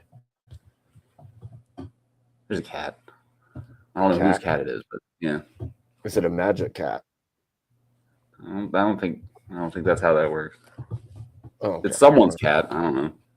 Meow. Get out of here. You about to have a deaf cat too? The Doom Cat. Doom Cat. Yes, yes. You got to Doom get Cat. the hat needs a Hatterang. helmet. The cat needs a Yeah, helmet yeah. too. There's so many little helmets running around. Yeah. Mini helmet. 400 babies. You'll have so many babies. 400 babies. We should play that. Yeah, let's play that, and then I need to go baptize Kirst, and then I think I'm gonna go bug Bricky for a little bit. Maybe you should do the same. That's fun. That's not a Yeah. bad idea. Yeah, I think about 10-20 minutes I'll go knock on Bricky's door, see if he's gonna answer. Knock on Bricky's garage door, see if it lifts up, you know. You gonna do it from here, or are you gonna do it? No, I'm gonna hop out of yours. I'm gonna go back to me for a little bit. Probably tune this thing up. Practice a little. I need to baptize Kirst. He needs another one today. And then Yeah. go see what Bricky's up to, see if he needs a guitarist for a little bit. That's what K2's saying anyway. Yeah, he needs lessons. That's what he needs.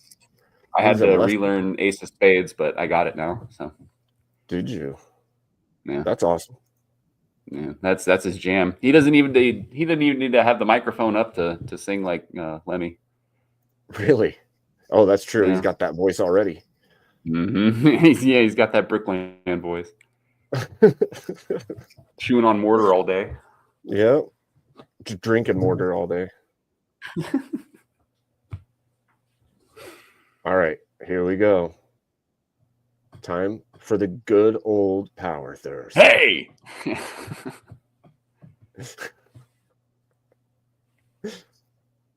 Oh, no, this won't do. There we go. Gotta have sound. Hey, do you want to feel so energetic? Try Power Thirst. Energy drinks for people who need gratuitous amounts of energy. With all new flavors like chocolate. Chocolate energy. It's like adding chocolate to an electrical store. Sound the alarm. You're going to be uncomfortably energetic. What's that? You want strawberry? Well, how about rawberry? Rawberry. Sports. You'll be good at them. It's an energy drink for men.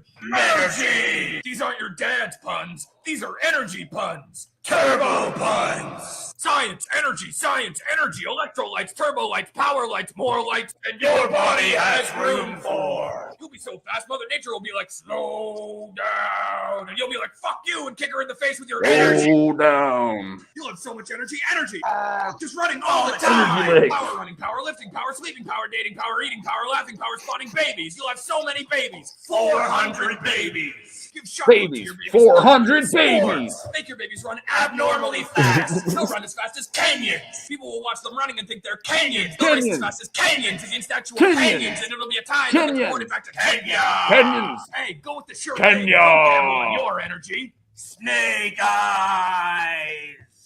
Try Power Thirst, the energy drink that will make you sword. In pounds. Rad, dude. Rad. That's funny. Here, let me test something out before I go. I'm bypassing the keyboard today because it's Are you? zapping so much. Yeah, I have to. Preamping the pedal. That was a loud buzz, Mike. I heard your disconnect. Oh yeah, was that? Yeah, it always starts on full on. I don't know why that's the preset. Why wouldn't it be on full off? It always starts at 100, not 0. That's weird. That's loud. See, I don't hear that at all. Real loud. Audio terrorism. Yeah. All right. Can you hear anything right now besides just me? I can hear you. Right. Do you hear any buzzing though? Any zaps? Not now. Any pew-pews? Not anymore. No explosions. There. That's bad. That's bad. Okay. I see my little audio mixer going crazy when I do that. It's pretty loud. Oh, what's your deal? Something's up. All right. Well, I'll quit bugging you. I'll go figure this out on my stream, and I don't know. I'll see you at Bricky's. You going over there too? Yeah, sure. Why not? Cool. All right, man. See you there. 4 score. 4 score.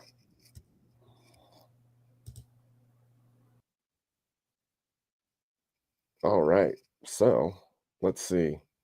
What is Bricky doing? Go visit Bricky. Give him a hard time. You know, all the good things.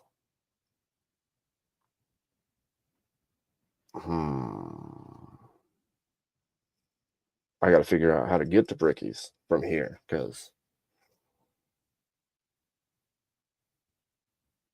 he's got a panel brewing. Should I join the panel from here? I don't have a link. Does he have a link up?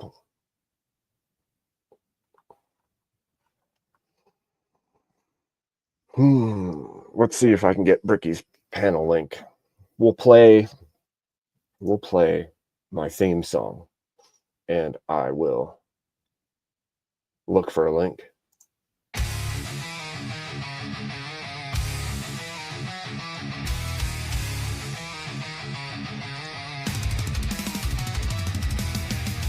eyes staring through the fog of time. Top hat shadowed by a world of grime. Rail splitter's ghost walks the broken line. A nation splintered, blood in the brine. Abe rises up from the grave cold chain. Whispers justice through the roar of pain. His voice like thunder, his truth like rain. Resurrected Lincoln to heal the strain. Dusty boots on the cracked marble floor. once split logs now pry open the door. Union's dream he won't ignore. Binding wounds of a civil war. Abe rises up from the grave's cold chain.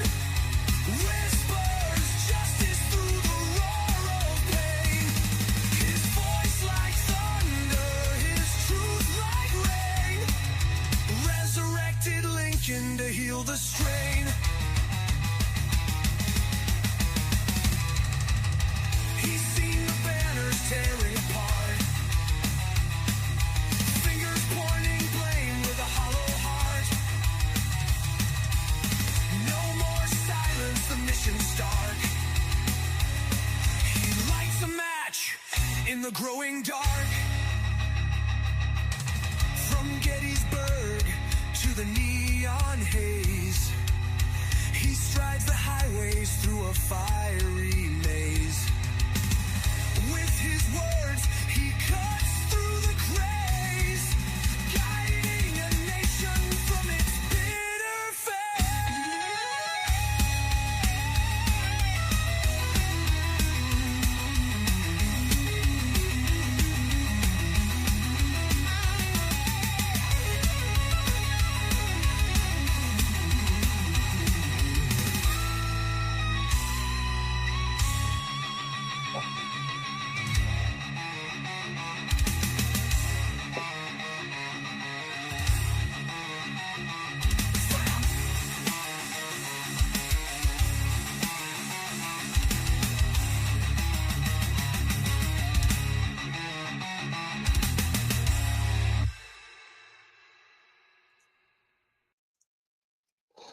Okay, so I don't see a link for Brickies.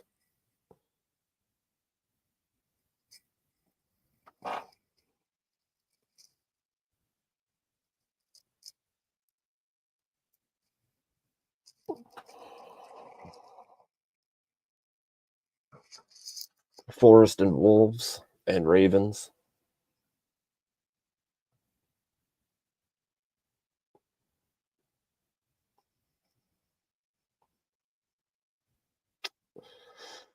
So I wonder if I can message Bricky for a link.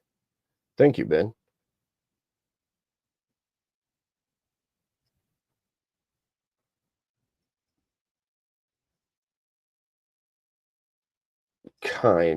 It's not really, I mean, tattoo, but the meaning isn't that.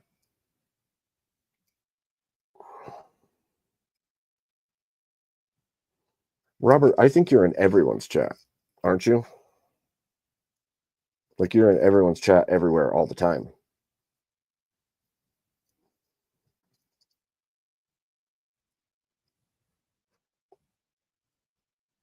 What?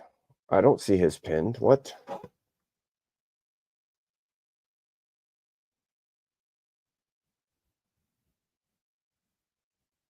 Oh, I see.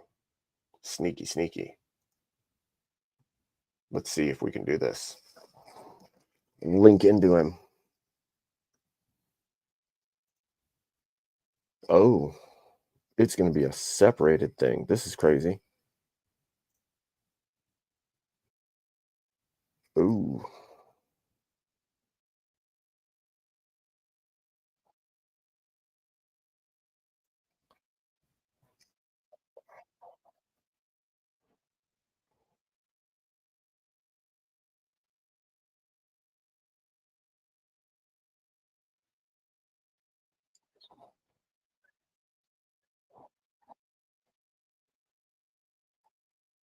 Okay.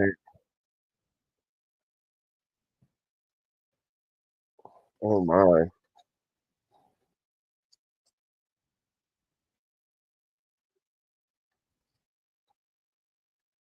I'm good. How are you guys? I'm good. Hang on. Abe, can I just guess who you come as? Can I just take a wild guess? Sure. Is it in there? No, yeah. Remember, I will not eat green eggs and ham. Keep on talking. Keep on talking. No. Have you come as Netanyahu, Zionist? No. I'm joking, you dickhead. I know it's Abraham Lincoln.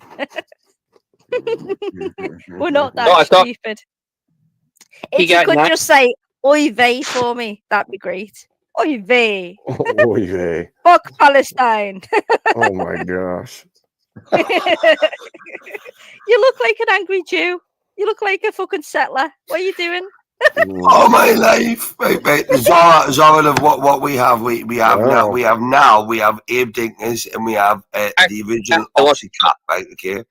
So, I mean, Kat, aren't you beautiful? Hello, lovely. Hey, how are you? Oh my god, you've got a sweet voice as well. yeah, Zara, don't be fooled. Don't be fooled. She's like you. She's a bitch. Oh my Well, gosh. welcome. The estrogen levels were already high. Yeah, but thanks but for she's a razzing very me. good bitch, right? She's a bitch that we all love. I'm a bad bitch. Right, okay. Cat, this is Zara B. This is Zara B, right? Okay. She's a proper bitch. Proper Well, it's bitch. nice to meet you. Nice to meet you too, honey. How many of your familiar family members were slave owners? Be married. Wow. You can't say that. Damn. Zara, Maybe you a few. can't say that, you bitch. Holy shots fired. Cake. He wants I bet you my family knew your family back in the day, not in a nice way. All right. Brittany, it was nice being here. I got to jump down. I got to hook up to a trailer and leave. My lunch is over. Later, All Brittany. right, I'll mate. be. You enjoy Oh, your sex, mate. Enjoy your he sex. didn't tell us You he was a enjoy your prostitute Au killer. revoir, That's Auf great. Wiedersehen. Wow. That's nice. What are we talking? So he I'm didn't getting a tell bit us. pissed off here at the moment. I'm getting a bit Can pissed off you- at the moment. You know. Can you do us a Oh, Pez, favour and shut the take fuck the up and just bow take down the a minute. Jewish get up off? Honestly, it's a bit offensive to Palestinians. Come on. Well, I'm not being racist at the moment, Sarah. I'm not being racist. Not you, not you. There's a Jew at the bottom middle. I'm not though. Oh, Jew. This is his persona, Abraham Is- Lincoln. Abe, she's saying you're a Jew. Abe, she's saying you're No, a Jew. you look like we've all seen the Louis Theroux documentary. You're one of Abra, the settlers. Abra. Hey, can we give a shout out to Abra? Well, if you ask nicely, I've got a guess. We've got a guess. We've got a guess. Abra. I guess Abracadabra. Abracadabra. Abracadabra. Abracadabra. I wanna reach out and grab you. Ah. Yeah, you sing that song, I'll finish it. Go on, you sing it, I'll finish it. What's up, guys? Abracadabra. Cadabra. We're gonna reach out and grab you. That song's creepy as hell. Wow. I like your avatar. Hello, Robert. Hey, nice to meet you. Robert, I will have to introduce you. I will have to introduce this evil cow, which is called Zara B. Hey, Okay, I'll be careful. Robert, listen, It's right, like Koala Devil on steroids. Koala Devil on steroids. Oh, nothing like that, Robert. I already feel the connection. We're done with this song. We're done with Hang this on, song now. didn't get a chance to ask Abe. What state are you in, honey? Why? I'm just asking. It's just a geographical question. It wasn't too deep, was it? Montana. Oh, that's beautiful. Right, Oh, look. people. We Where the do you- people. We're the people about like. you, We're the Kat? people like. Well, I live part-time in West Virginia and part-time in Tennessee. Ah, couldn't tell. What an accent, though. Wow. You're crazy. You're crazy. You're crazy. Wow. Why do you? Zara, isn't she a darling? Isn't she a darling? Absolutely adorable. Isn't she though? I mean, look, that is some that look at Do Kat. you flip she's a between nice- both on like a horse and cart, or do you still use black people to pull you? I mean, No, I'm technologically advanced. I have 9 cars. You have non-cars. Cat has a private jet. I'll be honest. I can tell when you say I live part-time here and part-time there. How big's your trust fund, Kat? This is interesting. I wonder how your daddy made that money. William Grammer Jr. He's the best shout of the day, this one. Best shout of the day, this. Go on. William wait, listen, Pez. William Grammer's a legend. A legend, right, okay? Yeah. Don't you piss him off. Right, I'm not pissing him off. I mean, I'm just saying he's best shout of the day. Don't you even dare. Try and piss him off. How old are you, Kat? If you don't mind me asking. You sound so sweet. I'm youngest on here. Sarah, I'm youngest on here. Yeah, no, right. We've seen your swinging balls. Yeah, Pez, you're a fossil cock. You're a proper fossil cock, right? Oh, God. I'm not that old, am I? Pez's balls actually made the last bit of oil that your granddaddy mined. So, go on. Kat, how old are you, sweetheart? You sound so innocent. I don't want to go in on it. I'm 56. Not you. I wouldn't call you. 3 months. Not you, Pez. Not you. She's not talking to you. Oh, I thought you were talking to me. Yeah, she was She's talking not to you, talking Pez. to you. You're not that. No, yeah. freak, He was darling. talking to you, Pez. Kat, how old are you, honey? I'm 37. Oh wow. Have you? What's your Do you work? Or you don't know? Oh yeah. Oh, that's nice. Do you enjoy your job? Yeah, I do. I'm here now, right now, actually, at my job. Oh wow. She's a pharmacist. Do you work? Do you work for your dad? No, I work at a hospital. Oh wow, that's professional for you to be on YouTube. Great.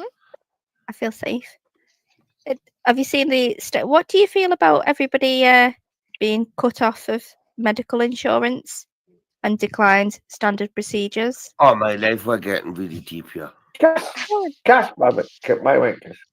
It's Yeah, don't question too much. It's blown out of alright. proportion. It's blown out of proportion. If your child was denied a standard operation that could save the life, is that blown out They're of not. proportion? Or They're not. They're oh, not. they're not. Oh, there's 0 children died in America. Oh, they're not. That's why that man got killed. Yeah. Oh, they're not. I don't like flying. I don't like flying me. Oh wow. How do you feel about what's the chemical makeup of chemotherapy, Kat, as a pharmacist? There are many different chemotherapies. That's a very Anything, broad question. No. Anything similar to mustard gas? I can't hear you. Anything similar to mustard gas?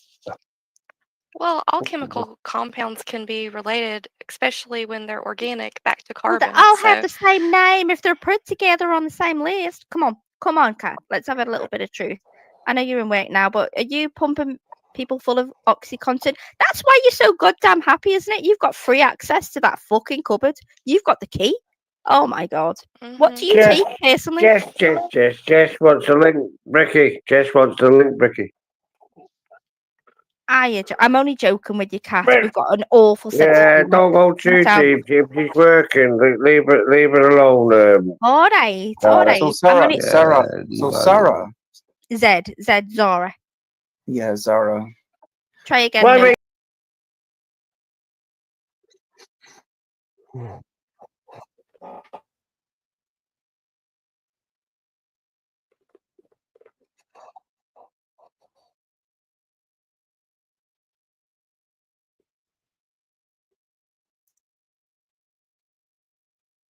Yep, I'm done with that.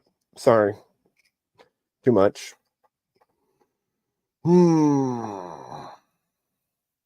That was too much for me. I'm sorry. My eardrums are going to blow up. So, I don't want to listen to that. Crazy. Wild. I think I'm going to go eat some dinner. So I'm going to hop off for a little bit. You guys, I can't raid to anywhere yet, so you'll have to pick somewhere to reside for now. I'm sorry, but I'm starving. And I might might be back on, but I'm not sure for tonight. I had to do some tests on the stream and figure out how to get it running and link up with Doom and some others. Thank you very much for coming, and I will talk to you guys all a little later. Thank you very much.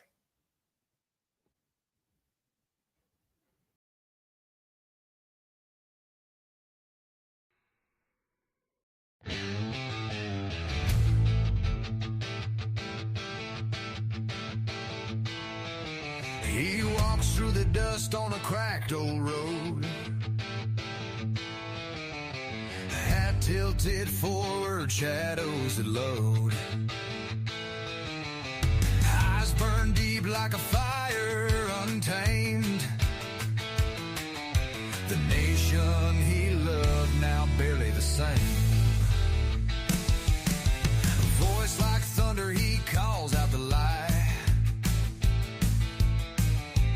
Where did the promise go? Why did all die? He holds up the past like a mirror of truth. The ghost of our father screams for our youth. Resurrected Abe with a heart full of rage, turning the tide on this broken age. Standing tall with the people in his hands, gonna shake the dirt from this troubled land.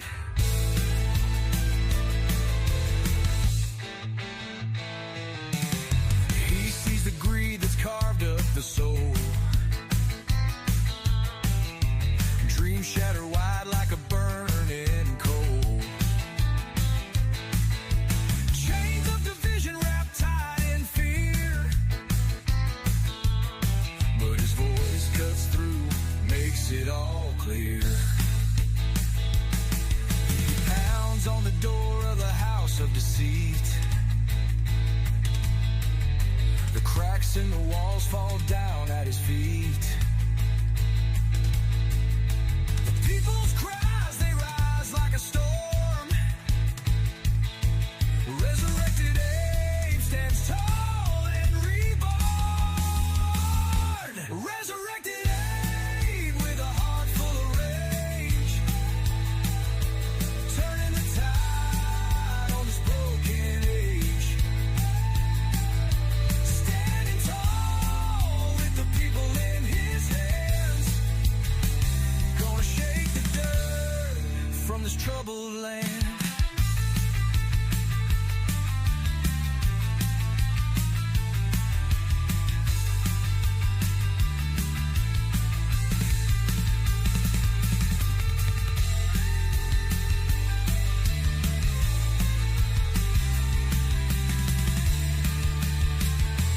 Resurrected Abe with a heart full of rage,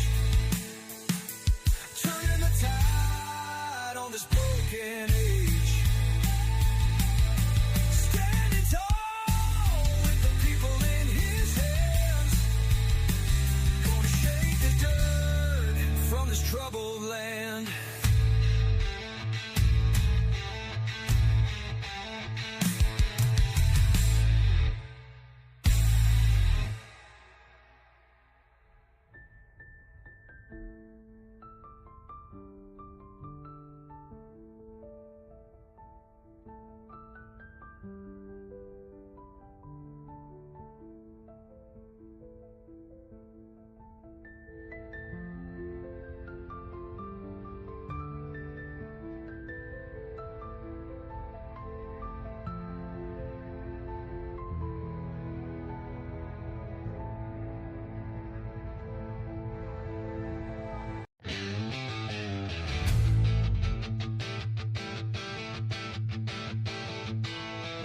He walks through the dust on a cracked old road. Hat tilted forward, shadows that load. Eyes burn deep like a fire untamed. The nation he loved now barely the same. A voice like thunder, he calls out the lie. Where did the promise go? Why did all die? He holds up the past like a mirror of truth. The ghost of our father screams for our youth. Resurrected Abe with a heart full of rage, turning the tide on this broken age. Standing tall with the people in his hands, gonna shake the dirt from this troubled land.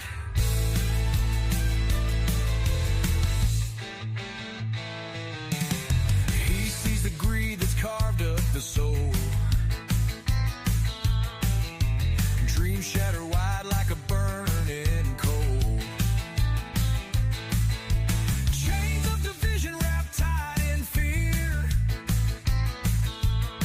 but his voice cuts through, makes it all clear. He pounds on the door of the house of deceit. The cracks in the walls fall down at his feet. The people's cries, they rise like a storm. Resurrected Abe stands tall and reborn. Resurrected Abe with a heart full of rage, turning the tide on this broken age.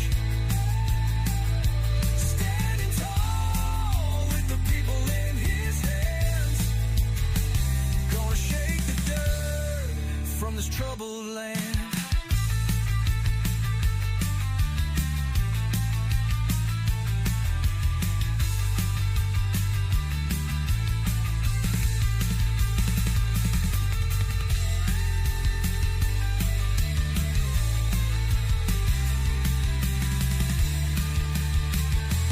Resurrected Abe with a heart full of rage, turning the tide on this broken age. Standing tall with the people in his hands, gonna shake the dirt from this troubled land.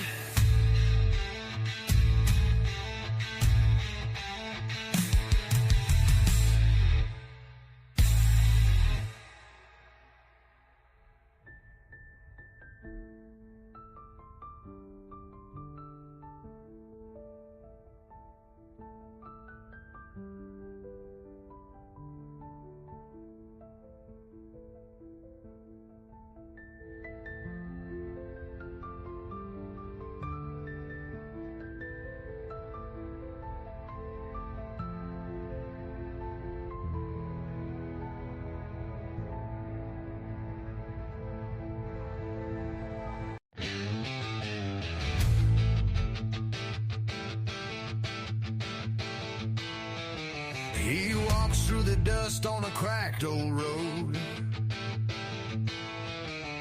hat tilted forward, shadows that load. Eyes burn deep like a fire untamed. The nation he loved now barely the same. A voice like thunder, he calls out the lie. Where did the promise go? Why did all die? He holds up the past like a mirror of truth. The ghost of our father screams for our youth. Resurrected Abe with a heart full of rage, turning the tide on this broken age. Standing tall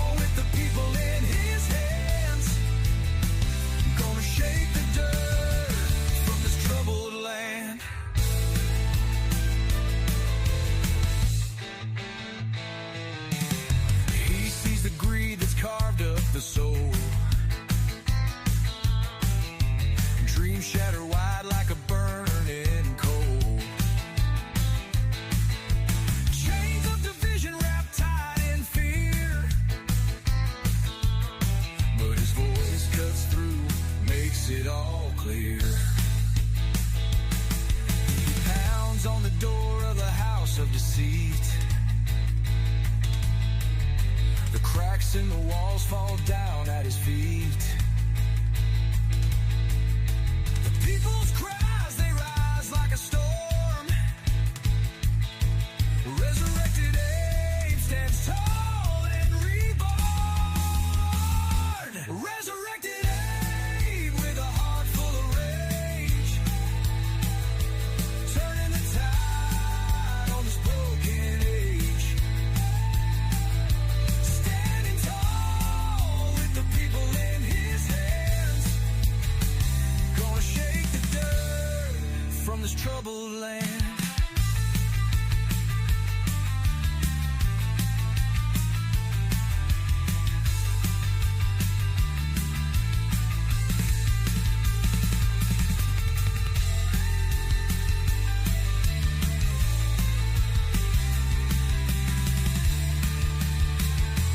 Resurrected Abe with a heart full of rage,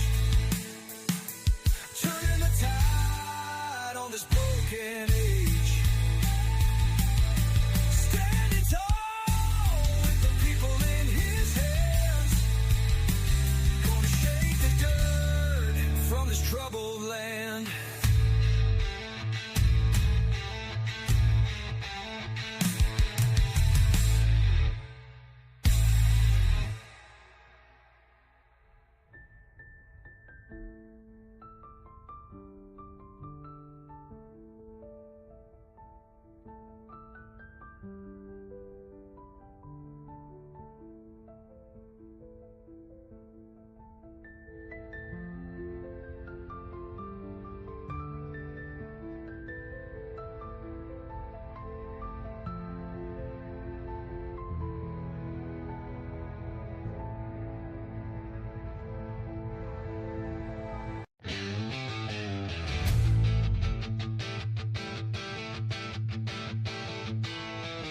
He walks through the dust on a cracked old road, hat tilted forward, shadows that load. Eyes burn deep like a fire untamed. The nation he loved now barely the same. A voice like thunder, he calls out the lie. Where did the promise go? Why did all die? He holds up the past like a mirror of truth. The ghost of our father screams for our youth. Resurrected Abe with a heart full of rage, turning the tide on this broken age. Standing tall with the people in his hands, gonna shake the dirt from this troubled land.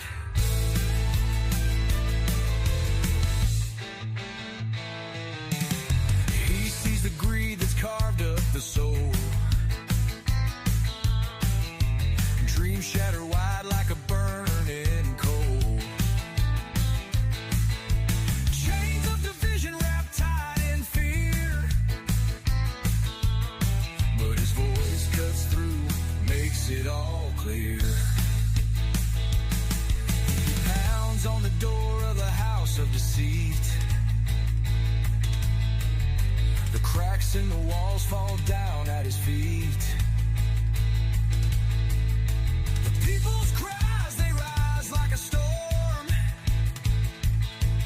Resurrected Abe stands tall and reborn. Resurrected Abe with a heart full of rage, turning the tide on this broken age. Standing tall with the people in his hands, gonna shake the dirt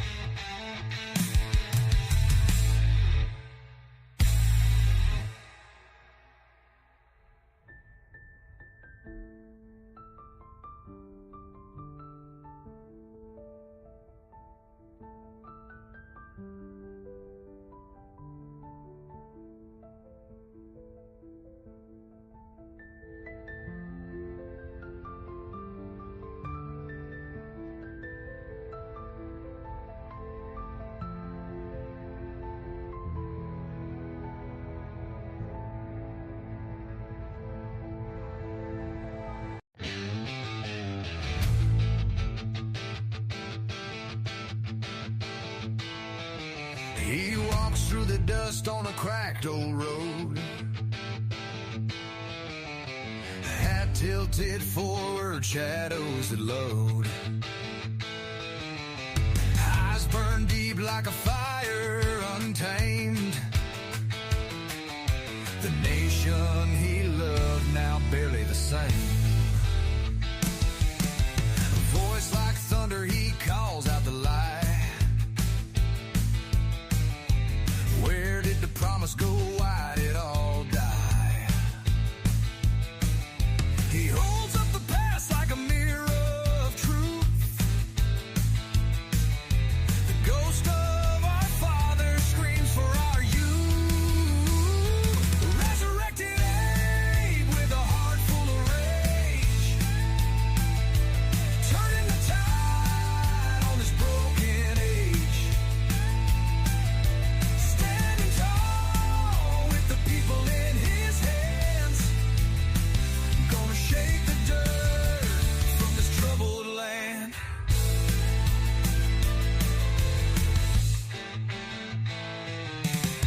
He sees the greed that's carved up the soul. Dreams shatter wide like a burning coal. Chains of division wrapped tight in fear, but his voice cuts through, makes it all clear. He pounds on the door of the house of deceit. The cracks in the walls fall down at his feet. The people's cries, they rise like a storm. Resurrected Abe stands tall and reborn. Resurrected Abe with a heart full of rage, turning the tide on this broken age. Standing tall with the people in his hands, gonna shake the dirt from this troubled land.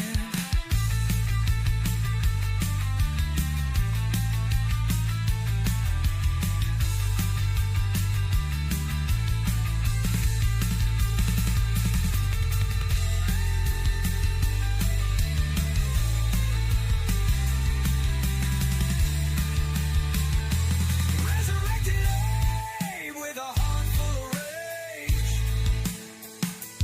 turning the tide on this broken age. Standing tall with the people in his hands, gonna shake the dirt from this troubled land.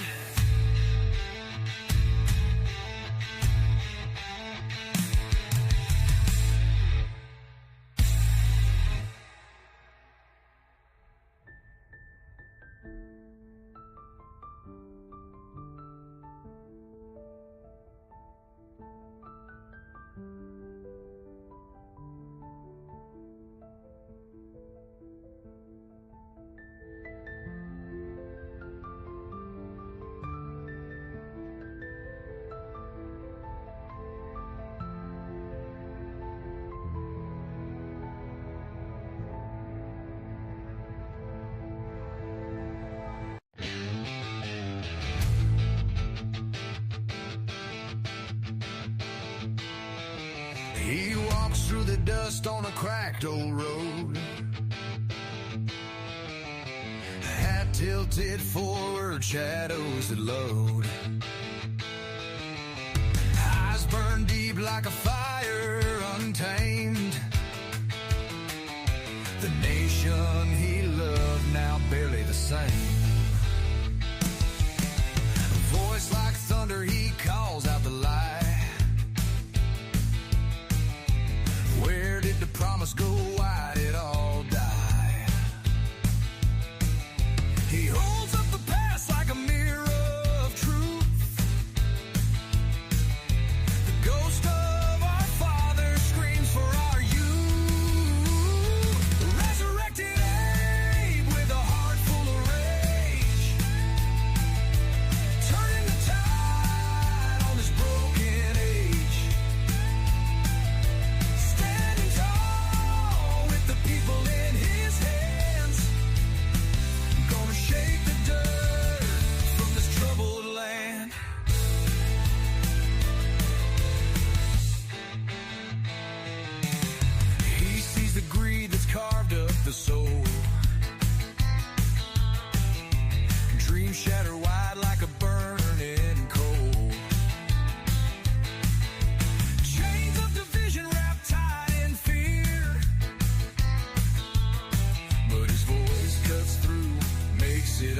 clear.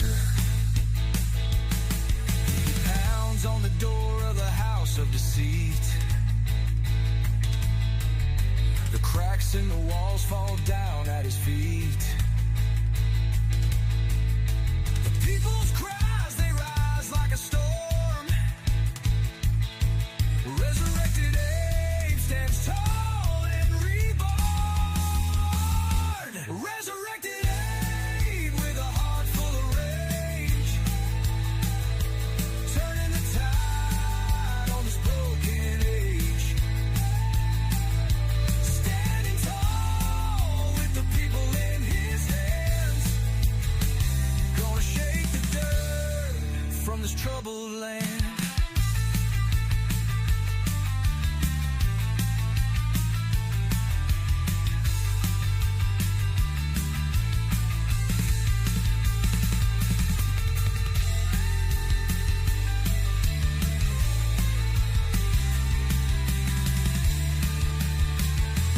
Resurrected Abe with a heart full of rage,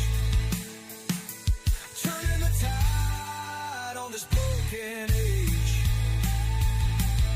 Standing tall with the people in his hands, gonna shake the dirt from this troubled land.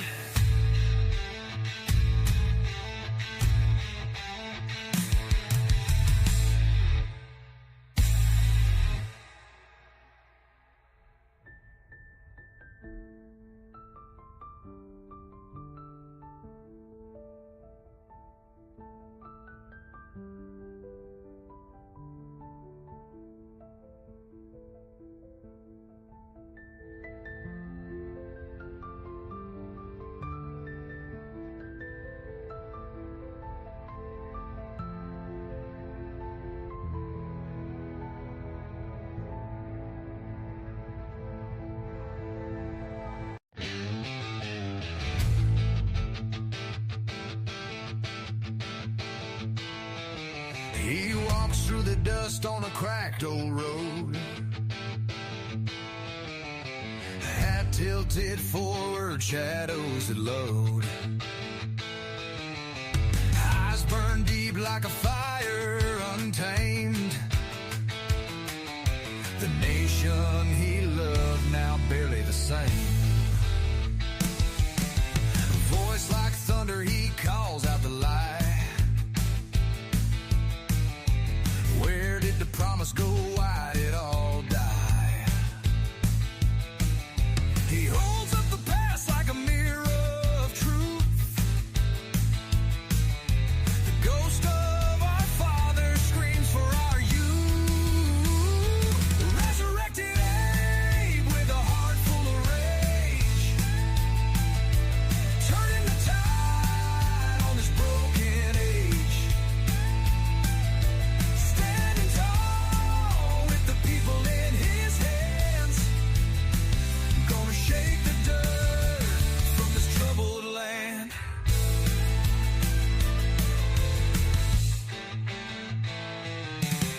He sees the greed that's carved up the soul. Dreams shatter wide like a burning coal. Chains of division wrapped tight in fear, but his voice cuts through, makes it all clear. He pounds on the door of the house of deceit. The cracks in the walls fall down at his feet. The people's cries, they rise like a storm. Resurrected Abe stands tall and reborn.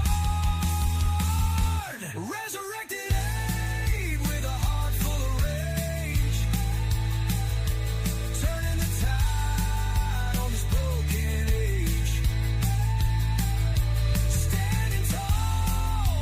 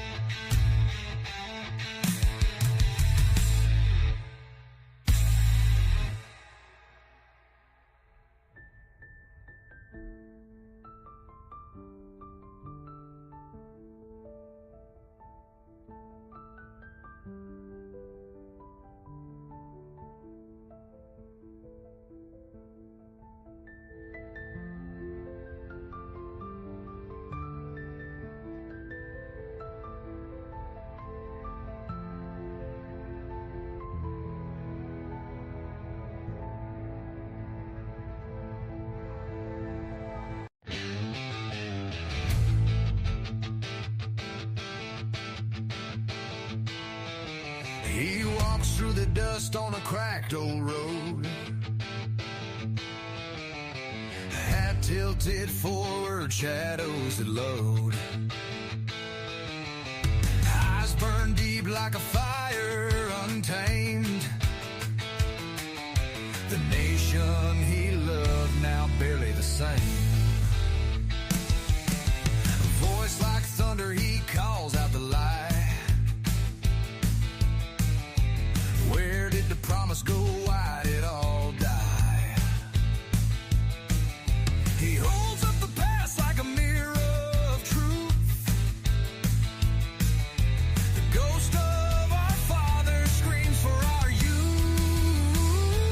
Resurrected Abe with a heart full of rage, turning the tide on this broken age. Standing tall with the people in his hands, gonna shake the dirt from this troubled land.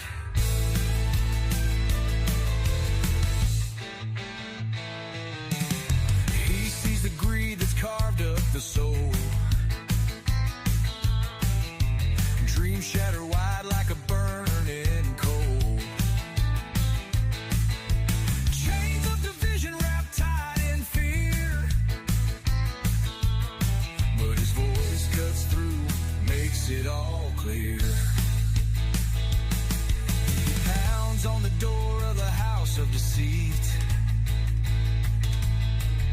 The cracks in the walls fall down at his feet. The people's cries, they rise like a storm.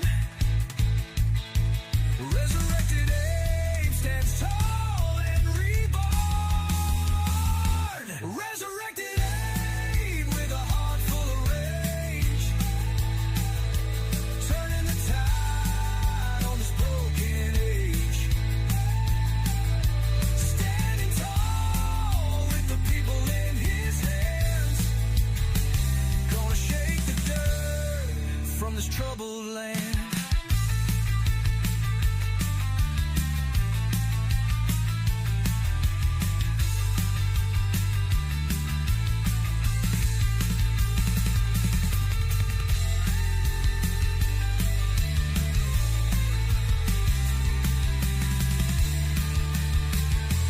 Resurrected Abe with a heart full of rage, turning the tide on this broken age. Standing tall with the people in his hands, gonna shake the dirt from this troubled land.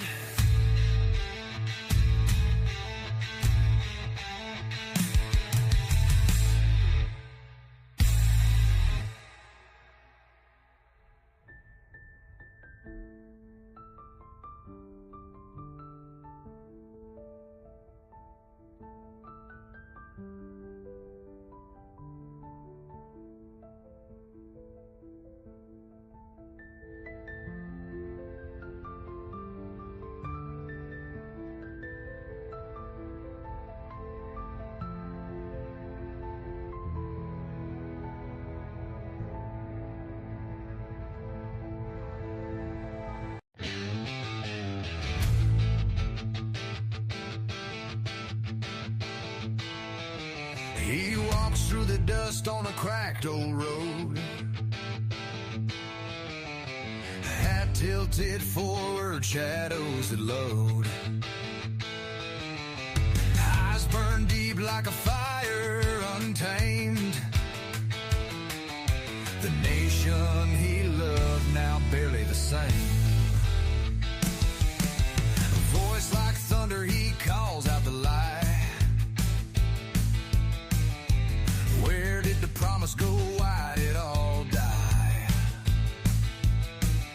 He holds up the past like a mirror of truth. The ghost of our father screams for our youth.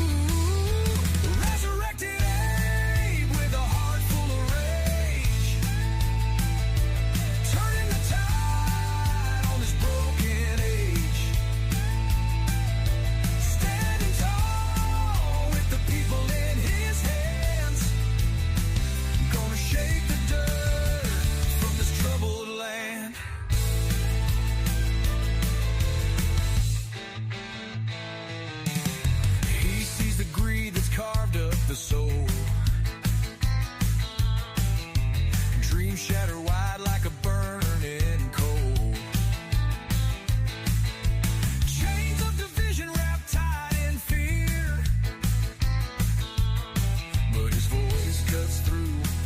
makes it all clear. Pounds on the door of the house of deceit. The cracks in the walls fall down at his feet. The people's cries, they rise like a storm. Resurrected Abe stands tall and reborn. Resurrected Abe with a heart full of rage, turning the tide on this broken age. Standing tall with the people in his hands, gonna shake the dirt from this troubled land.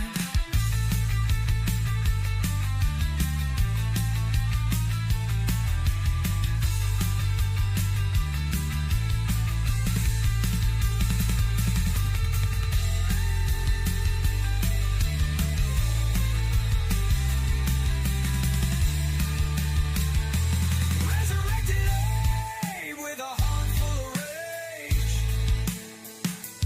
turning the tide on this broken age.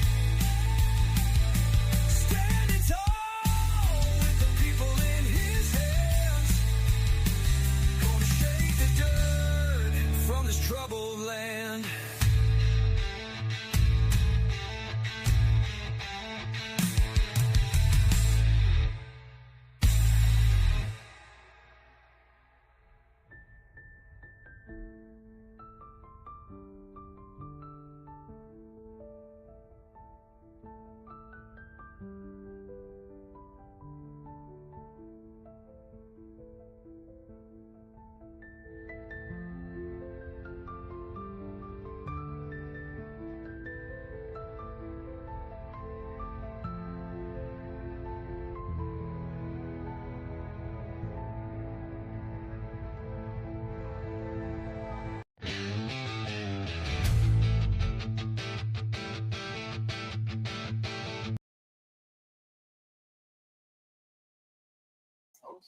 All right. I have eaten. I have eaten.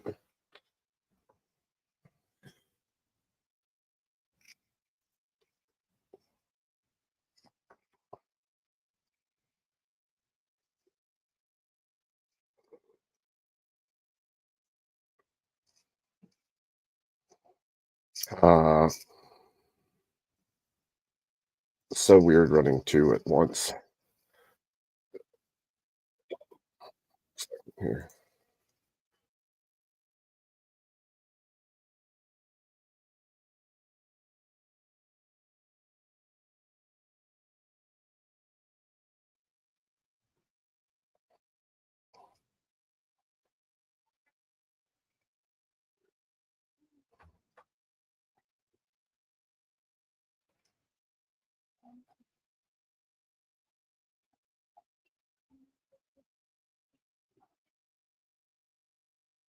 Well, loud.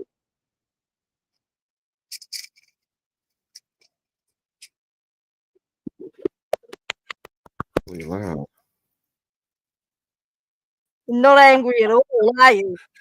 That wasn't me, you fucking idiot. Alright, you fucking happy bunny. Chill out and smell some more. Can you get any more fucking emotionally reactive? Yeah, listen, if you think this is emotionally reactive, you don't know me, do you? What the fuck are you doing? I wasn't even the one that timed you out, so go cry to someone else. I'm gonna cry to the panel host, okay? Because this seems to be my Good, mate. have a good one Not with that, yours. love. Oh I've my heard the life. background noise. Go sort your life out, Really? alright? Really? These are killing my buzz. These are literally killing my buzz, bitches. She doesn't get it when I'm Stop being it. sarcastic, and I tried to explain, and she's not Well, having it. it's not a cry you can hear at night. It's not someone who's seen the light. Going on the paddle. The Doomerang. Hallelujah. Hallelujah. Guys, let's try to preserve Bricky's buzz, all right? For you tonight, Bill.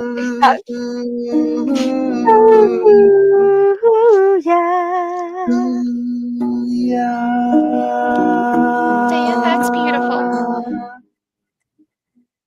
Dan, that is lovely. That's one of my favorite songs of all time. Beautiful. We should all take turns complimenting Dan.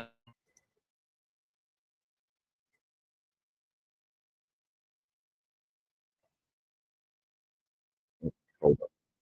I'll get rid of this. There we go. Holy crap. Bricky's is a crazy madhouse right now. Crazy, crazy madhouse. How are you tonight, Bill?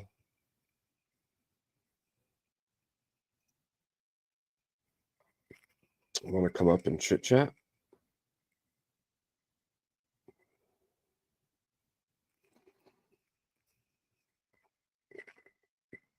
It's wild.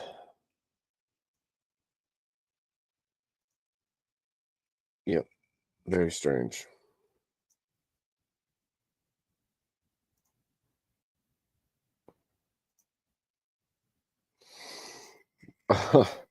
It's crazy over there. Madhouse, I think.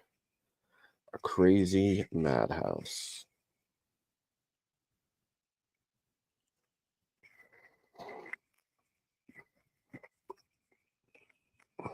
And seems just like a insult fest, I guess. I don't know. Weird.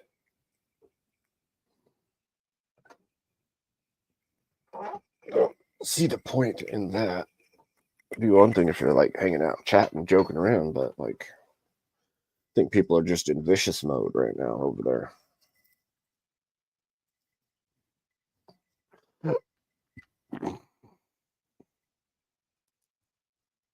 It's wild. Like breaking TOS and all kinds of stuff. Not a good look. Not a good idea, I don't think.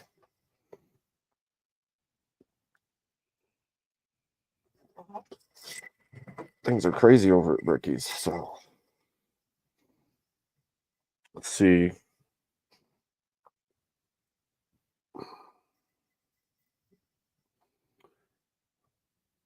Did you guys go over there while I ate and watch it or what? Watch the insanity?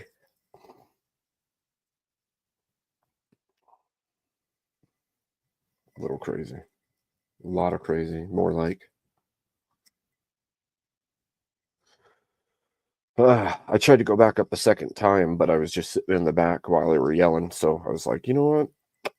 I'm just going to not. I'll just not. A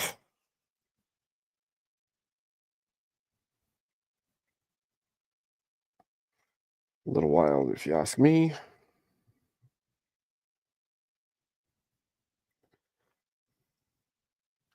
I think a whole bunch of channels are all linked into him right now. And that one is just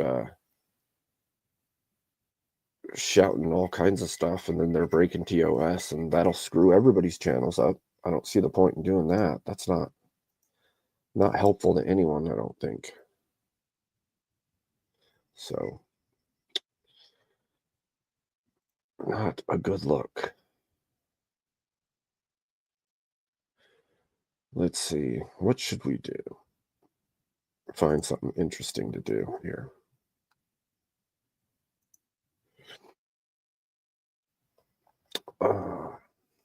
Anything interesting in the news lately, you guys? Or in life, I could say.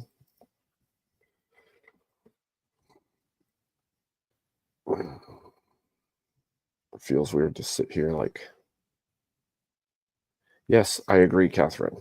I agree 100%. It's like over the top. Very over the top.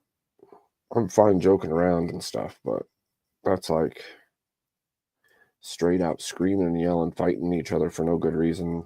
Doesn't even make sense to me.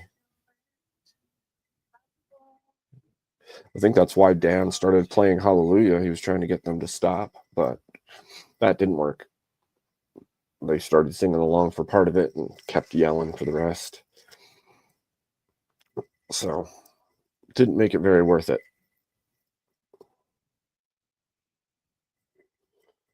So, I don't know what else to say about that.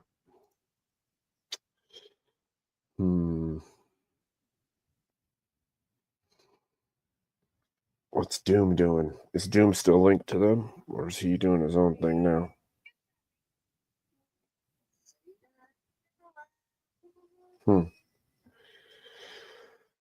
Oh, Bill, you still there?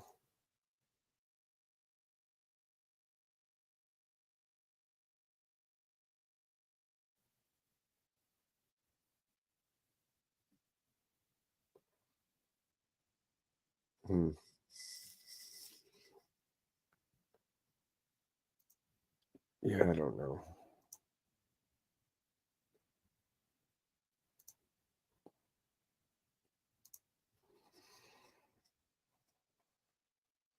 Still working on how how Nightbot works. I finally got it to post in my thing, which is good. But that's a learning process right there. So, kind of funny.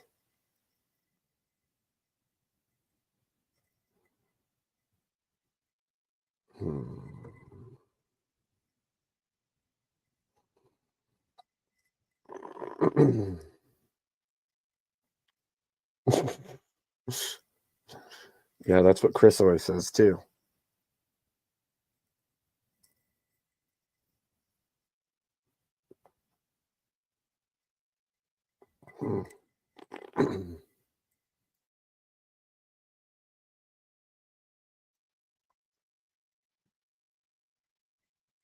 It's so bizarre.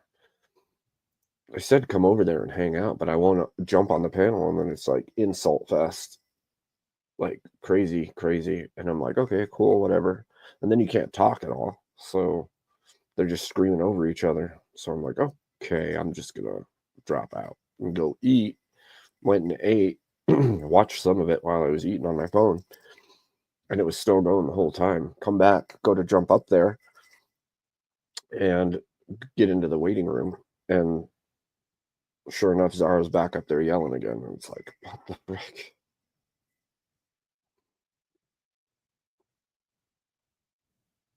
Yeah, it's too much, man. It's too much. It's not pleasurable when you can't even get a word in and everybody's just insulting each other. I don't think it's worth it. I don't know what she's just comic relief right now or what, but she's just gonna insult everybody Bricky brings up and talk crap about them and their lives. It's great fun.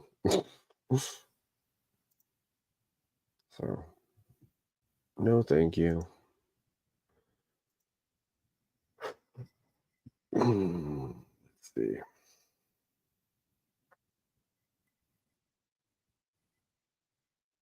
Oh look, Rob Nora's live right now. Fun.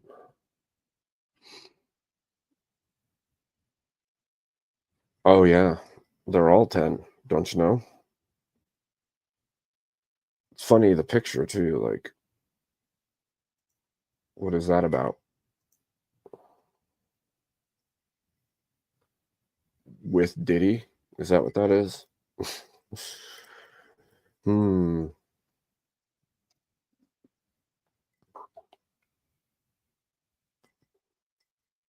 So much fun.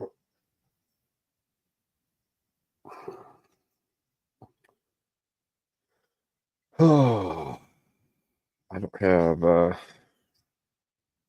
anything planned really. Thought about having people up to talk, but I didn't know Bricky was going to start live and then have wild nights of craziness tonight. So, not that that matters all that much, but it's a little over the top. So, fun.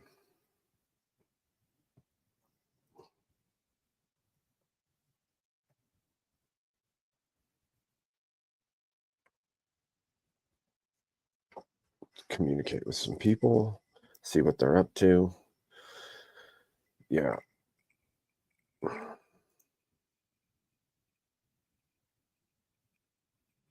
Yeah, it's a little bit wild. Like the self-centered. I don't. You got to be like drunk and angry to be on a rant, a tear at every single person that jumps on the panel for no good reason. You've never even met this person. You're just going to tear into them.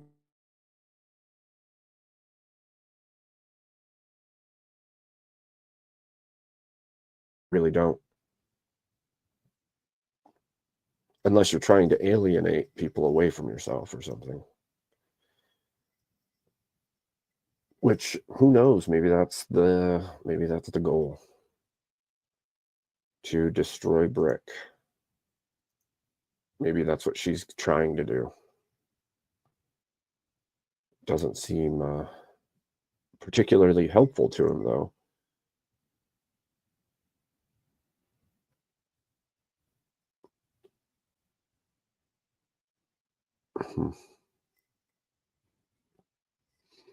Well, let's see.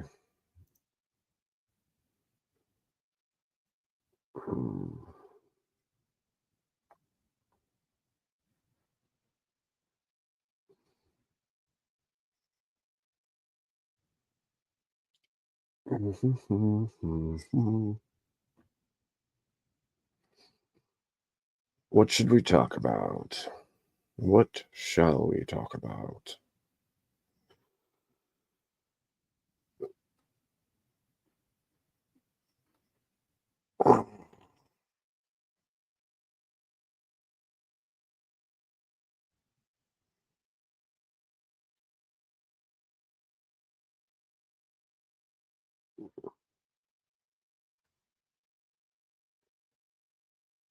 It's a lot.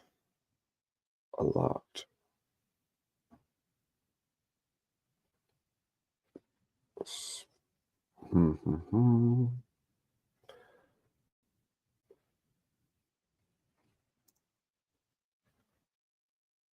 Doom's still on there with them. Too much, I think.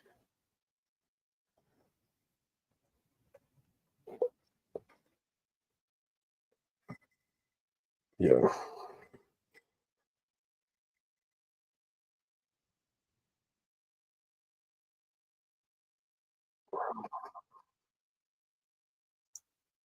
Let's see.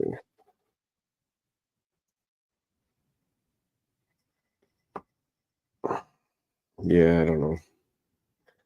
I don't know what to do. Feel a little crazy in the head after that, like literally jumbled brain. That's how I feel. I feel like I jump up there and then just get super loud, super wild. And by the end, you're just like, nope, I don't want any part of that anymore. Thank you. I will be walking out. You guys have fun with your wildness, your attack everybody and treat people like crap syndrome. That'll be good for you, not for me. So,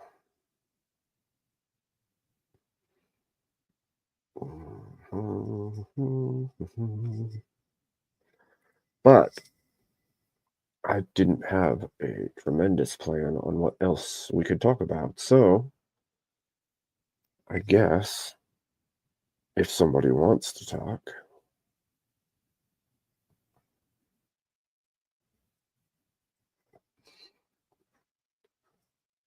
fun times.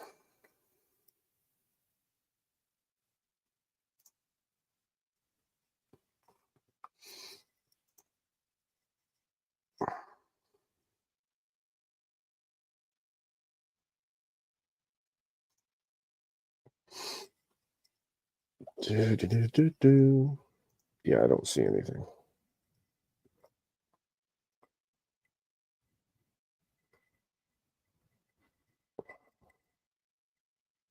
Oh, that's awesome, Catherine. Gotta love that.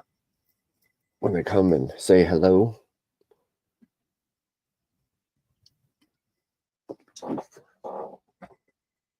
Finally getting warm, which is nice.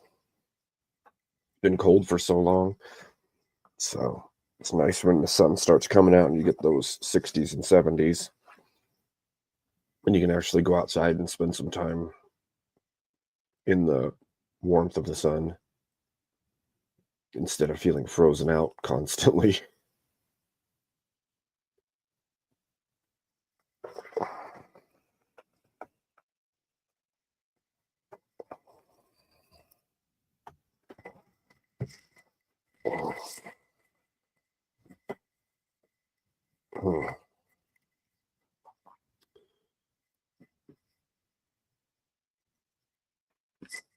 Yeah.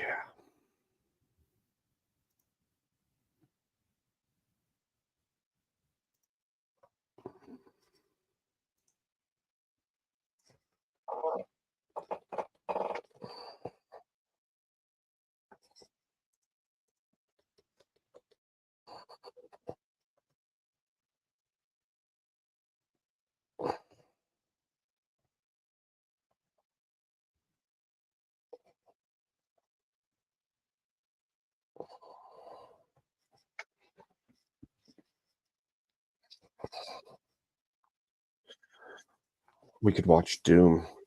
We'll do the Inception game.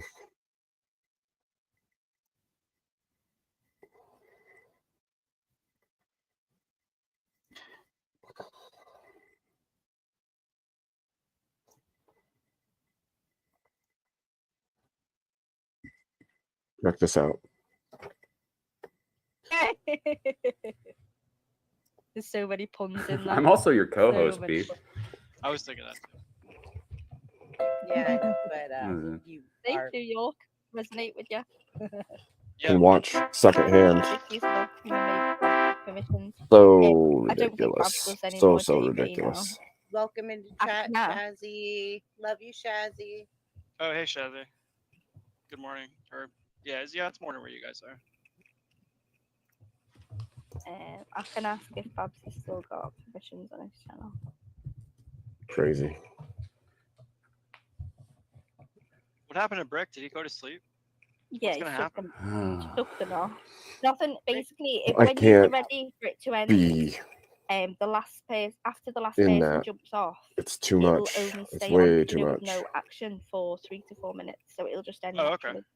So you're welcome to do what you want. Obviously, you don't need me to tell you that. But I just wanted to make it square with Jess. I was only taking the piss. That's just our sense handoff? of humour. It wasn't personal. But I'll go at I doing that. don't take it personal. It's just not funny. It just is. It's like, okay, that's cool for you. You see how you're feeding into I don't me, know what you saying mean a that you handoff sound with unhappy. JP. I don't give a fuck. I get it a What is lot her deal? about me being angry.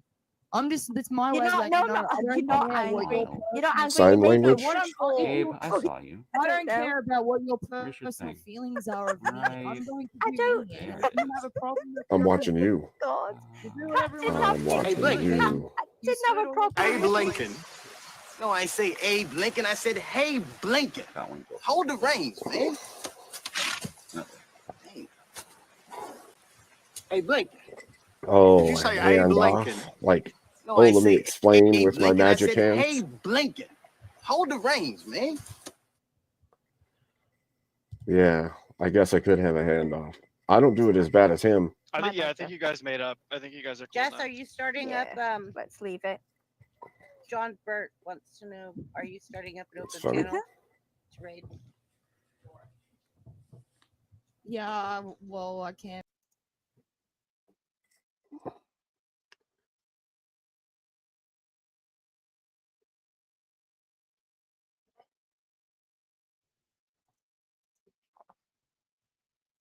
That's funny.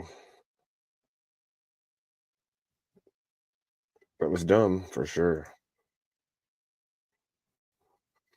It was dumb for sure.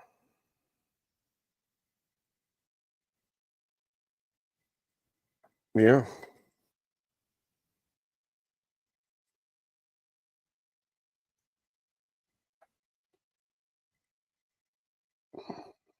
Doom feels the same way as I did. He feels like that was a pointless call, and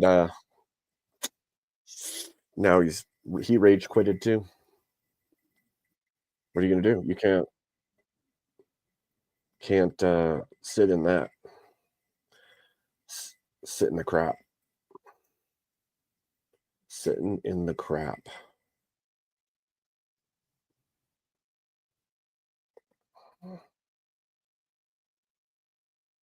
That was super silly. I don't know, man.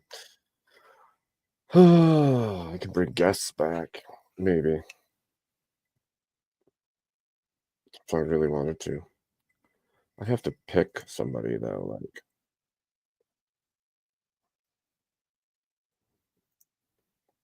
Yeah. Rage quitting is the only way to deal with that kind of a panel, I think. Just rage quit and go do your own thing, because it's better.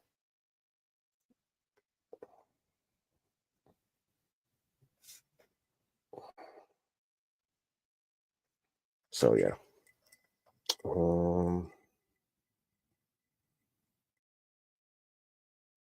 Yeah, it is a way to screw up your channel. Knock, knock, knock. Oh, I regret. I hear that. I regret that thoroughly. That's why I go there, though. That's why I left. Like, I jumped up before you did, and that chick just lit up. Everybody started insulting everyone.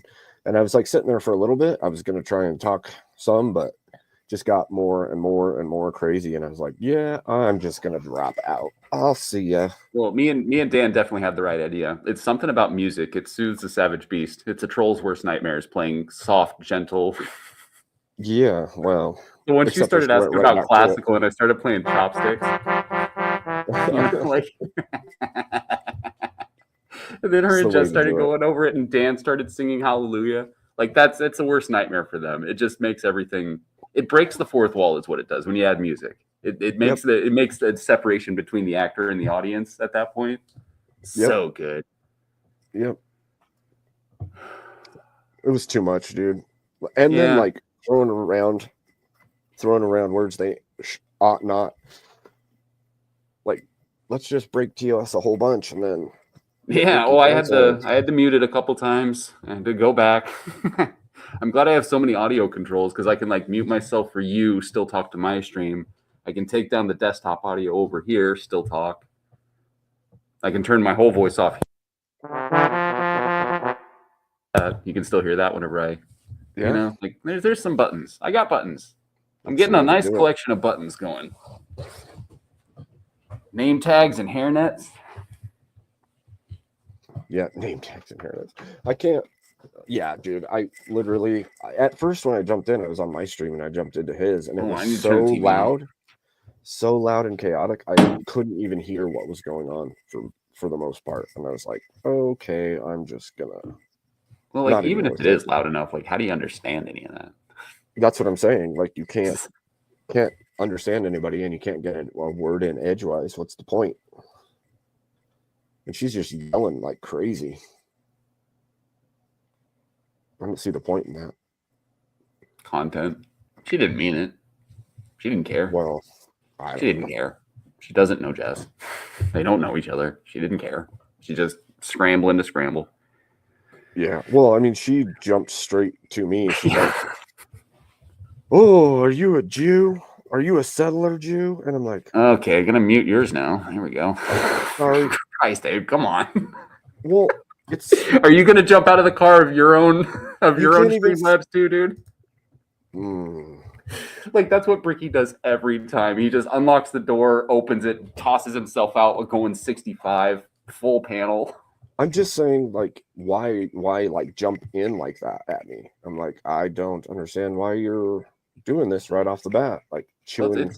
That's troll behavior. That's what they do. They attack everybody. They go for anything.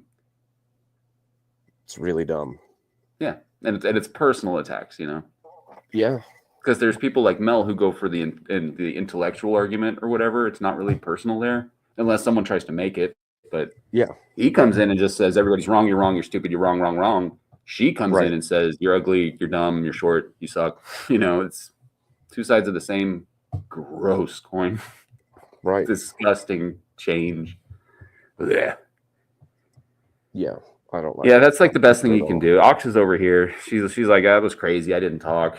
I'm like, best thing you can do is be silent. And I'm like, yeah, like as I was saying earlier, like a troll's worst defense is music. Once you start jamming with the music, like that's fair. They start breaking down. They start laughing. Yeah. The fourth wall. It's just crazy to not even be able to have She seems fun. I'm sure we'll have good interactions in the future. I won't have her. I'm a firm believer in second chances. Yeah, to a point, I suppose. Like, I don't want that game. I don't need. Well, that's what I was saying earlier. Like, I don't need an insult fest where all you do is get up there and scream at each other and nobody can hear anything. You're just going to yell over each other. Like, what's the point of that? Like, Yeah. it's a different thing if like you're doing like little roast offs and having fun with it. It's a whole other thing when you just insult every new panelist that comes on. Mm-hmm. Well, it's cheap bait. Like you got to see through that.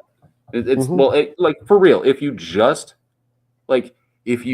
met the person in an online panel, how could it be personal? Even if you tried to make it that way, you don't know each other. How could it be? How could it be personal? You know what I mean? So right. She went after the helmet, dude.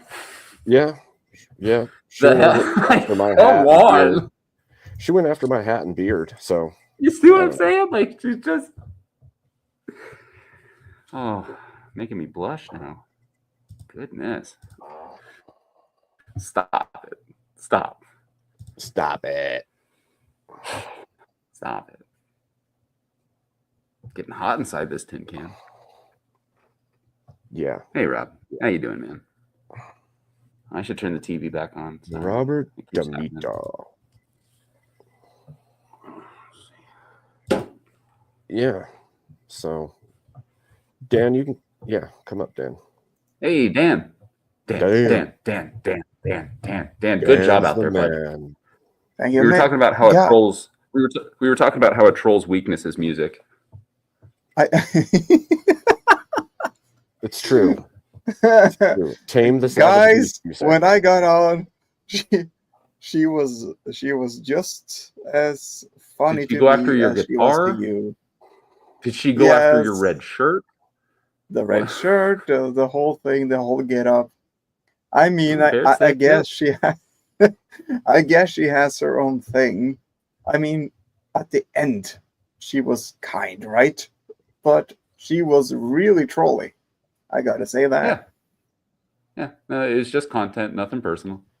Yeah, I guess, right? It's over the top. That's part of the How problem. could it be personal, Dan? She doesn't know you. Rob, how could it be personal? It wasn't. Know you. How could it be? It wasn't how could personal. It be She's just trolling. It's just content. She burned everybody except for me. I don't know why she skipped me though. I felt kind of left out. Yeah. She went after the helmet, not even the shirt. I know, small. Robert. Went after the helmet, dude. Robert, I know why she didn't burn you. It's because you're from New York. Although she missed the part where you're not from New York City. Right? Yeah. Oh well. To you. Okay, guys. How is everyone? I hope everyone's doing fantastically. Hey, we're doing good. How are you? Thank you for last time. How are you? That was cool. Yeah, we're debriefing. It's always nice to speak to you. What the fuck? I came in late, and maybe some other people don't understand. Same. What happened? These are the ones who were burned. That's how All I saw is Jess and All I saw is Jess and someone having a lot of issues with an English-speaking woman that sounded Australian sometimes. Well, Jess is Australian. The other woman sounded a mix. She's from England, but I liked her profile. Yeah, she just had like that kind of sense of humor where she was like insulting everybody. And then I think like just based on the way Jess responded, I think she like mistakenly thought Jess was upset about it, so she kind of kept going after. Yeah, right, that's understandable. Yeah, she tried to poke Jess, and Jess didn't pick it up. Yeah, She take didn't it. take the bait. Well, just imagine it's Bricky's cousin, I guess. Yeah, that's kind of how it was. Yeah. Yeah. All right. That's what. That's how I thought about it too. Yeah. She was like a female Just Brit. that area, that space. Yeah, yeah. She's Girl in the on same girl area as action. him, yeah. Girl That's on what it girl was. action. I missed it all. Jess, I'm sure Jess is listening. I'm not looking at the comments, but I'm sure. Wow, this sounds Love you, exciting. Jess. This is like I don't jelly know what that taco fish jelly wrestling. Yes. I think there were donations for it. There should have been. Well, it never Gosh. happened because obviously that's messed up. He should have had a vote off button or something. Yeah, I don't know if Brick has that. Send donations for vote off. He could have made bank. When I came in, Brick wasn't around anymore. Oh my Yeah, god! he got too drunk. What did he pass Oh, well, out? don't go saying stuff like that. No, go and say that he got tired and needed to rest his eyes. Don't say it like No, that, bro. Come on. he said it himself. My bad. Yeah. Oh, all right. No, if he said it himself, that's a whole other thing. But don't. Yeah, he said it several times. Yeah, okay. And he was It's pretty acting like low-key. that too. Yeah. I No, it was don't good even for know him though. what time. And how long did his stream go for? I was only there for like an hour and a half or something like that. But it was Yeah, going on alright, before cool. that.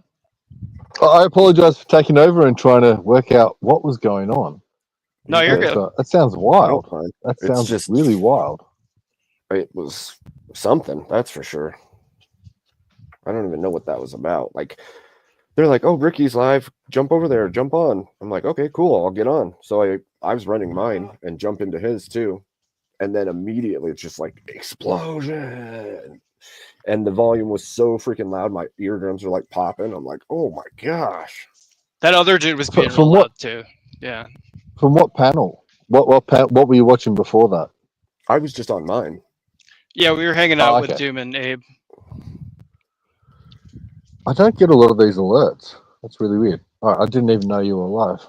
Yo, hit that bell, buddy. Yeah, I will. Definitely will.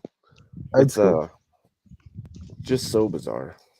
I Alright, I mean, got a what, good he was trick just for you. Here having you a hangout. Was it just initially just to hang out and goof off and joke around, and then? Oh, it became- okay. So the rules for Brickies, as his second moderator ever, I can speak on behalf of him from some extent. You need to wipe your feet on the way out. Other rules. That's Yeah, what I I've had to heard. mute my stream. It's I had to- so his watch hours would be quite a reasonable number, depending perspective, etc. But that stuff doesn't stay up. There was Oh, one wait, stream he did. no. He's done more than one stream, but it's Yeah. possibly most likely single digit amount of streams. There was one not too long ago that I was on that was actually pretty good. He was able to leave it up. Yeah, I was saying earlier, like he loves to do that with his panels where he's driving 65 and he's got a car full of people and he just opens the door and bails out, you know? Yeah, yeah. He's like, good luck, everybody else. Lock up when you're done. Oh my Yeah, god. I kind of love it. It's funny. Burn it down when you're done. Yeah, exactly. Seems wild to me. It is. It's wild. It's like the Wild West over there. It is. Exactly. Yeah, that's the House of the Rising Sun. That's it. For sure. totally For is. sure. That Doom and I totally deep dive just in the House of the Rising Sun. Yeah, you gotta. You have to with that. It's so interesting. I learned a lot about it. Yeah. It might be ancient. I don't know. Yeah, that's Wait, what, It's 1600s. Is You're as far talking back the song. as traced it, and then like 1930. Yeah, the song, yeah. Recording. Yeah. Okay. the origins of the song we're talking about. Yeah. Yeah, cool. All right, got ya. So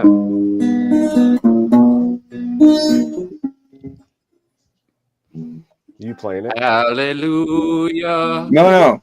There is a That house song in always reminds me of Shrek. Every time. right? Every Yeah. time. Ever since Isn't we've that been the in song? movie. Yep. Yeah. They call it Rising Sun. All right, so Yep. that's the song. Yep. Anyways. Yep. It's old. Yeah, Old, we old. know. That's one of those forbidden ones too. Oh, is it? Yeah, Guitar Center hates that shit, dude. Really? Oh man. Yeah, way more than Stairway. Black Dog is worse than Stairway. Like Freebird. So They're so tired so of hearing okay, so this is so why do Smoke on the they Water. hate it? Huh? Is it because it's like super famous? Because it's the or- first song. It's the Ah. no, it's the second song after Everyone Smoke on plays the Water. it. Yeah. You Right, learn right, Smoke on the right, Water, right. then you learn House of the Right. Rising Sun, then you learn Enter Sandman, and Right, Black right. Dog. Yeah. Mhm. You know, it's one of the first 5. So, So, no, but they no, hate it because they hear it's it a like lot. super they hear it every 10 famous. minutes. Right, Yeah, right. it's like if you want to piss off a musician and they're like, give me a song, request a song. It's like Stairway to Heaven. Yeah, They I should know. punch you in the The fun face. one is I used to be a dick. Everybody says Freebird, and then you actually start to play it, Yeah. and people are like, "What?" Oh yeah, it No, does I it used off to be one of people's those phone, guys doesn't it? when I went to live shows that would yell Freebird or like what's that Oasis song? Wonderwall. Yeah, we would yell It's Wonderwall and shit. gotta be. I was such a bastard when I was like drunk at live shows. Dan, play Wonderwall. They always So play there's it. a All right. So Hey, let's play Wonderwall. no. After Are you Wonderwall, sure you don't want me to play Wonderwall, huh? After Wonderwall, can we have Riding with the Horses by Daryl Braithwaite? Ooh, classic. So Ooh, that's one that you guys may not know, and maybe it's not the same, but here in Australia, that is one you piss people off with, like the musicians I'm not on sure I know that stage. one. Riding on Horses by Daryl Braithwaite is essentially our national anthem. Like it's Oh hell yeah! So what's the Like what's the lyrics like to West Wonderwall? Virginia. What's the lyrics to Wonderwall? You're my Someday, Wonderwall. It's gonna be the day that I'm gonna throw it back to you. Yeah. Yeah, something like that. someday it's gonna be the day. Someday it's gonna be the day that I throw it all back to you. Something like that, right? Yeah, By yeah. now, you should have By somehow. now you should have somehow Anybody. realized what you're gonna do. I don't believe that anybody feels the way I do. I do now. Dan, about you now. About you now. Yeah, it's Oh to a my song. God. Like it's a song to a But girl. it's a good song, right? It's a good Yeah, song. I like it. Yeah. Yeah. Why people Classic. scream It's about as good as some of the Cranberry stuff, for sure. Yeah, I like Cranberries a lot too. I mean, Zombie is a good song. it? No. Yeah. Zombie and like Linger are good. It's just an era. You guys That's are wrong. why. And that's Whoa, the thing. whoa, can we move on to those hot lesbian girls in Oh my Tattoo? God. Technically, Tattoo. they're I under knew you were gonna 18, say that. dude, I knew you were dude, gonna say that. Tattoo was my shit back in the day. I was under 18 or just under 18 at the time, so it's okay that I say it. Okay. Yeah. You can say Technically, lesbian I think girls, they or you might can have say been- forbidden fruit. Better. Fuck. Oh, Dan's got it. Yes. All right. Dan's got it. Wow. Forbidden fruit. Yes. But Tattoo. Didn't That was they great. covered like Can you play it, Dan? they did a lot of covers actually. I think they I mean- covered like a Smith song. I don't think I know that. Can you sing it? Can you sing it for me? I can't think of it right at the moment, to be honest. But I can probably picture it. I can probably pick. No, course you wait, can picture it. no. My memory's not that good, thank God, because I'm old. Mm. I'm old too. I mean, I'm it's old. It's one of those things. I gotta say Nirvana. I don't know any of the Yeah. Nirvana songs, but I love Nirvana. I love Smells Nirvana. like Teen Spirit.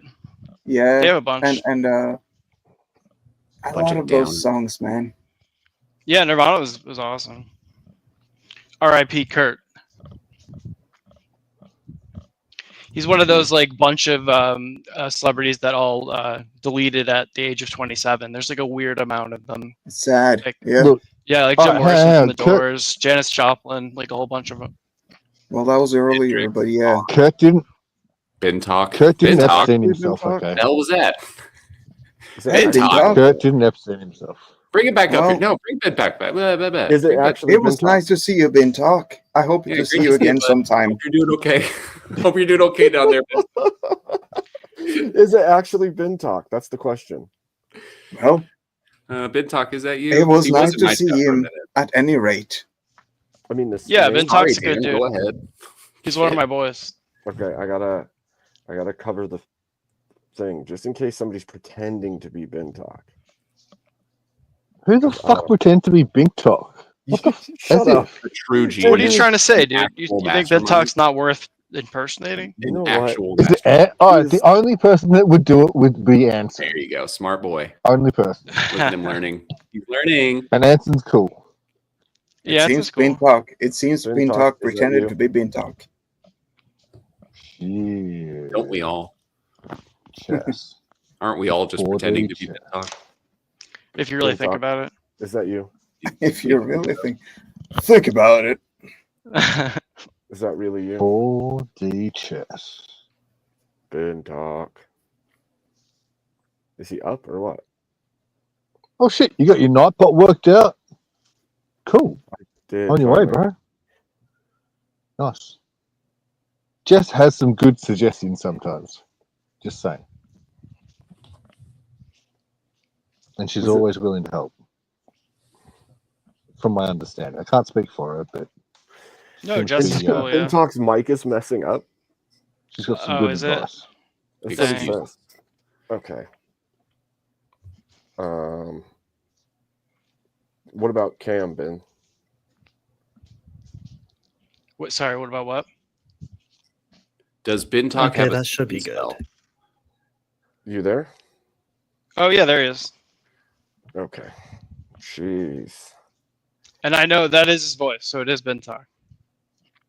Who the fuck made Bill Hicks a freaking moderator? Abe? Come on. Yep.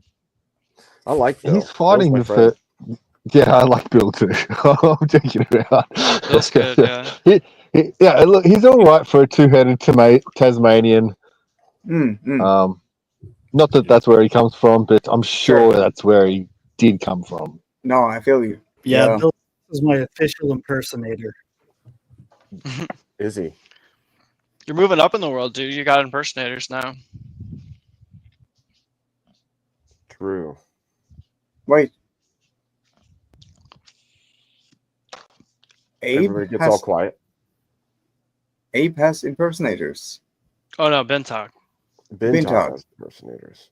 Oh. Bin Talk's like a mod all over the world. Yeah, I did want to say beautiful music tonight, everyone. Yeah, it was good. Yes, Holy thank you. shit, Bintok, you have a voice? I don't think I've ever heard you before. I have a voice, and Holy I can't crap. speak. Wow. It's a rare Ben Talk appearance. Yeah. It's incredible. An absolute pleasure, Bintok. I was here Obviously, for it. we see each other around. I think I've Nice known one, bro. Bin Talk in chat for years and never heard his voice actually. So A pleasure. What an Why not? honor. It's an honor, Ben Talk. indeed, the rare honor of the Bin Talk. Bill We Hicks, you appreciate you can't hanging time out. me out. I'm a fucking mod. Idiot. Who's a bigger mod, though? I think I made sure not to make those two No, wait. higher than no, each Bill, other on purpose. Actually, Bill and I should be fine, and if anything happens, we're just messing around. Bill's a good dude. I like. Yeah, I mean, I think everyone in the community is pretty cool. Like, I think we're all cool with each other. I think it's fantastic. Yeah, me too. As long It's as been a lot of And fun. I guarantee you, if Bill came out and had some drinks, he'd be out cooming as well. Okay, probably just with the rights, with the right wingman, he'd be cooming wingman. everywhere. Do you think? It's Bill, yeah, for sure. Yeah, it's Bill we're talking about here. You could be his wingman, John. Good old Bill. Bill, how the hell are you? I could actually, to be honest, I think the best wingman I could think of, funny and it's not me. Bill, you ugly Sorry. son of a bitch, how the hell are you? How are you? Thanks for having me on, Pierce. Thanks for having me on, Pierce. Yeah, exactly. Dude, I love that video. Alex Jones is such a legend. It's so funny, dude. You're not taking my guns away.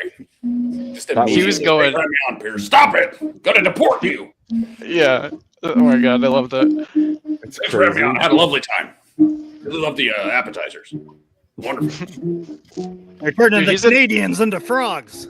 Yeah. Turn on freaking frog gang. The Quebec ones are already frogs. He's been right more than he's been wrong. Just saying. Yeah, 100%. Yeah, he's a national treasure, dude. He was on. You guys know. You guys know Glenn Beck. Yeah.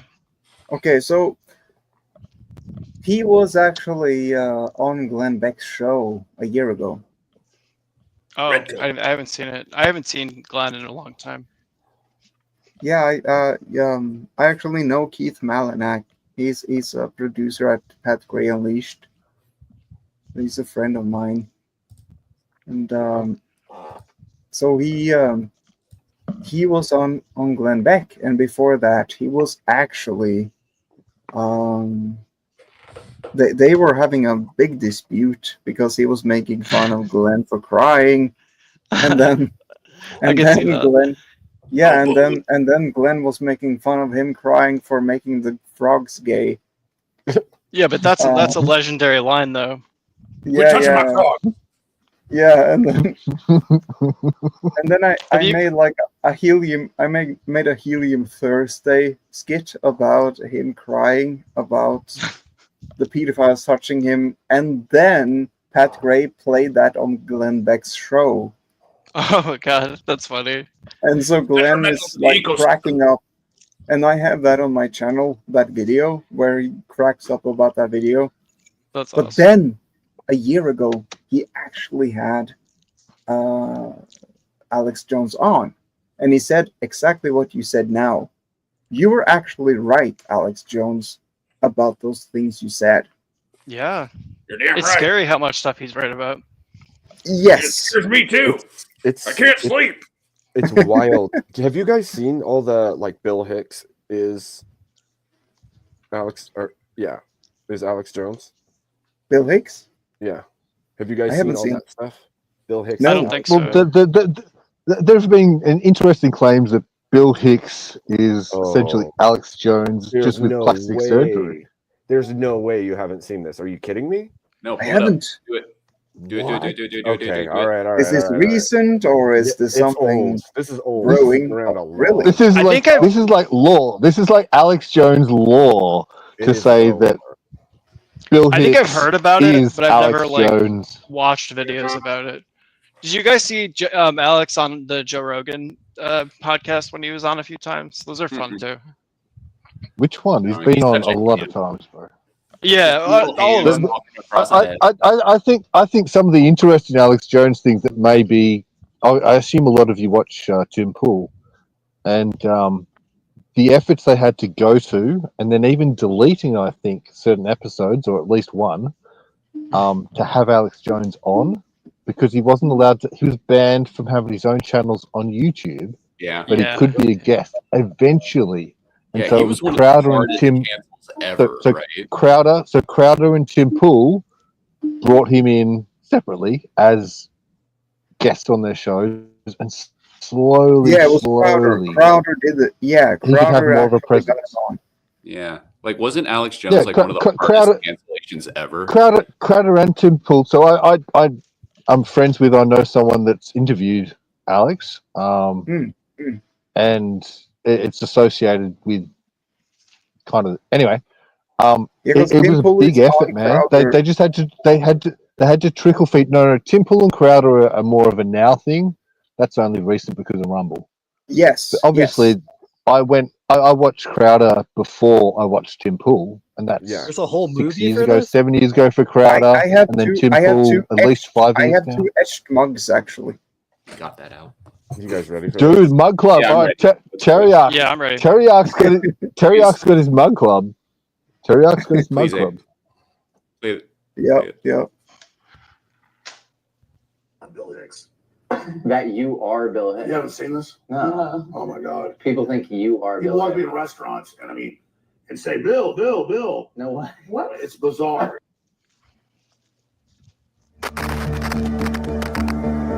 This is wild. InfoWars host in a legal battle for custody of his children. His lawyers say the fire breather on the web isn't the real Alex Jones, that he is playing a character. He's a performance artist. This is so weird. Can you? This is 40 minutes long. So pause this one. So what is this? This is performance Conspiracy. artist. Have you Alex ever Jones. seen Alex Jones and Bill Hicks at the same place at the same time? You know what? I haven't. It gets way crazier than that, actually. Like the Who same is Bill cameraman Hicks? is I'm friends sorry. to both of them, like a whole bunch of stuff. They grew up in the same area of Texas, like a whole bunch of stuff, actually. He's All my right, clone. so- They cloned me, damn it. So what is the point of the video? Just so I understand. It's like trying to show you that there's these ties that connect the two, and that there's a chance they're the same person. Because Bill Hicks passed away a long time ago, and Alex Jones didn't get actually famous until just after.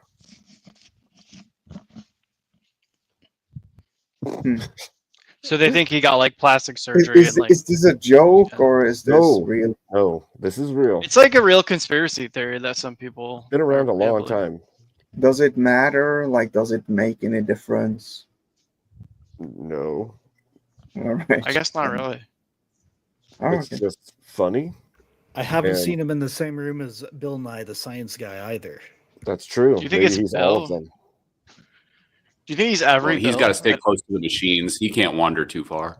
That's right. Yeah, that's true. Right. I'm not Dude, you saying think this he's a is Sith? not. I'm not saying this is not a good video. I'm just saying I don't know the first guy. So for me, I need to know a little bit about the first guy for this to be interesting. He's a Kind of- comedian, For me, wasn't he? only for me, only for me. He's like a. Dan, just write it baseline out, dude. comedian. I know. So it's that's my point. Let this It's be like- your introduction. Let this no, be it. I know. So this is Watch it this is backwards, not man. so this isn't like I'm not saying this video is bad, and just this is just for me. So it's Bill like Hicks I is a don't really. legendary You haven't even comedian. seen Yeah, it. yeah, How can yeah. you say it's bad. Dan, what are you trying to say? Are you trying to say it's a bad I'm- video? Dan, Yeah, Dan. I'm saying I like I'm it. saying Dan. I'm saying I A little messed piece up of- even. I'm saying I messed up even bringing this up because this is just for me. So my No, you're Norwegian good. angel. Guys, please. guys, stop bullying. Dan's a nice guy, okay? Dan, I He's know, a nice dude, guy. Dan's great. no, I Dan's love my you little guys. brother. No, I love He you. brings in hallelujah. No, give me pushback. Come on. JB, stop saying Let me Try me let out me keep it first. rape. Come on, go on. Yeah, go on. Really proud. Hallelujah.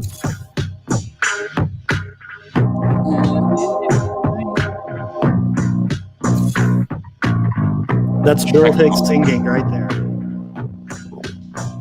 Is Hallelujah officially a Shrek song now? That's what I always think of when I hear it. Somebody. I go to the media. Yeah, And I Smash tell Mouth, them, dude. Oh my god. you're Bill Hicks. You faked your death, and you're a liar. Well, that wasn't So a no. serious. That wasn't. No, He that wasn't a definitely didn't denial. say no. You got to Yeah, see some of jeez. this. It's kind of crazy the stuff that's been said by him, by others. Hold on. And that was the reaction of Alex Jones there. Yeah. That was a real time. That was not just edited in, right? Nope, that's real time talk. Yeah. Recording. Cool. All right. I'm kind of Jones's invested. career did not. Yeah, I'm kind of invested. Sorry, go on. It's gonna be good. It's gonna be good. Yeah. Oh, Spontaneously began look, Abe Alex is an in chat initiative now. with an Yeah, I Austin see it. Talk Radio and local cable access program, as he has alleged. Rather, His career actually began with Sacred Cow Productions, a multimedia company founded by musician/writer Kevin Booth and the comedian, entertainer, and actor Bill Hicks.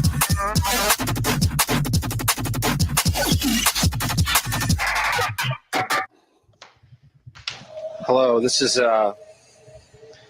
Bill and Kevin outside the Branch Davidia compound called Standing on a Compound of Fire Ants. Bill Hicks' career was stalled in stand-up and he began trying to take new career directions, including conspiracy theories.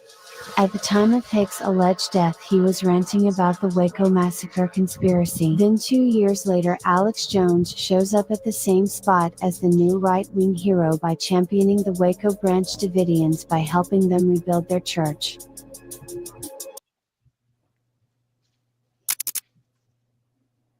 Okay, that was Leo Vaughn and Alex Jones and First on this date in Bill 1961, Hicks Bill in the Hicks same was place. born. The comedian so searingly insightful that had he had more time, he could have started his own church.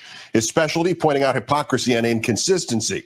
He suggested once that the essential message of religion was eternal suffering awaits anyone who questions God's infinite love, and noted that maybe one of the reasons Jesus had not returned was that those who believed in him still wore tiny crucifixes around their necks, as if Jesus ever wanted to see another crucifix in a million years. Bill Hicks died at the age of 32 in 1994, but he's still being quoted and probably will be for several millennia to come. It's that super secret. I thought somebody interesting was going to come along. One of the things that I did in my the waning weeks of my show was a segment called Bill Hicks is Still Ahead of the Curve. I'd like to add something to this. Your presence here confirms two things of great importance. Or whatever his name is. Bill Hicks is alive and well. Jones grew up in a small suburb of Dallas, where even as a young man, he would act out and spin tall tales. Bo Durham was a friend from Jones' neighborhood. There was a lot of strange things going on in that time with him. There was a lot of things that I witnessed that were people didn't do. Friends claimed he memorized the Bible, Who was talked that about guy? Satan, and at times The hell was that? possessed. He would talk in tongues a lot. He would get into these trances. High school football coach Randy Talley said Jones craved attention. I don't believe in any witchcraft, hocus pocus, or anything like that, but he could turn his tongue black and his mouth black, and he would stick his what? tongue out and shake his head as if though he were possessed. Dude, that's a wild thing. Wow, I never heard that before. I hate it when that happens. Yeah. Hold on. Don't make me take the clip out. What? Yeah. What? Dude, that's one of my favorite videos ever since I saw it. I found it maybe like a day before the stream. I never seen Yeah. it until Can you you played can, it. can and you then can I- you share the link in chat just so I can You look want to at find it? it real quick? Yeah, I can find it. I would love to watch it. He could turn. Yeah, it's funny. Here, I need to do something over here. It's like someone is trolling Alex Jones, trying to make a conspiracy out of him. Yeah, like the which is worst ironic thing because you he's can the do. conspiracy guy. Yeah. Yeah, Yeah. it's actually crazy. It gets crazy, dude. It gets real tongue crazy. black. Watch. But it's I kind of funny. saw him do that on a couple of occasions. You're the second person who's told me this. I'll be right back. I don't get it. I don't either. He would have to be really spun up and in that Computer in half. and kind of in that state Split where he in was twain. really upset. He would stick that tongue out and it go black. It's insane. And he was violent.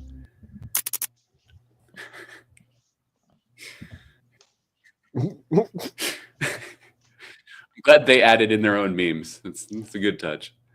At the Orientation Center, enrollees undergo medical and dental exams. Psychological exams and counseling are also given, as well as vocational inventories. Participants are intensely interviewed regarding their background, where they've previously lived, visited, and where relatives live. With the help of staff, participants create a new identity, complete with a new background, including a family tree that goes back to new grandparents. Based on interviews and test results, enrollees are assigned a special U.S. Marshal known as a witness inspector who oversees a particular region of the U.S. For the rest of their lives or until they're assigned a different contact, the witness inspector is their primary point of contact for the program. During their time at the orientation center, participants choose a new last name. It must be ethnically compatible and not tied to the witness in any fashion. Participants are advised to keep their first name, but may choose a new name if they so desire. They're encouraged to choose a last name that starts with the same letter as their former last name. These choices help to limit participants' mistakes in the future. Parents are especially encouraged to keep their child's first name.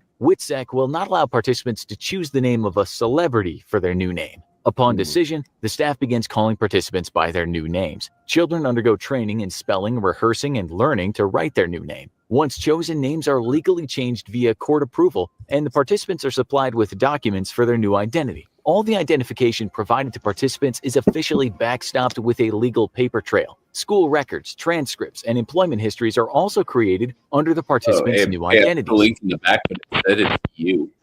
I see that. That'll be a fun posted little this trick meme. later. That's freaking me out, dude. There's more of you, Abe. There's two of me. Not this big. Make it big. I like the kind of like horror soundtrack they did here. Extra fun. Yeah, right? it's like they're trying to say he's Wolfman now. I think they didn't have enough choice.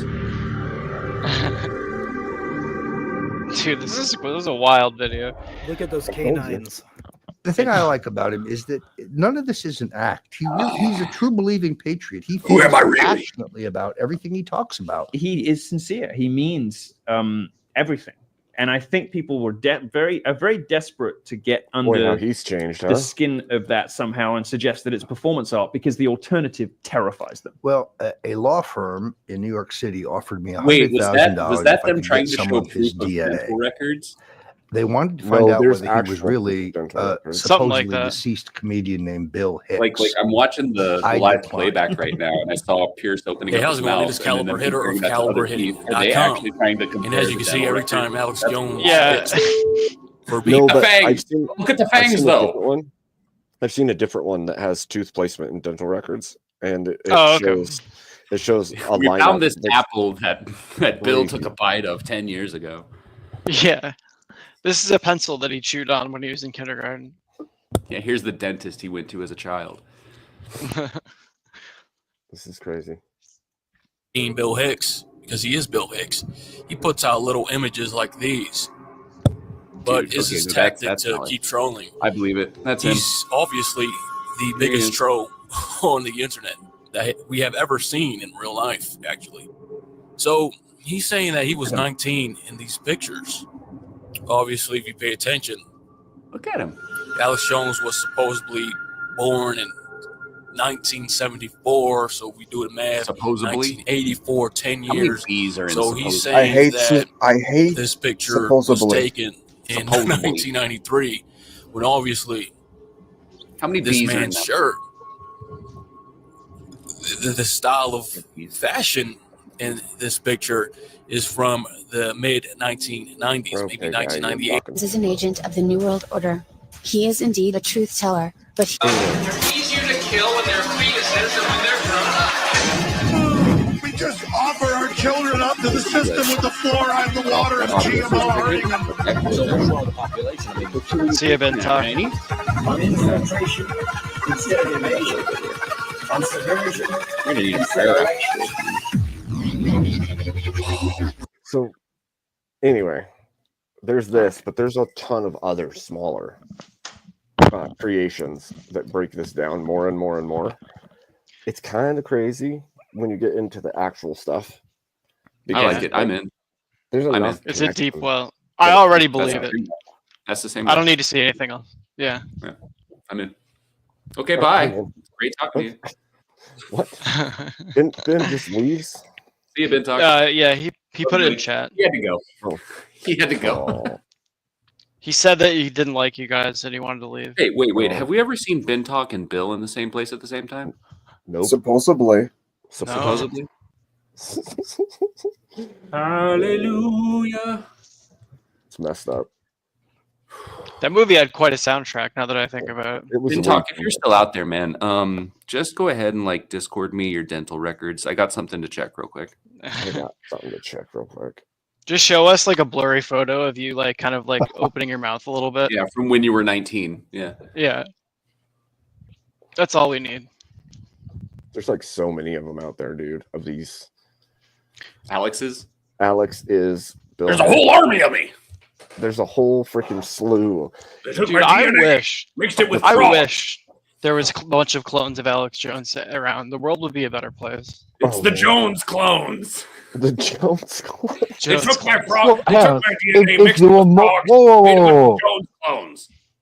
A whole So, army. you actually had that So, right. Abe- If there were more so, Alex Abe- Jones, there would be more coins in the Alex Jones jar.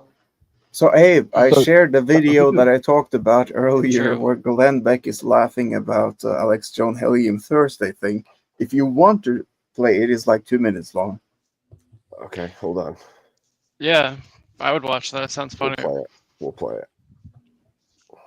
All right, just be And then- careful, Abe. Dan's really nice, but it turns out he's sounding a little bit manipulative. Okay, be careful. We find out, won't we, JP? Well, you know, I heard a boot. Well, that's the way Abe likes it. That's all right. Is it? I guess Turn we'll it find up. out. I don't know what to say to that. I'm not sure. Don't say anything, JB. I It's guess perfect we'll right find now. out. Right now, it's perfect. Don't say anything. Yeah. okay, here we go. Ben, what the hell? It won't. You got it. Hold on. Ben, what are you showing me? It's like looking down. Little Ben.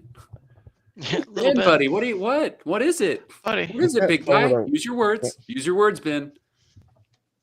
I can't tell what I'm seeing. Wait, now it's gone.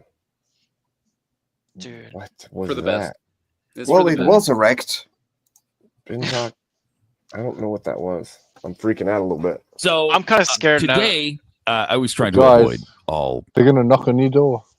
Oh. Here we It go. was a phishing link. He got you, dude. Oh man, I'm screwed.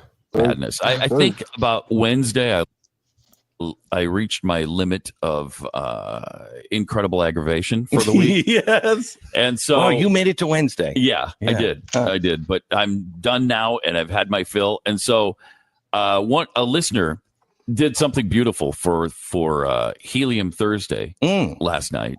And I know it's not Helium Thursday anymore, but I can't wait another week to show you this because here's Alex Jones participating in Helium Thursday. What? Oh my God. This was made by Helium Thursday. And to feel what the children are feeling. God almighty.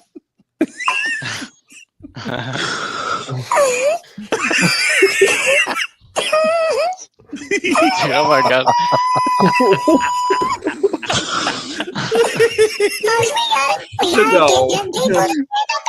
No. No. There's no right. Oh my god. This is ridiculous. I probably shouldn't even have done this radio show today because I have this disgusting cover. I just hate the globalists, but it's more than that. And I just get flippant and angry, but it's because deep down, folks, I can see what they're doing, and we have a responsibility to stop these globalists. Where are the men in this country? Where are the men in this world? What the hell have we become? Our children up to the system with the fluoride, the water, and the GMO hurting them. And we let fat perverts grab them at the airport and train them for the pedophile government. And we just got such a sick society. Dude, this is what InfoWars should actually be like. Oh my! That's freaking Boy, it hilarious. hurts. I have a headache now. That's gotta be one of the funniest things ever. No, I wish the show was the like- reason that was this is amazing. really funny is because Alex serious. Jones had made fun of Glenn Beck for crying in Fox News because no. Sternbeck used to cry on Fox News for the country, and I thought it was funny without any of that. I just like yeah, it was already funny. It was already funny. So that's on my Norwegian Dan channel, but that's not really a channel I promote. But it's funny. Yeah, It's just a little hidden gem. It's a a little hidden gem. Yeah. Anymore. That's now known to me. Yes. We should do the You've Been Healed one next if we can. Yes, we should. Where is it? Yeah, I need to I'd be also- baptized after that crap. I'd also me like too. to say that the best person for a reach around here would be the Beaver. Why isn't he up on stage? Where is he? Yeah, Chase, you want to hang out, buddy? Yeah, come on He's up. talking about reach arounds, guys. I'm not sure. Do we want to hang around? Him and his 7 foot. We always want to hang he'll around be Beaver. Well, we do, but as not like hands off, Beaver, if you're going to come up, buddy. And Dude, Cat can you as send well. me the link? You send me the link of that again? Oh yeah. Yeah. Hold on, damn it. Let me put my pants on. And then put that and do this. Cat, you and coming up paste too or it, what? And then send it. Send. There. You see it, Abe? You see the link you just sent yourself? I do. It's like magic. It's from the future. Evidently, there's more than one of me. It's incredible. We're everywhere. Good point. This is An Abe army took his One of DNA, you- mixed it with One frog. of him. Yes. One of him Jones is book. expired, though. That's true. That's true. Yeah. Long Yeah, play. that's true. Oh, just a hybrid Alex Jones frog man army. Wait, so Hopping he's around. gay? Hold on. So hold on. Thanks for having me on. Here we go. You guys ready for the epicness? It's the full version. The bathtub starts at 3 minutes if you just want that. But this is the whole night, essentially. Oh my gosh, Who it's bought so you them glasses? wild. Who bought you them So, glasses? well, hold on. So what is this? It's complicated. I got it. No, So, yeah, it's complicated. Yeah. Have you ever seen Tropic Thunder? No. Okay, so Robert Downey Jr., that guy, is doing blackface, and this is a proof of concept for that character. So it doesn't have anything to do with the movie except that character is in it. Okay? Wait, he's not black? No. Exactly. No, he's not. It's Iron Man. That's Yeah. Iron Man. That's Robert Downey Jr. Yes, sir. So this is basically just a little documentary. That's Osiris, and he went to Vietnam and got back out after a week from the PTSD. So He a looks little better camera in crew Iron following Face. him around, and just the little excursions that he has with his kids, recruits. I'm not sure. The lady in this is not his wife, so I don't know. I don't know what's going on, but I'm here for it, dude. I'm here for it all day. And we all need to be baptized after that crap. Yeah. I want to be baptized by him. We need this baptisms in our life. Wait. I think we need to baptize a beaver. I'm pretty sure. Well, that beaver needs to get up here so he can be baptized. Wait, Do you want to get? wait. So he's baptizing them for real, like No. this? Yeah. Oh, yeah. Oh, yes, sir. The coldest water, too. Watch. He only turns one of those knobs, so that water is ice cold. Oh, Right. no. Right, Yep. right. Nice and cold. All right. Let's go then. Let's see. Okay. Let's Here we go. see these people christened. Because this is key. Let me get rolling on you here so we know what's happening. Here we go, baby. Get your head under there now. This is vital. See, being the first son, right? That puts him right here in the lower chakra. Now that's shooting the energy up into Daniel verse 6. And this, of course, is a dream catcher. So all his dreams are being caught and he can't move on. And that's going back and forth and like that, like a spider web, which is, of course, connecting to the eye of Horus, which is 707777 is 0.001, which also goes up. That was the first time he ever swung a baseball bat. Now, what we got here is the baseball ain't hitting the bat because the seams are 17. After observing several of these exorcisms, I still could not trace the genealogy of any of the scripture he incessantly quoted. There seemed to be absolutely no method to his madness. But I remember Wait, when I built the pyramids. this is one of Flo's. Right? It was tough. What? Why? What? Hang wait. This is an interview that Flo did with some of his people that he has on, right? Are you talking about Talcott? There's No, Talcott, Flow State. there's Otherwise, DB3. Dusty. Yeah, but obviously he knows certain people, and this sounds like one of the interviews that they do with. Yeah. Oh yeah. Gnostic those garbage. I'm people. actually surprised Flo didn't have this as a meme already, like with the clown and stuff. Yeah. This is So mine, so damn it. yeah, I no. This So is all so mine. so buddy. this is a clip that someone has to talk with Speakeasy and tell him you need to integrate this clip for when people speak shit. Yeah, it gets a lot better too. True. That's actually, Dan. Yes. If he hasn't Just seen it play already, this. Just Yeah. someone in chat say play the clip. Right? if he hasn't seen, yes, absolutely. That's a good idea. Play the clip. Here we go. You're welcome. It was tough as a motherfucker. You built the pyramid? Yeah, because we was hauling all the stuff up like that, but we actually dinosaurs we did it all built with the pyramids. sound, right? We did it with sound, and then we had a blanket. We had sound, and we had a blanket, and it We came did it with down sound like and a that. blanket. You know, that's what I was tripping on. See, we working on his brow chakra. We're just in back of the crown chakra, and that's why he's been tripped up, and he's laid on his car pavements and all that stuff. What does this mean for us? It means you being psychically attacked. You're son number 3. They're coming at you from all angles. You're They're son coming at number you from 3. the Sirius, right? They're coming at you from the Orion, okay, which also connects to Dan, right? Dan's best friend, man's best friend. That's dog. I have That's the nothing to dog do star. with That's this, man. serious. That's some serious shit, man. Now your mother, she's just a hoe. She's a hoe. No. I mean the hoe as in that which pushes the plow through the fields across the star system, coming back around with a meteor shower, which is why there's all them dots up here on the back of his neck. So where do you lie? I lie beneath. I love beneath. I lie beneath. Huh? Hold on, don't move. We cool. What?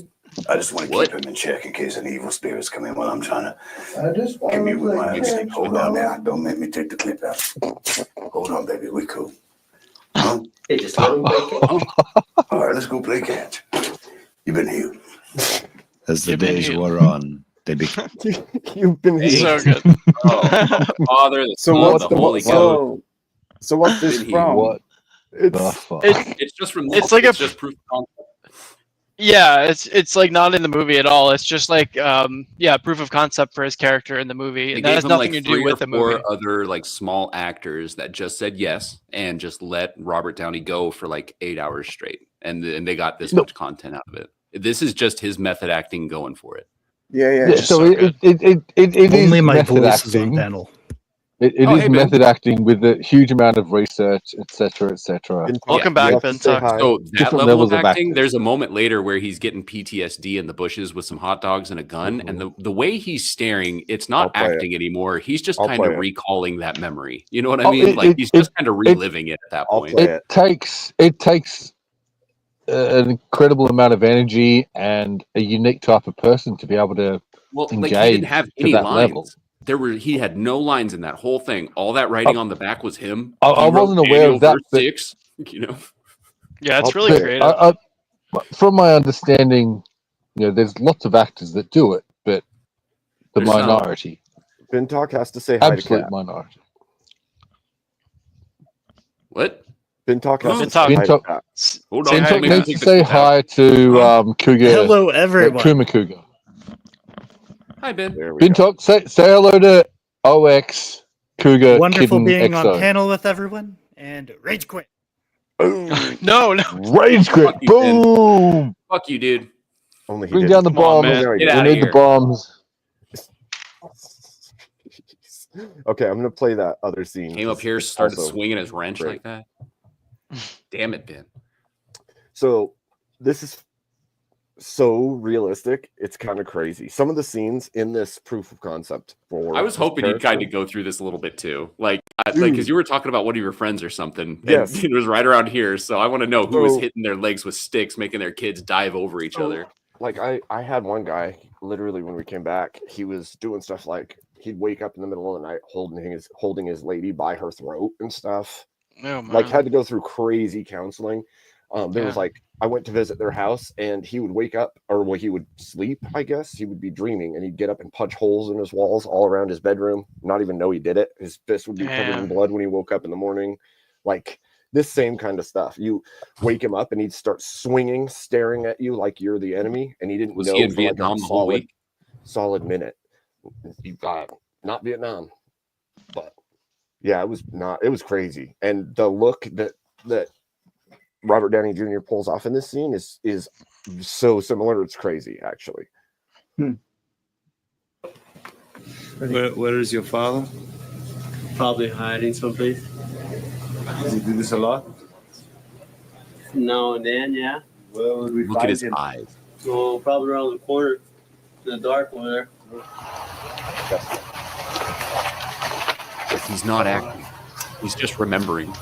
He's just reliving it.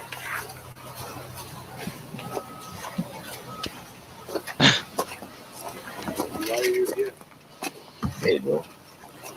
Well, it's kind of complex. You see, the VC, Mr. Messenger, and they got a complex underground system of tunnels here. So I'm just playing it cool, but I'm baiting them because I'm thinking they're gonna come out and try to grab that piece, but I put a dummy load in there, so it's just gonna backfire. And then I'll just go back and watchdog the bounty hunter with the kids or something. I just want to handle this first real quick. Well, I heard that. I heard that.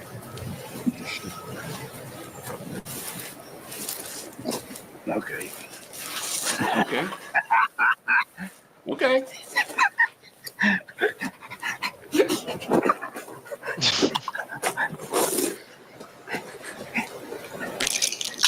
Look, now what? Yeah. Where's Ox? We need to know what that is, because that's not ibuprofen. That's something else. Like Zoom in, enhance. That's a special label right there. I don't That's think I can enhance. No, it's yeah, blurred you're anyway. But Ox, are you out there somewhere? Look at this. Take a good solid look. She's here. Dude, she's here. She's in the chat talking shit. Okay. Yeah, she won't come up. She won't come up on fucking screen. She's That's a little fine. She set it up tonight. fucking.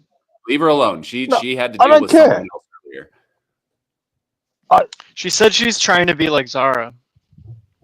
Only thing I care about we is got her Bear little trying to poor be like puppy Zara. dog I just and wanna the know what she lambs and the lambs that she's going to cook up for roast lunches on Sundays for me. That's it. And the sandwiches. Okay. Yeah, so I'm guessing like SSRIs. That's my guess as well. Opiates, maybe. It's I either don't know. either One or the other. antidepressive or antipsychotics or something like that. Yeah. Oh, an antipsychotic. Psychotic. Psychosemantic auditory Now I'm just hallucination. running shit, man. He's so manic. Oh my gosh. Oh, that's so well played. It's ridiculous. Yeah, Watch it's really it, good. man. He grew up somewhere. He had a funky neighbor or something like that. He knew that guy. He knows that. dude. Honestly, I yeah, think that's coming from a only- real place. Yeah. That or a family member. He had a friend who had a fun stepdad. Like that's. Oh man. Who bought you them glasses? You don't fucking write that down. That's not a line, dude. No. That's a Wait, memory. whoa. OX Cat is saying she won't come up because she's mad. I'm pretty really sure. What, like drunk pissed? Or angry? No, like mad, like You don't upset. say that. What about? We don't think you're so drunk you get What? pissed. It's not a. It's a word. Yeah, so if you're pissed, Yeah, it's that would wrong, mean that you're drunk. Yeah. Yeah, here it means that you're upset. Not angry. It's Yeah, stupid. so no, it's fucking English, bro. All right, and we do it better than you sometimes. Yo, what the hell? No. The hell you just say? No, not really. I don't even think you speak English, baby. You guys say pissed for drunk. It's weird. Neither do you. Every single You time. say- Every single time. Wait, are we really going to bring this back to the fucking aluminum and aluminium down the thing? And you had conversation. some guy on a dock How that do you just wrote say- it down wrong. And then we have to How be do you like, say the word "Wait, do you basil?" mean drunk or do you mean mad? Every single, so fucking inefficient. Just quit saying it. Just say mad. Say the word basil. Basil. Oh, okay. Yeah, No, some Australians say basil. What about tomato? Tomato. Yeah, there it is. There it There's is. some H's. Yeah. Glass. What about an herb? What do you know about the herb? Come on. Because it has a Herb? fucking That's H a name. in it, right? That's a name. Herb is a name, not a edible. It's an old man's name too. Yes. Wait. Is it herb or herb? No, it's We don't say the H. Like, what was it? Yeah, Eddie we say herb. Eddie Izzard. Herb. He said, you know why we say herb? Because there's a fucking H at the front of it. Yeah, but you say herb because I don't know. I Is don't it know why French? we It's just more efficient that way. Silent H. I don't Okay, know. Dan, We don't have Dan. anything else that does that. Yes. All right, but gave me back another to the video to actual issue in that cat or OX Cougar Kuma Cougar XO won't come up, and she's been a little bitch and she's mad and she needs to use that southern accent to have power and strengthen herself. You gave me control. I of agree. that, right? She'll whoop you. I can turn it down, right? Well, I She can will mute him. whoop you. Bang. Got him. Oh. Now for fun video, I just sent a testing it out. 5-second What I can do long there. video that I superimposed Joe Biden's face upon a person that went after. Yeah, there you go. Here we go. Yeah, this. Yeah. What? Oh. As she should. that's- Dan. Dan, my Oh, angel. Dan. No. Welcome back to Stars and Gripes, where That's I'm here for it. I'm here for it. Real. That's for real, for real. That's for real, for real. We know that's how he acts in public. We've seen it many times. So there you go. Yeah. Did you guys ever see the video of the guy that hooked up like a really powerful battery to the Tickle Me Elmo doll and like it just Catches fire. No, it didn't catch fire. I've seen that one too though. One of But them it's just does, like it just like all of the actions and things that it says just went into overdrive. It's honestly really funny if you want Well, to put it he's on. got a real quick. voltometer, so he plugs that into the Yeah. wall and then feeds it volts. Dude, it's with so an funny. overpowered You kids have to toy. link it. Let me You see have if to I link it. can. On my phone, I'll That's see if I freaking can track funny. it. It's really Why is Cat angry? She's I think it mad was at you, something Dan. that You it ever was get something that angry, you Dan? said, Dan. You ever get mad? You insulted her or You ever something? feel it? You ever just didn't feel remember? that urge, get mad? I My have a little angel. feeling that is not the case. My little Norwegian peace dove. Do you ever get upset? I've never heard What of it. grinds your gears, Dan? Is it Tickle Me Elmo High Voltage? Is that what it is? Yeah. Yeah. No. Now I'm not angry. Why is Cat angry? Dude, I have She's that. She's not really angry. I have Oh. that same. She's I just have that, joking. I have that same voltage. Full moon. Tabletop voltage regulator. Oh, nice. Okay. Oh, so you can do this? It just gets Wait, Abe. it gets way more funny like as it goes on. Like the end of it is like honestly like kills me. Abe, Abe, you what? can do this? I can do this with the Elmo. Dude, do it. Hell do it. yeah. I don't have a Tickle Me Elmo. You got do it. something. You got something that moves. It's got a red Content. wire and a white wire in it. You can do this. I got something that moves, do I? All right. Well, All right. take it there. and Here hate we that. go. Here we I hate go. that. This is messed up. It's This so is funny. like torture right here. Especially the last like 20 seconds of the video. Like Oh, honestly, no. like put me For on the some ground. reason,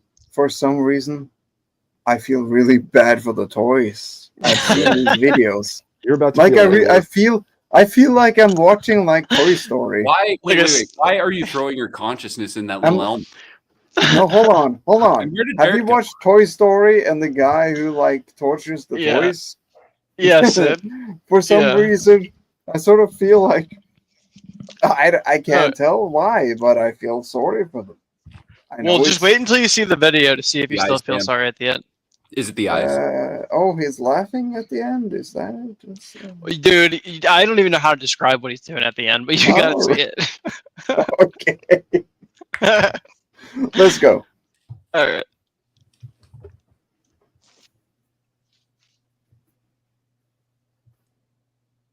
All right. All right. Yep. Oh, so, no. Dan, now that I've brought you all here, Dan, what grinds your gears? Nothing really. Good. No. I actually, what grinds my gears?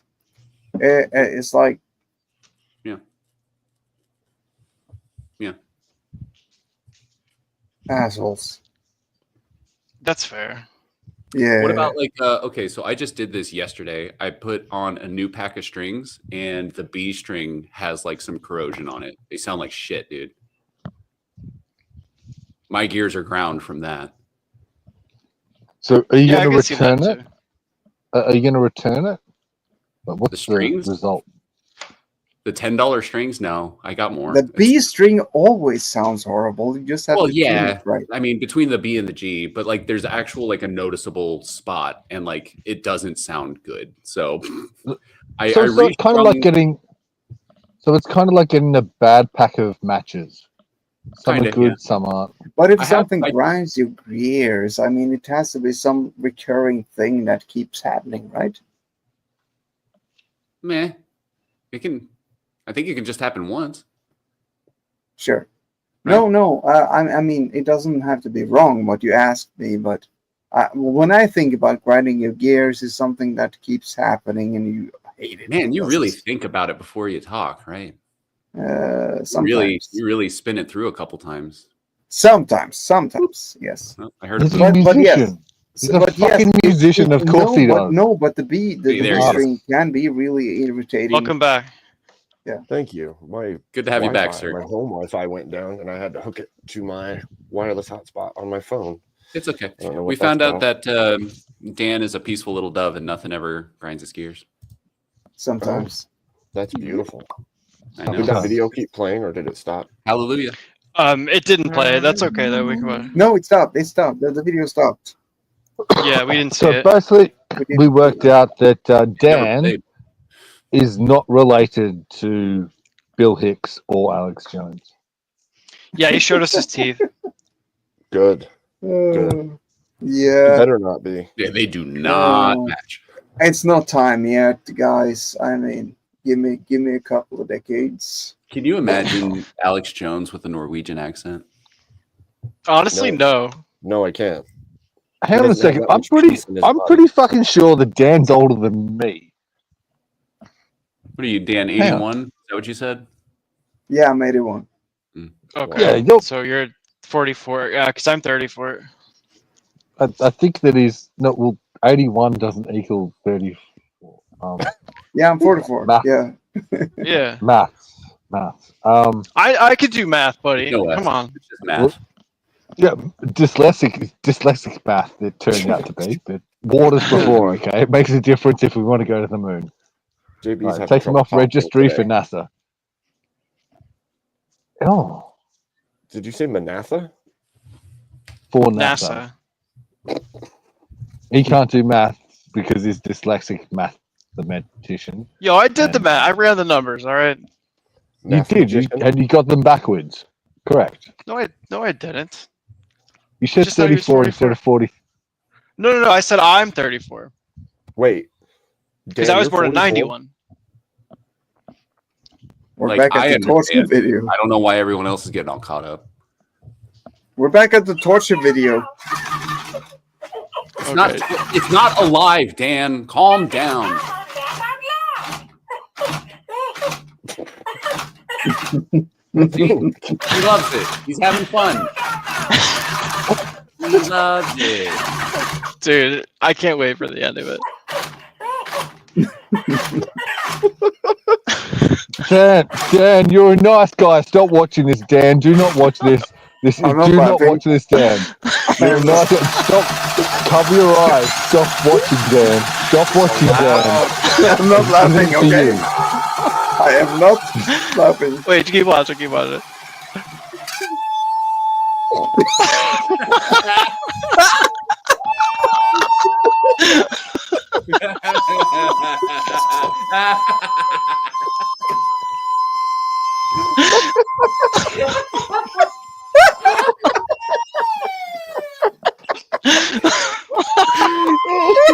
It's so good. Dude, when I first saw that, I was dead. I can't, man. The compilation. USA, USA, USA, USA, USA. That was so unexpected. See the power you have? You have to do this, dude. Go buy a Tickle Me Elmo. Go get one. Dan? Thrift store, $1. Like, give that thing some life. I'm crying, dude. I did it. It's so funny. It's good. Oh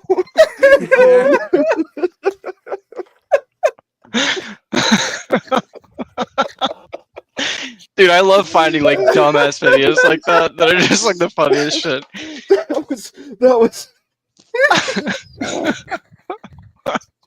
You see, that was like my whole angle on all this. Everybody's debating. Everybody's so fucking serious. I want Elmo going. Yeah. You know, I want that. Because he was just moving so fast, and then the motor blew out, and he just was stuck with that one sound. Oh my gosh. Just a super high pitched scream. And the mouth is open. Anytime, dude. Oh no. That's gotta be the funniest thing I've seen in a long time. It's like the tea's done. Yeah, that's a The high water. speed. That's like C5 Yeah. or something like that. Oh my gosh. And The water's that's only ready. that. It's like the leading up to it was also he was having a good time. It was laughing. He's just fine. well, He didn't catch on fire. He can reset. He loved it. He loved it, dude. Taser, taser, taser.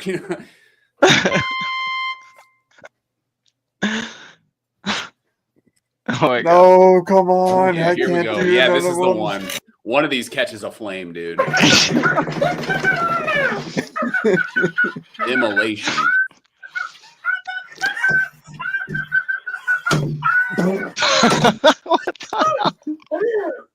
It's not even connected, dude. Yeah, that's what he's supposed to do. That's normal.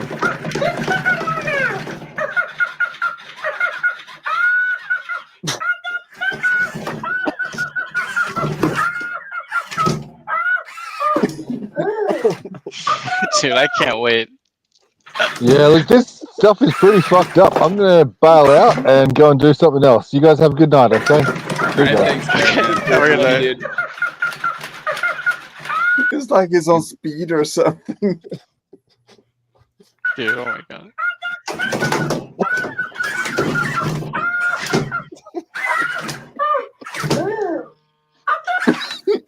What the hell? What the?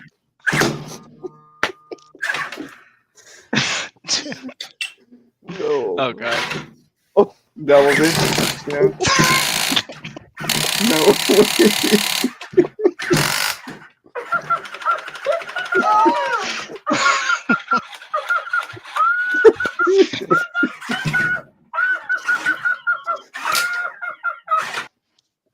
Okay, dude.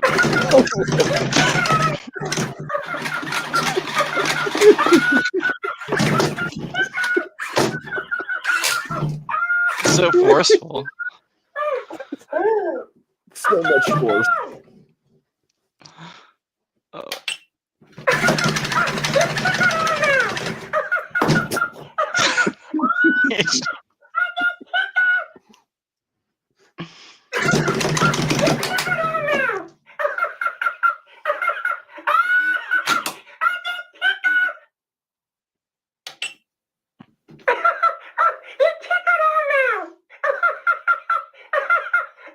Did the motor blow up?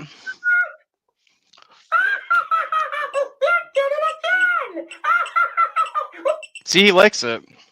Oh no. Oh no. Oh, what's gonna happen? Dude, I'm scared. What the hell, man?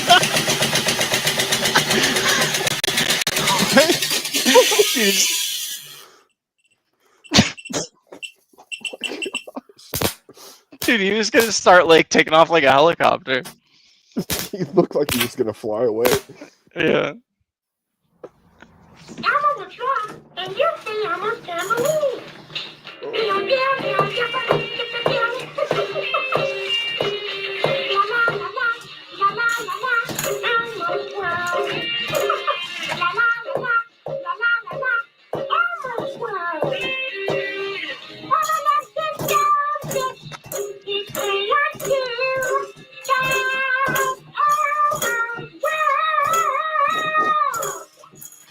Oh, this is gonna get brutal. I know. Yeah, baby. Rock and roll. All right. He's having a good time.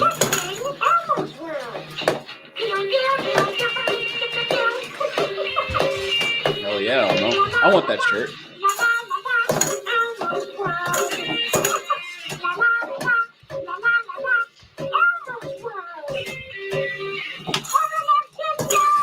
We're about to rock Elmo's world.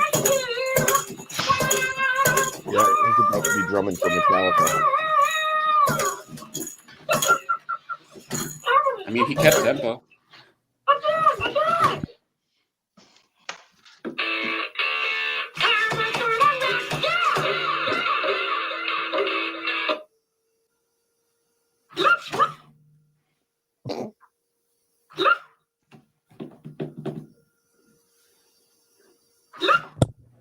Oh.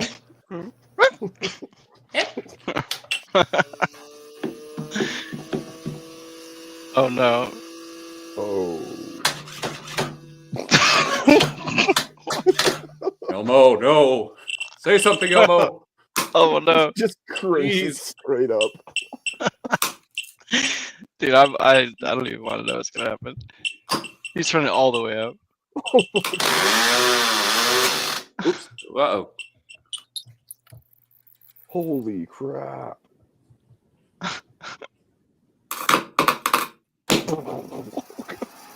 Dude, he's gonna blow up. Oh. That one just got fried. I have that one.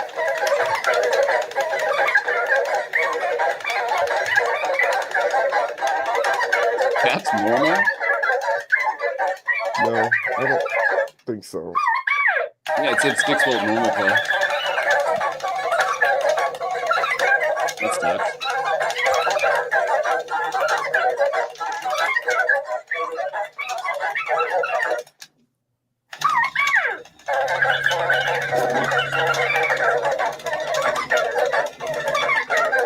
Abe, I'm losing my mind, dude. Yeah, I am too. This one's not as good. That first one was really The good. first one was, yeah, that's the only one I ever saw. But dude, that one like This hurts. absolutely killed me. But yeah, that's a fun video. I'm glad you guys didn't see it already. I've never seen that. I've never seen Elmo become epileptic. I was watching. It was like one of those like shorts like on YouTube where it's like kind of like a you laugh you lose thing, and that one like absolutely demolished me. Oh yeah, I was freaking crying. I know. Yeah, I was there when I first saw it too. It's wild. Wild. Perfect. It was the perfect thing. It was Wild, wacky stuff. Yeah. That and freaking Robert Downey Jr. That was. Who bought you them glasses? You've been here. You know, it's not considered domestic abuse since we're not technically together. Although it feels like it is. Who bought you them glasses? Who bought you them glasses? Then like later he's like jumping around on the bed with a gun and it like zooms in on her face and then it zooms out and she's duct taped to the wall T-posing. Yeah, man, the Elmo thing, it had me crying, dude. I had dry I tears know. about You it. okay, Dan? That was a lot, bud. I know. That was so cool. That was Dude, the Kat's funniest thing. talking shit about us. She says it's guy humor, and she doesn't think it's funny. No, Kat, No, let's I see. did Dick a humor, video dick humor. about Anthony Fauci. He was screw that guy. What a girl. yeah, exactly. He was made the sexiest man in 2020 or something. And you know the song "I'm Too Sexy"? Well, I did a Helium Thursday song, and I posted it in the chat. So it's "I'm Too Sexy." I don't know if it's gonna be like copyrighted, but it's in it's a different pitch. So I don't know, but It If the probably pitch is wouldn't up, pick it up. If the pitch but is I don't. up, you're probably okay. Just don't play the whole thing. You should be all right. Like if you just a little bit. yeah, I hope it's You not. linked it? I hope it's not gonna cause any trouble. But it's kind of funny. Pitched up. Well, we can cut it out later if we have to, right? Yeah. Yeah. All If you right, get cool. flagged for it, you can just edit it and re-upload. That's fine. Cool. And it'll actually do it for you now since AI's taking us down. AI's helping it get put back up. So you can just click a button and it'll mute the part for you. Nice. We'll do this. We'll play it. Let's see this. I hate Fauci, so I don't know if this. It's probably gonna be funny still, but You're gonna love it. I don't think any of us like him. Okay. yeah, I don't. Why think did so we either. pardon him? Why did he get pardoned? It's a good question. Yeah. I totally dodged the Vaseline. I'm not gonna lie. I got my All right. horse pills. Yeah, I didn't take the thing. I just suffered through. So I was too sketched out about it. I was like, dude, the government's gonna do something. Yep. Just kidding though. like This is satire. Dude, I already served in the All military. opinions so expressed in this video. I've had like every type of Oh, I've been yeah, poked from a the lot. military. Yeah, Been yeah. poked a lot. Yeah, that makes Okay. sense. Here we go. Oh wait. This is no sound at the beginning? No sound at the beginning. Okay. It appears some Americans are developing a crush for one of the country's top doctors. Dr. Anthony Fauci. My job, always is, and I've always done it, and I will continue to do it, is to give advice on the basis of evidence and science. I'm too sexy for my love, too sexy for my love, love's going to leave.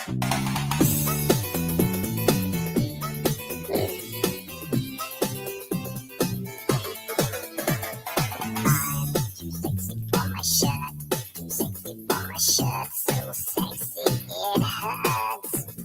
I'm too sexy for Milan, too sexy for Milan, New York and Japan.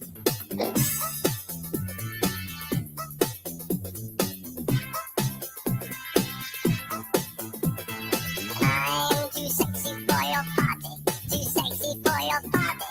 No way I'm disco dancing. I'm a model, you know what I mean. And I do my little turn on the catwalk. Yeah, on the catwalk, on the catwalk. Yeah, I do my little turn on the catwalk.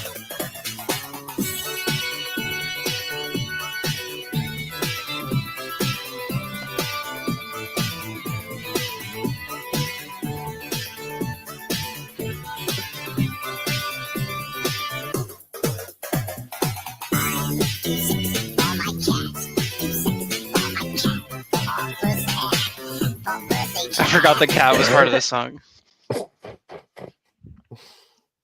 Yeah, so that's basically it. That's all. Cat, that's based. I agree. Peace. You guys didn't want to check out the Crucible? Crush?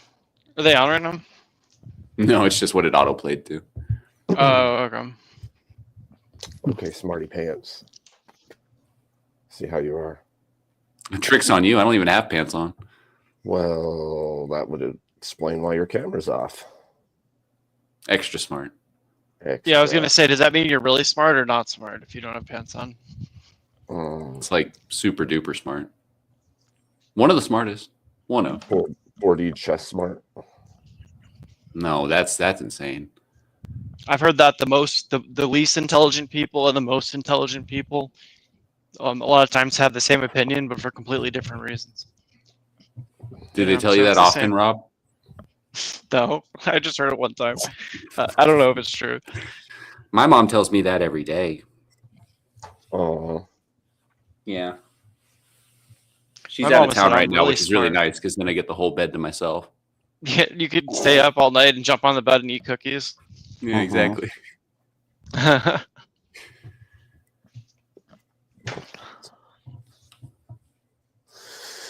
Oh, those were wacky. That's funny. So Jordan Peterson's a lobster. There's still time to make a change. He's the king of the lobsters. Those Jim Bob videos where he does the Jordan Peterson impression absolutely kill me. 1 dot. Yeah. What? 1 dot. I've never actually heard Peterson say 1 dot, but there's times where I'll just be standing alone and just scream that to myself. Have you guys seen those edits of so it was Jordan Peterson's appearances on the Joe Rogan podcast, but it's edited so that he's like arguing with himself. Like, have you ever seen that? Yeah. Dude, those videos are so funny. It's pretty funny. That's pretty funny. Have you guys seen the people who sang "There's a Hole in the Sky Where a Tree Once Was"? No. This guy's falling, they actually went. There were like these people who went into this. What do you call it? When you have like a city hall or something, and you can go in and you have 3 minutes and you can present your case, right? Yeah. So I posted a link to an original where they went in and they had made this song, and they were singing, "There's a hole in the sky where a tree once was, where a tree once was." Trolling the Someone council. is making money. So have a look at this video. It's crazy, man. Okay, hold on. I gotta downgrade this one. Hold on. Turbo legs. Turbo legs. 400 babies. Babies. Yeah. 400 babies. They'll run as fast as Kenyans. Such a good one. I remember watching that when I From was Kenya. like, young. Well, that just tells you that I'm old, I guess. I was in high school. Yeah. Okay, here we go. Dan's Song of Greatness. Now, to be fair, I didn't make this song. Developer is being greedy. There's a hole in the sky where a tree once stood. The ladies dress up like a tree too. Such a lack of life and sound. All that's left is bare, muddy ground. A magnificent tree was murdered. The mighty dollar cut it down. There's a hole in the sky where the tree once was. What the fuck did I just come back to? Oh my god. There's a hole in the sky where the tree once was. Somebody's making money. The fuck is this? Yeah. Trees, but the city grants And they have to listen to it. these. Instead, they reward the Definitely developer's Seattle. greed. And Can you imagine being that guy trying to white knight her? there's a hole in the Oh, sky I where know. the Fuck, tree dude. once was. He's nodding and everything. Making money. There's a Oh, he's hole singing in the along. sky Oh where my the god, tree he wrote it. once Never mind. was. Somebody's making money. No more leaves shimmering with golden light. No more gentle shedding of rains. Nor Dude, come on. rustling in the wind. I Now can't wait for an spring ungendered remains. sky. What that hole Holy in the shit, sky dude. where the tree once was. Somebody's making money. There's a hole in the sky where the tree once was. Somebody's making money. There's a hole in the sky, instead of a Look at that guy. can of She's so like amped up about it too. Instead Yeah. of a 90-year-old tree, there's a hole in the sky, So- That tree did not belong to you or me. There's a hole This lady in the sky missed her calling. should be. Dude, can you So have this here's at, the like, thing. point? So Abe, Okay, we're all the reason I told you to show that is because I made some music to it, and the new link is the music I made to it. So I composed music around what they sung, and I added God. some video to it. You're gonna love it. Oh my gosh. Okay. Here we go. Oh my gosh. Okay, hold on. That was so ridiculous. She should be on a Oh, you're stage gonna love play. this one. Oh man. Yeah. Yeah. Mhm.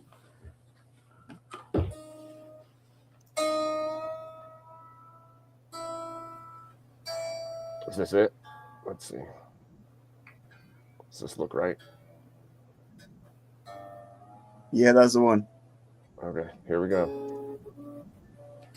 There's an unwelcome sight in the neighborhood. A developer is being greedy. There's a hole in the sky where a tree once stood.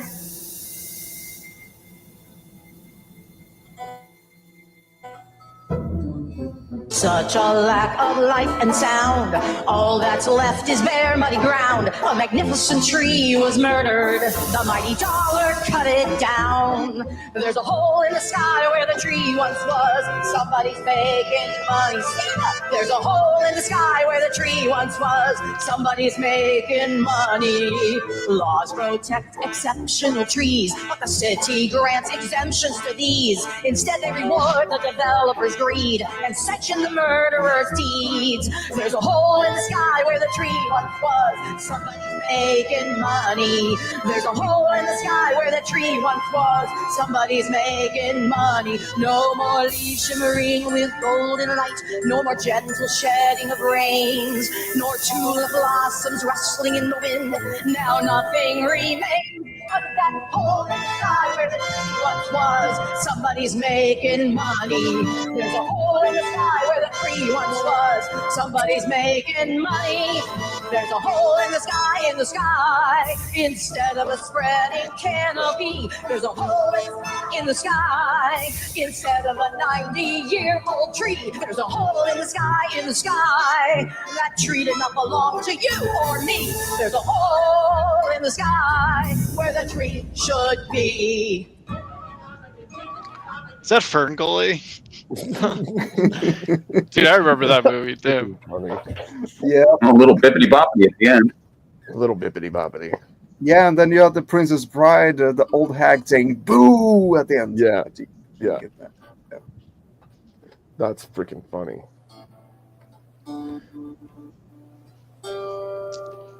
Dear sir, Let's go you've do outdone yourself. Rang. I kind of wish that the original video actually had the response to like the council after she was finished. Right? Yeah. I'm just kind of curious. I guess. Oh, there's it's got to be not the full video interesting somewhere. enough to post. I don't know. Yeah. It's totally how Seattle is, though. But if you Yeah. get if you get the place and the time, they all post the city council videos online and the Yeah. responses and everything, right? Yeah, yeah. So I'm sure it's in there somewhere.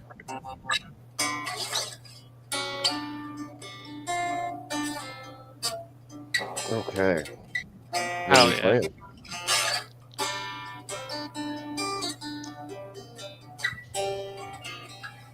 I'm gonna step away for just a second. All right. And play them a gallant song.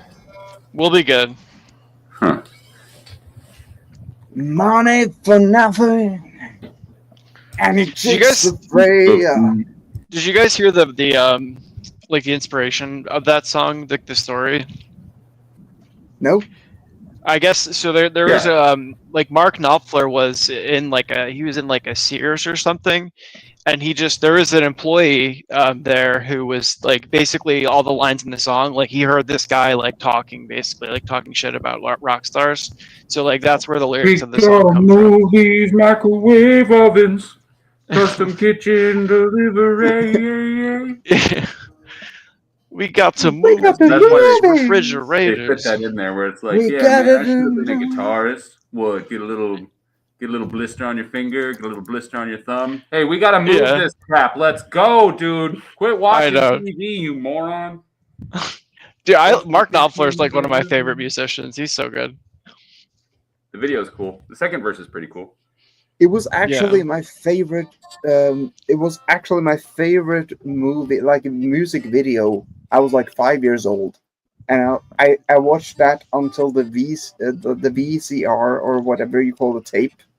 Yeah. Because we didn't have DVDs. It actually broke.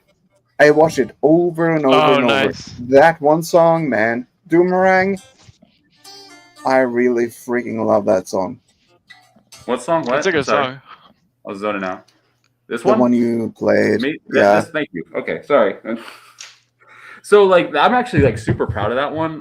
That's one of those ones that like it's like only the creator, only Dire Straits, Mr. Straits himself can do it that way because it's all finger picking, right? He doesn't use a pick. He's so good, yeah. Like you can try. You can't do it with a pick. You can get close. And like so I watched that video of him doing it a million times. And it's funny because more than actually finger picking, he's strumming. He's going back and forth, kind of like a bassist or like someone who would just do chords would, you know? But Yeah. he's specifically picking out fingers, and then he's also palm muting a whole bunch. So like whenever I'm playing it, I'm letting it ring out a whole bunch. If I was like plugged in though, most of it is actually palm muted. So it's just those little.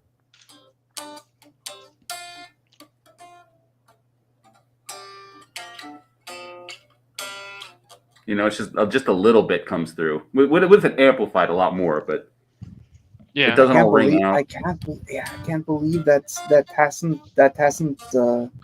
come through better. Like, imagine like, oh my gosh, I'm nerding out here, but yeah. Huh? Yeah, I'm nerding out here, but yeah. You getting all Elmo'd up? What's going on with you, Dan? Yes, hopefully not too Elmo'd up. Yeah, no, hopefully Yeah, I'm gonna be like, 80 volts? What's going on? no, Okay, but no, I'm nerding out because man, I didn't know that. Yeah, I get what you're saying. That's amazing. He's a legend. Ooh. Who's the legend? Oh, Mark Knopfler, the guy from Dire Straits. Oh. Mr. Straits? Yeah, John H. Straits. John H. Straits. That's his name, right? Man.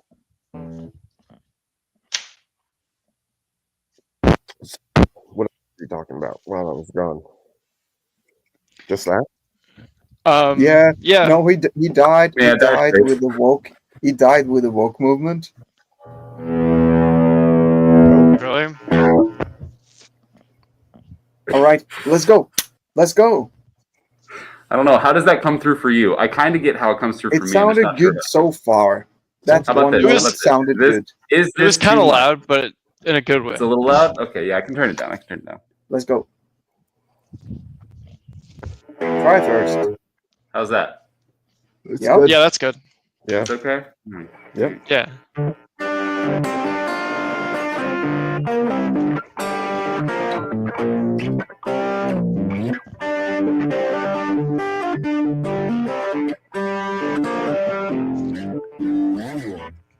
Right? Yeah, no, that was good. It's like that? Something like that. Yeah. Really, really cool. Very much. Once more. A little louder. A little louder. Yeah, maybe turn it up a little bit. Yeah. Out there? Yep. Yeah. A little louder. Louder. There you go. That's the one. That's the one.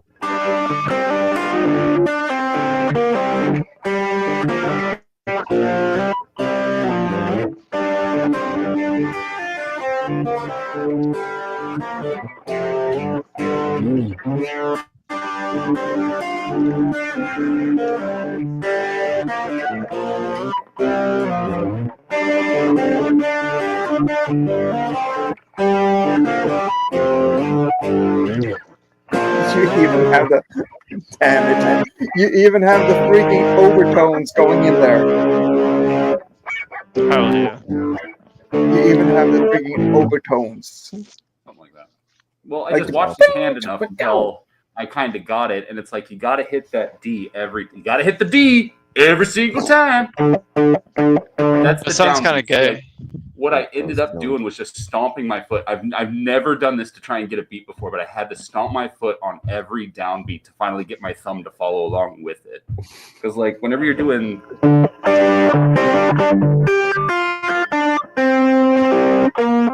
it's like where's the downbeat on that?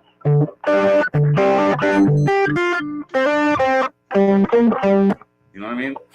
Yep. I get it. So it's like right at that hammer off.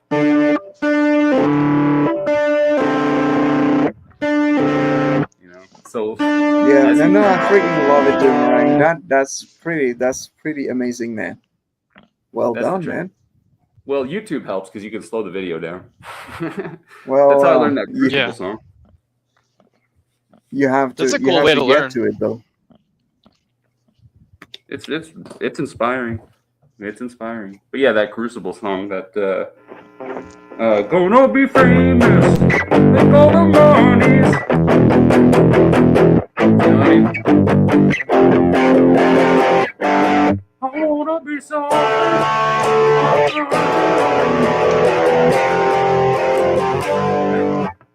I wanna be so.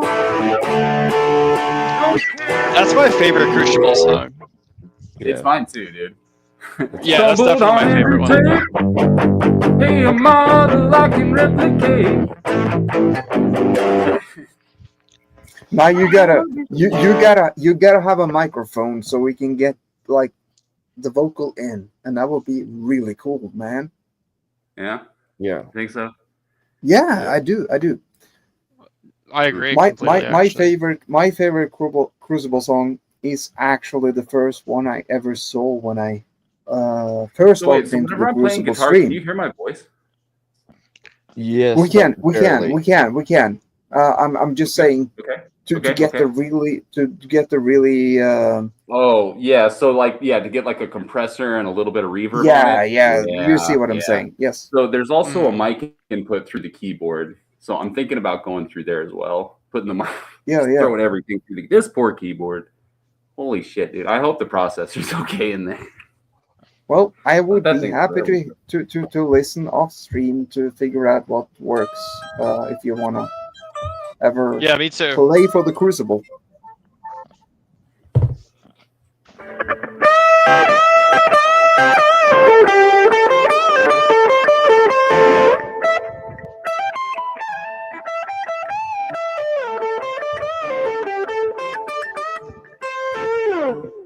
I wanna be something.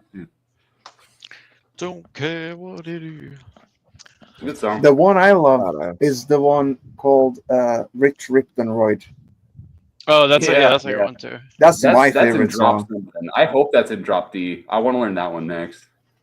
Look at my watch, it's real. It reminds me of Alex Jones.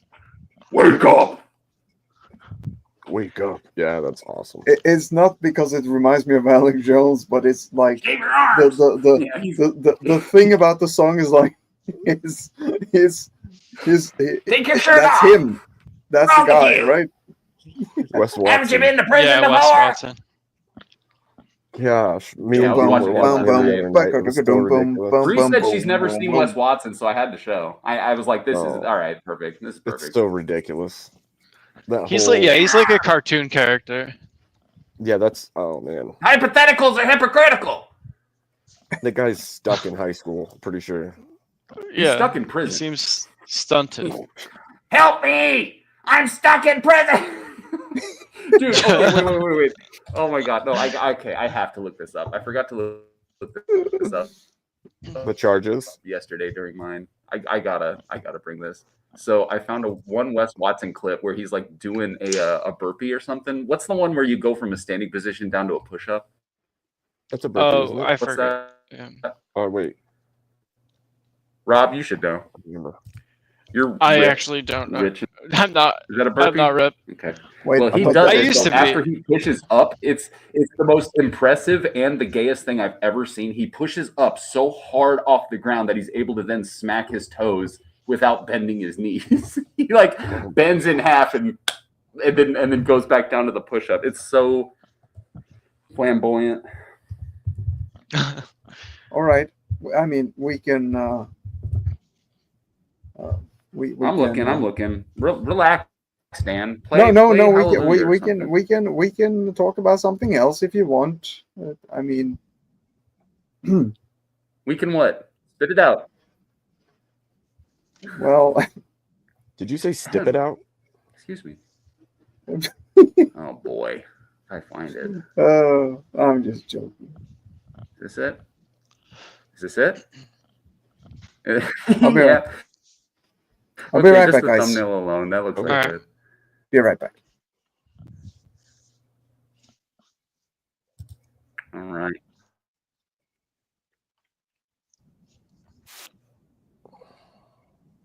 Huh? Okay.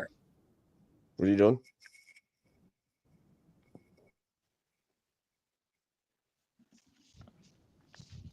Bintuck, I don't know what makes you angry. Otherwise, I would try.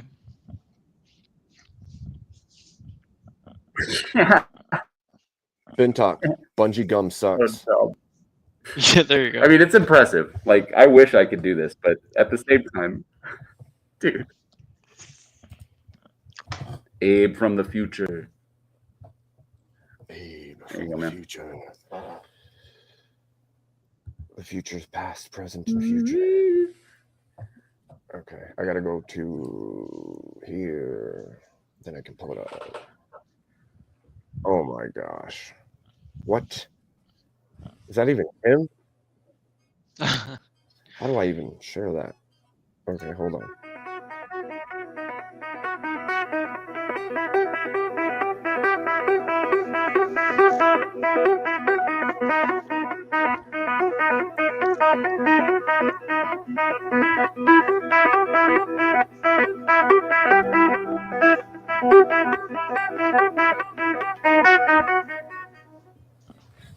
Okay, ready?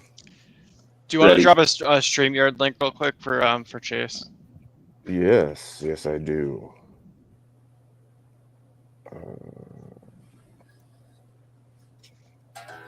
Oh, I think maybe Cat or both.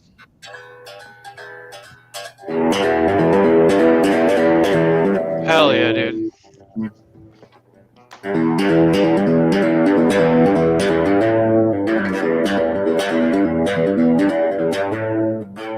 So I saw one video of the least played live Metallica songs. Have you ever seen?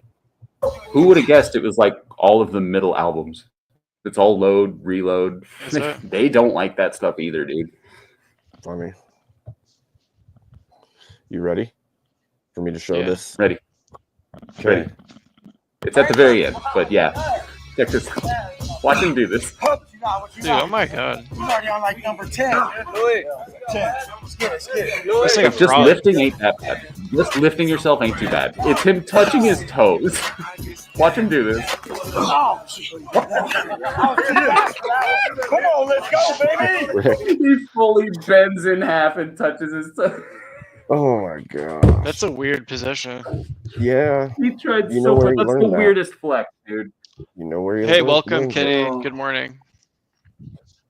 Ah!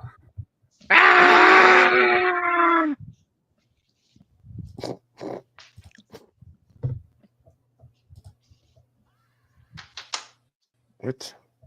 Who'd we lose? Dude, where'd you We go? lost all of them. I'm No, right Doom's here. there. He's just changed his picture. Oh. Hi.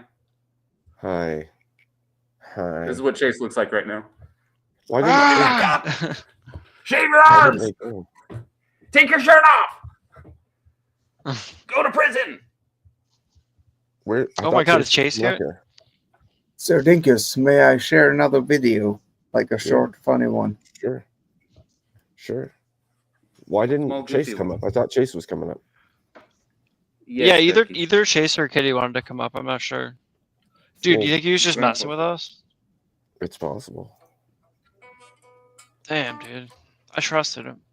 I trusted you. I trusted you. It's from my ex profile. Oh. Okay. So I don't know if you can show it or not, but I can try.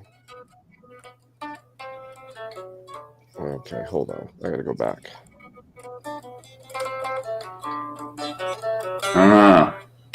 Classy, Chase.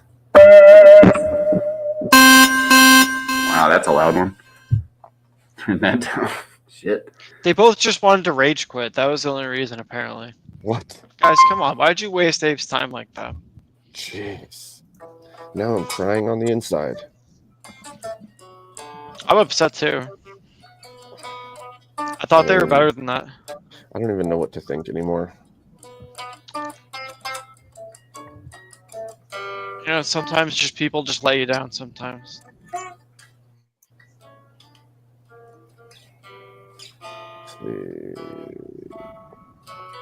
This is not easy to do sometimes. Like, there we go. You have to like be real careful about sharing the screen. Yeah, for sure. Okay. Here we go. Dan wants us to see this video. I want to see it too. I'm ready. Vija. I'm ready, damn it.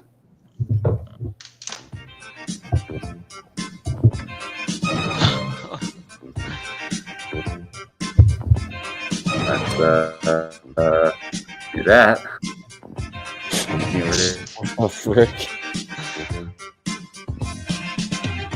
Oh my gosh. WEF. Cool song. I remember this episode of Family Guy. yeah. It's a promo I made for a satire show that we did at the media house I worked at. I spent 60 hours. This was before AI. If this was today, I could have done it in 1 hour. Yeah, honestly. Yeah. You think that's So you what the said World 60? Economic Forum is actually like? Yep. Nah, back in They're the always day. figure skating together. Sure. Yeah, it probably was. Doomerang. What's that? Do you play? Oh, what? The guitar? Are you doing No, scales? no, the tune. You've been repeating it a couple of times. Orion. Orion from Master of Puppets. Oh, okay. Dude, were you playing yeah, a Silent Hill song on the piano the one time? Yeah.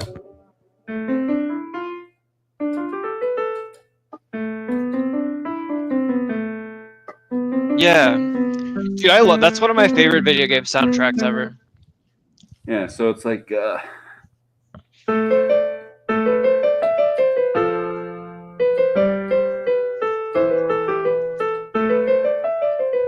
Yeah, that's perfect. yeah, that one. That's awesome. Yeah, dude, I was really happy when I heard that. I love that soundtrack. Yeah, I like that one. Piano's good to know. It's all in order. Super ethical. Very ethical music. It's very ethical. It's a moral. It's a good moral instrument. In guitar, you got to skip around. Like you could be anywhere. Once you go a string up or down, you could be anywhere. Who knows? Who fucking knows? Yeah, yeah. It's like Piano. very You're precise, like, I guess. The piano. I know where I am on here. 3-2, 3-2. You know.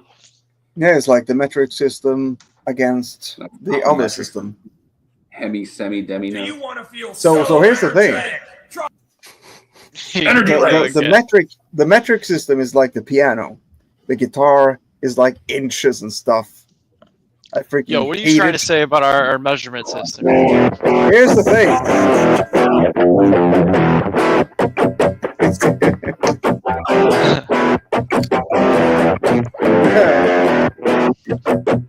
Telling you, man. Wait, the guitar sound is more Just tougher. like marionettes. I think Andrew Like was the playing guitar that the was other like night. bum, bum, bum, bum, and they were like yeah. Yep. Yeah. Do you want to be That's how we do it over here. uncomfortably energetic? Sure. Always. 400 babies! Hey, do you want to feel so energetic? Try Power Thirst. Energy drinks for people who need gratuitous amounts of energy. With all new flavors like chocolate. Chocolate energy. It's like adding chocolate to an electrical store. Sound the alarm. You're going to be uncomfortably energetic. What's that? You want strawberry? Well, how about rawberry? Made with lightning. Real lightning. Sports. You'll be good at them. It's an energy drink for men. Energy! These aren't your dad's puns. These are energy puns. Turbo puns. Science, energy, electrolytes, turbo lights, power lights, more lights than your body has room for. You'll be so fast, Mother Nature will be like, slow down. And you'll be like, fuck you, and kick her in the face with your energy legs. You'll have so much energy. Just running all the time. Power running, power lifting, power sleeping, power dating, power eating, power laughing, power spawning babies. You'll have so many babies. 400 babies. Give chocolate to your babies and they'll be good at sports. Make your babies run abnormally fast. They'll run as fast as Kenyans. People will watch them running and think they're Kenyans. They'll race as fast as Kenyans against actual Kenyans. And it'll be a tie and they'll get deported back to Kenya. Hey, go with the sure thing. Kenya! Your energy. Snake eyes. Try Power Thirst, the energy drink that will make you soar. That's what the internet used to be like. That is original YouTube right there. Yeah. You know, things are different now. It was a simpler time back then. Wasn't it? Wasn't it? It really was. Kind of like Candy Mountain. Yeah, that sounds Candy fun. Mountain? Yeah, are you talking about the song from Pearl Ives? No, Candy No. Mountain. Do you know it? Do you know the way? I'm not sure.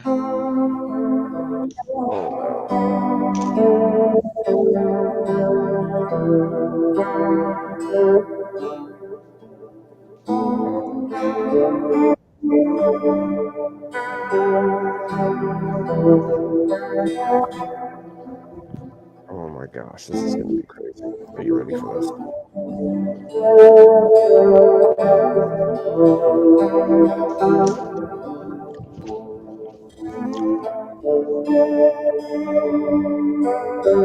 Bintalk has appeared. Bintalk, Is it really him? we just wanted to tell you we're really sorry, and we hope you're not still upset with us. Bintalk, somebody was on here pretending to be you earlier. Your Canadian betrayal has angered me, Robert. Rage Dude, quit. what the? Are you Rage kidding quit. me Fuck right you, now? Bintalk! Fuck you, dude! Dude, I'm about to rage quit now, dude. That pissed me off. Oh my god, it's so many buttons, isn't it, Bintalk? It's a lot of buttons before you can just rage quit like that, huh? Gotta hang out for a second after you say, Boogie Day! Well, It's a whole bunch of buttons, huh? Door's got a bunch of locks on it. So You hit Robert, leave studio, then you hit yes, then you hit yes, really, then you hit okay, then you hit... is he saying you're living A too bunch of close locks to on it. Canada? I'm not Canadian. They make fun of me for being Canadian, but I live really close to the Canadian border. I'm like 15 minutes from the border. I know, Oh, but yeah. that doesn't.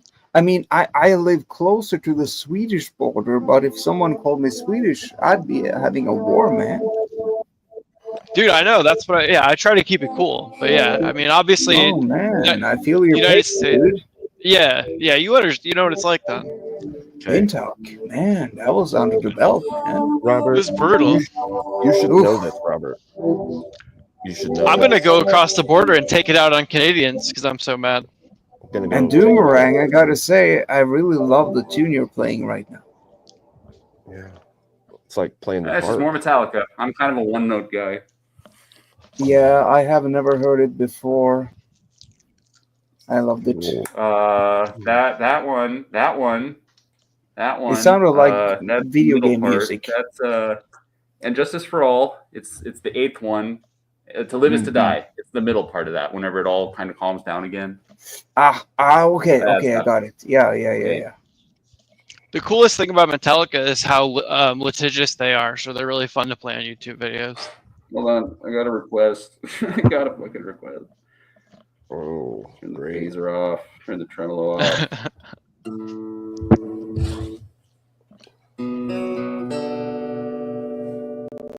Is that loud at all? You can have it louder.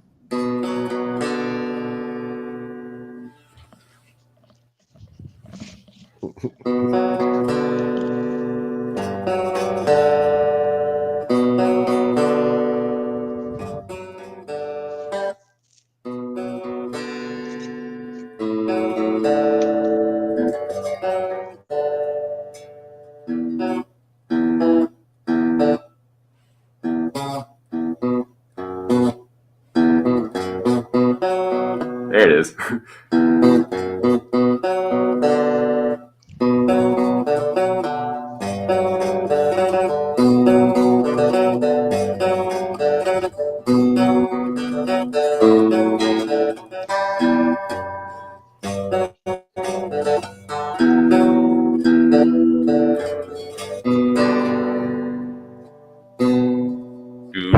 Nah. I don't know. Nice. Yeah, something like that. Yes, like that. Just from the dome. Come on. I think it's been like 10 years since I've touched one. Oh, Where's here, the dome? Hold on. I can. You know, the thing under the helm. Oh.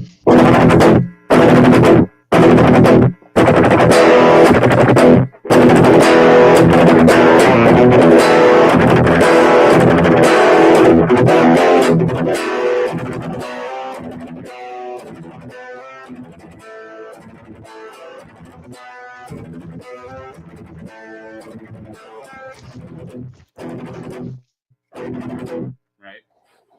Darkness. That was badass. That was. Imagine like a big audience clapping right now. Yes. That's how we feel. You don't remember it. Yes. The show happens and then you don't remember it after. It's weird. That is weird. It's like it's legit. Like there's something like stage and it like what is it where you don't remember? It's not anesthesia. No, don't worry. Amnesia? That was Amnesia, amazing. yes. Yeah, that was performer- amazing. That was amazing. Performance amnesia, something like that. So like if once you go on stage, like you're nervous enough, you've practiced enough to where something else, like your training just kind of kicks in, and then you get off stage, you come down, and you're like, okay, I'm back now. I know. You What actually you're have a so hard time focused. remembering what happened up there. Yes. Yep. Yes. Yeah. But dude, that was amazing. That was awesome. Yeah, that was sick, dude. Oh, Four Horsemen. Okay. Roundabout. Dude, yes, Roundabout.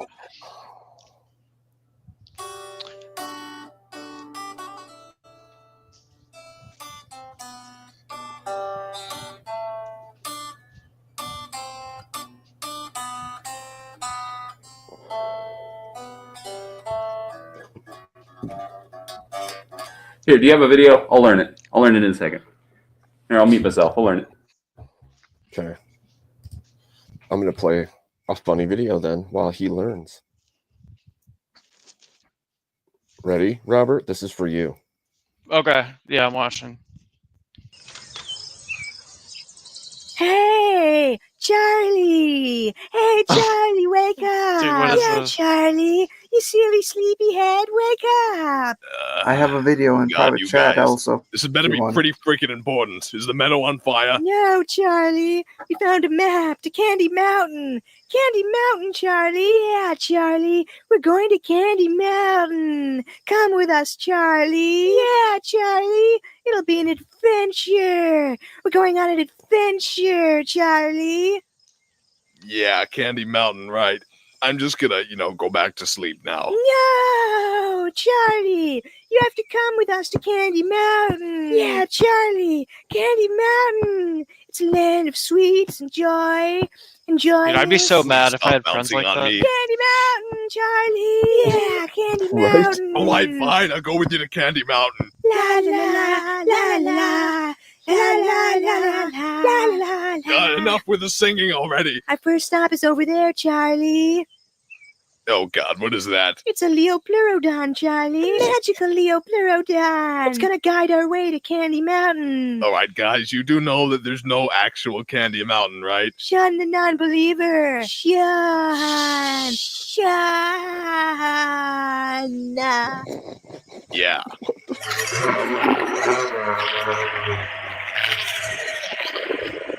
It has spoken. It has told us the way. It didn't say anything. It's just over this bridge, Charlie. This magical bridge of hope and wonder. Is anyone else getting, like, covered in splinters? Seriously, guys, we shouldn't be on this thing. Charlie. Charlie. Charlie. All right, yeah, what do you want? We're on a bridge, Charlie. We're here. Well, what do you know? There actually is a Candy Mountain. Candy Mountain, Candy Mountain. You fill me with sweet, sugary goodness. Go inside the Candy Mountain cave, Charlie. Yeah, Charlie. This is Go terrifying. inside the cave. Magical wonders are to behold when you enter. Yeah, thanks, but no thanks. I'm gonna stay out here. But you have to enter the Candy Mountain Candy Cave, Charlie. Oh, when you're down and looking for some cheering up, then you start riding up to the Candy Mountain Cave. When you get inside, you'll find yourself a cheery land, such a happy and joy-filled and perky merry land. They've got lollipops and gummy drops and candy things, oh, so many things that will brighten up your day. It's impossible to wear a frown in Candy Town. It's the mecca of the Okay, candy cave. I'm done. They've got jelly beans and coconuts with little hats, candy rats, chocolate bats. It's so wonderful. What? No, I was making a joke, but this is scary. I'm done. Yeah, this is terrifying. Oh man. We're almost I'm not saying to stop the video. I'm just making a funny joke. We're almost at Candy Mountain. Like I'm The done. land of sweets, riding candy train. On the ribbon stream across the sky into the ground. Turn around, it astounds. It's a dancing candy tree. In the candy cave, imagination runs so free. So now, Charlie, please will you go into that cave? All right, fine. I'm going to the freaking Candy Cave. This better be good. Ah, goodbye, Charlie. Yeah, goodbye, Charlie. Goodbye, what? Hey, what's going on here? Hello? Who is that? Oh, what happened? Oh, they took my his freaking kidneys? kidney. I don't know why we're watching. Damn, dude, that's rough. You know how mad I'd be if I woke up in a bathtub and my kidney was gone? It'd be so messed up. Dude, I'd be really upset about that. Did I give you enough time, Kim? I heard him. He had it down pretty good. Can you hear that at all? Yeah. Is that coming through at all? Do I need to turn it up way up? I know it's really like clean. Yes. Like right now, if I hit the sounds... portion, it might explode. It's good. We got it. But you can hear it? Okay. So you've been hearing my Yeah. progress then. Okay. Yes. Yeah, yeah. Something like that. Right?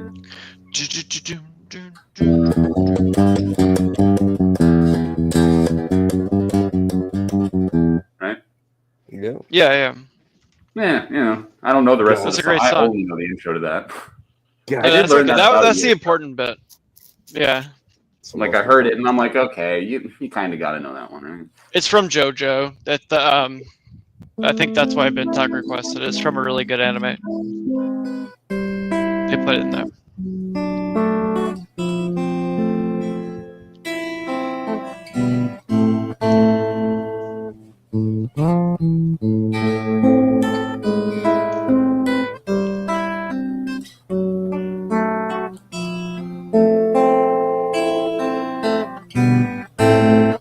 Wait, no Stairway. You can't play Stairway. Never mind. Oh, that's right. See it? There's no Stairway. Yeah. And the thing that he starts playing is like one of those dissonant chords. Like The second the guy cuts him off, he's like, that one.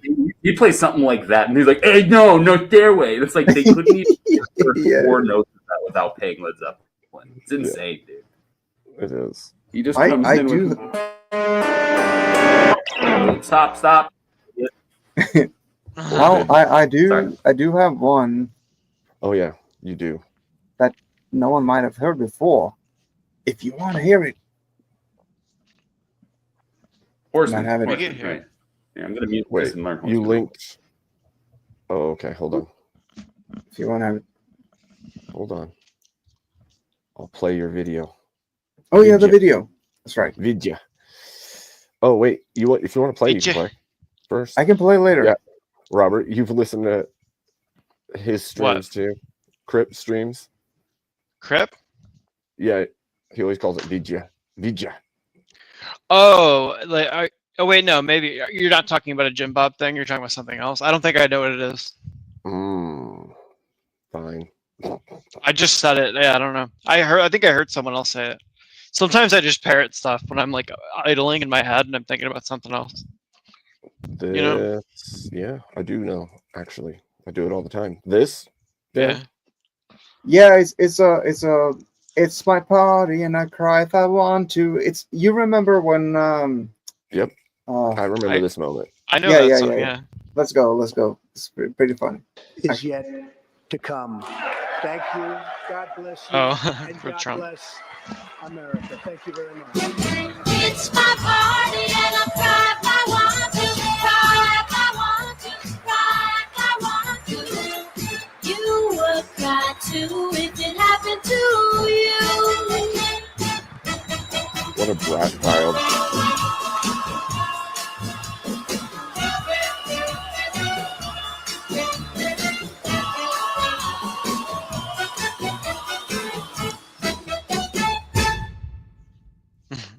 Such a brat moment. I know. And they were all dressed in white. Like the whole party, whatever it was. Yeah. What a time to be alive. What a weird time to be alive.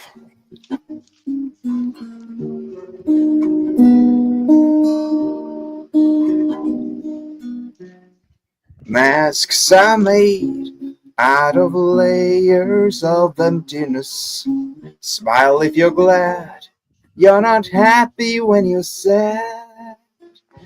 Cold like stone, though the hearts are imprisoned in lack of power and soul.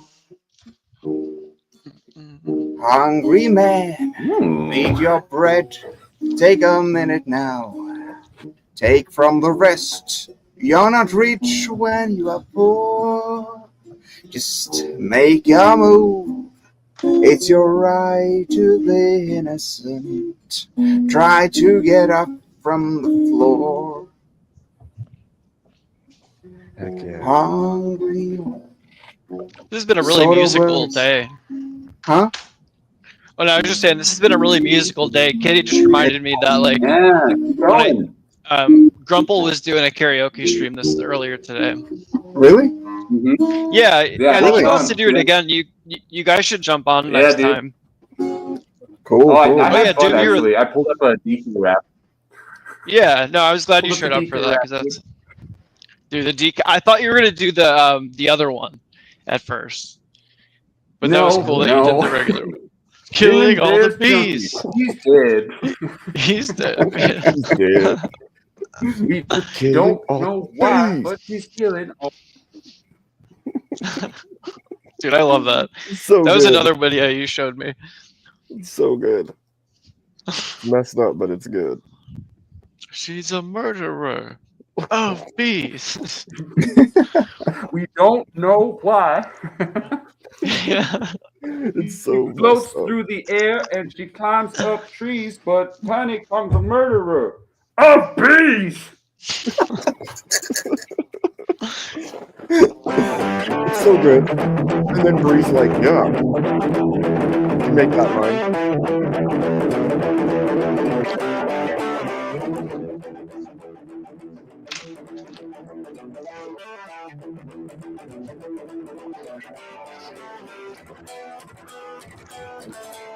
Here you go.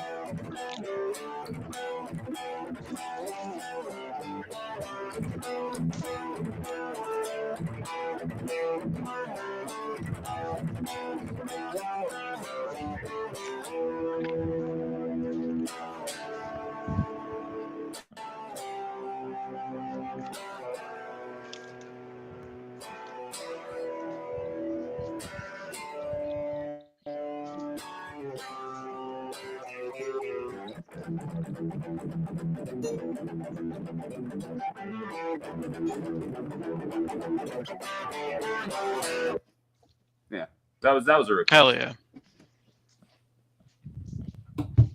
Horseman. It's awesome. Metallica. I'll do Metallica all day. All day. It's pretty badass.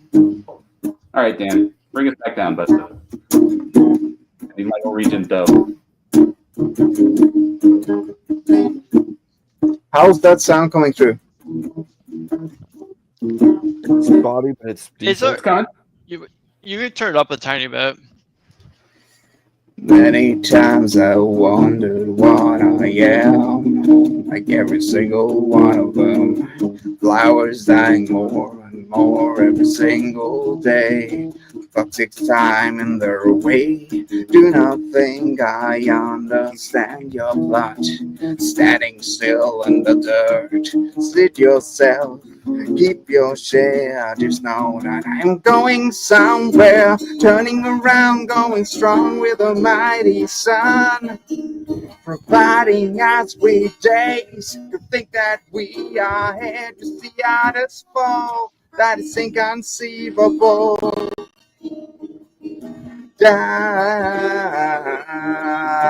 Die.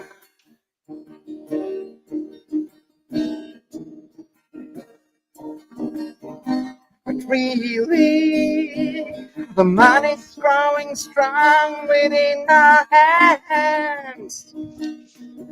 Share it while you can. Many times I wondered where we are. People cease to believe. Just like the Jews in World War II. People are starving, and what do? Stuck on earth with early chance of death. You're just a clock in time with your breath. Tick-tock, I don't care. The poor ain't going anywhere. So anyways, that's a short... Hell yeah, dude. Dude, that was awesome. What's The the chat sound was like, loving bro? it Because it too. was like... Beautiful. Love it. Awesome. Chat's loving it. All around the board. They were eating it Good up. man, Dan. Dan Thank the you. man. Oh, who was that? Who was that? That's like my biggest fan back there.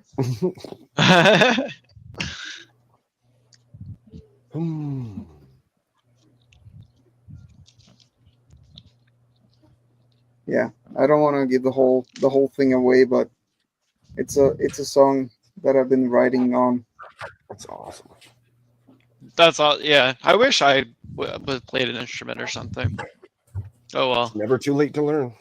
Never too late. Yeah, to maybe learn. I should. Yeah, I learned really What late. instrument should I learn? Guitar. Oh Probably yeah, guitar. easiest. Yeah, Probably easiest. guitar or bass. Bass is easier, but Yeah.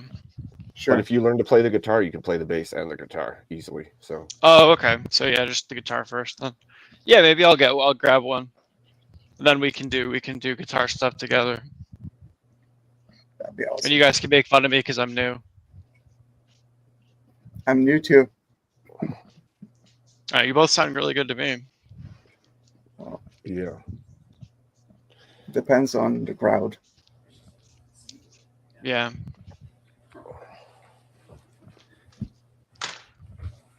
So Doom, are you able to host through this when I'm not around? Oh boy.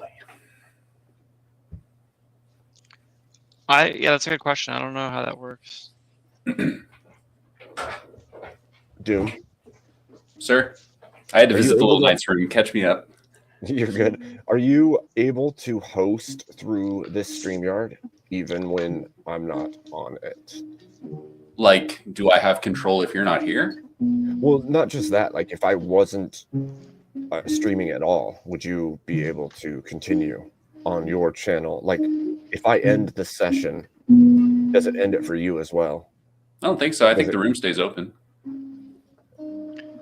Yeah, the room would stay open. I don't know, like, if he has control over whatever. I don't know if it even matters. Oh yeah, no, I'm a second Abe. So yeah. Oh yeah, you are second Abe. He has admin. I was thinking about going to bed and having everybody go over to your spot, and you guys can continue. Yeah, sure. Oh, okay. And if nothing else, I can just open up a StreamYard. Oh, good. That's true. That's true. All right. Well, thanks for streaming, Abe. It was fun. It was a lot of fun tonight. Yeah. Heck yeah. Thank you guys for coming. It was a lot of fun. I'll definitely. StreamYards. I'll drop a link in the chat if you want to. Sick. All right. Sounds good. After party at Doom's. Have a good night, guys. dude. You too. Thank you all. Have a good one. Yeah. Sir, God bless you guys. God bless you. Too, buddy. Love you guys. Bye.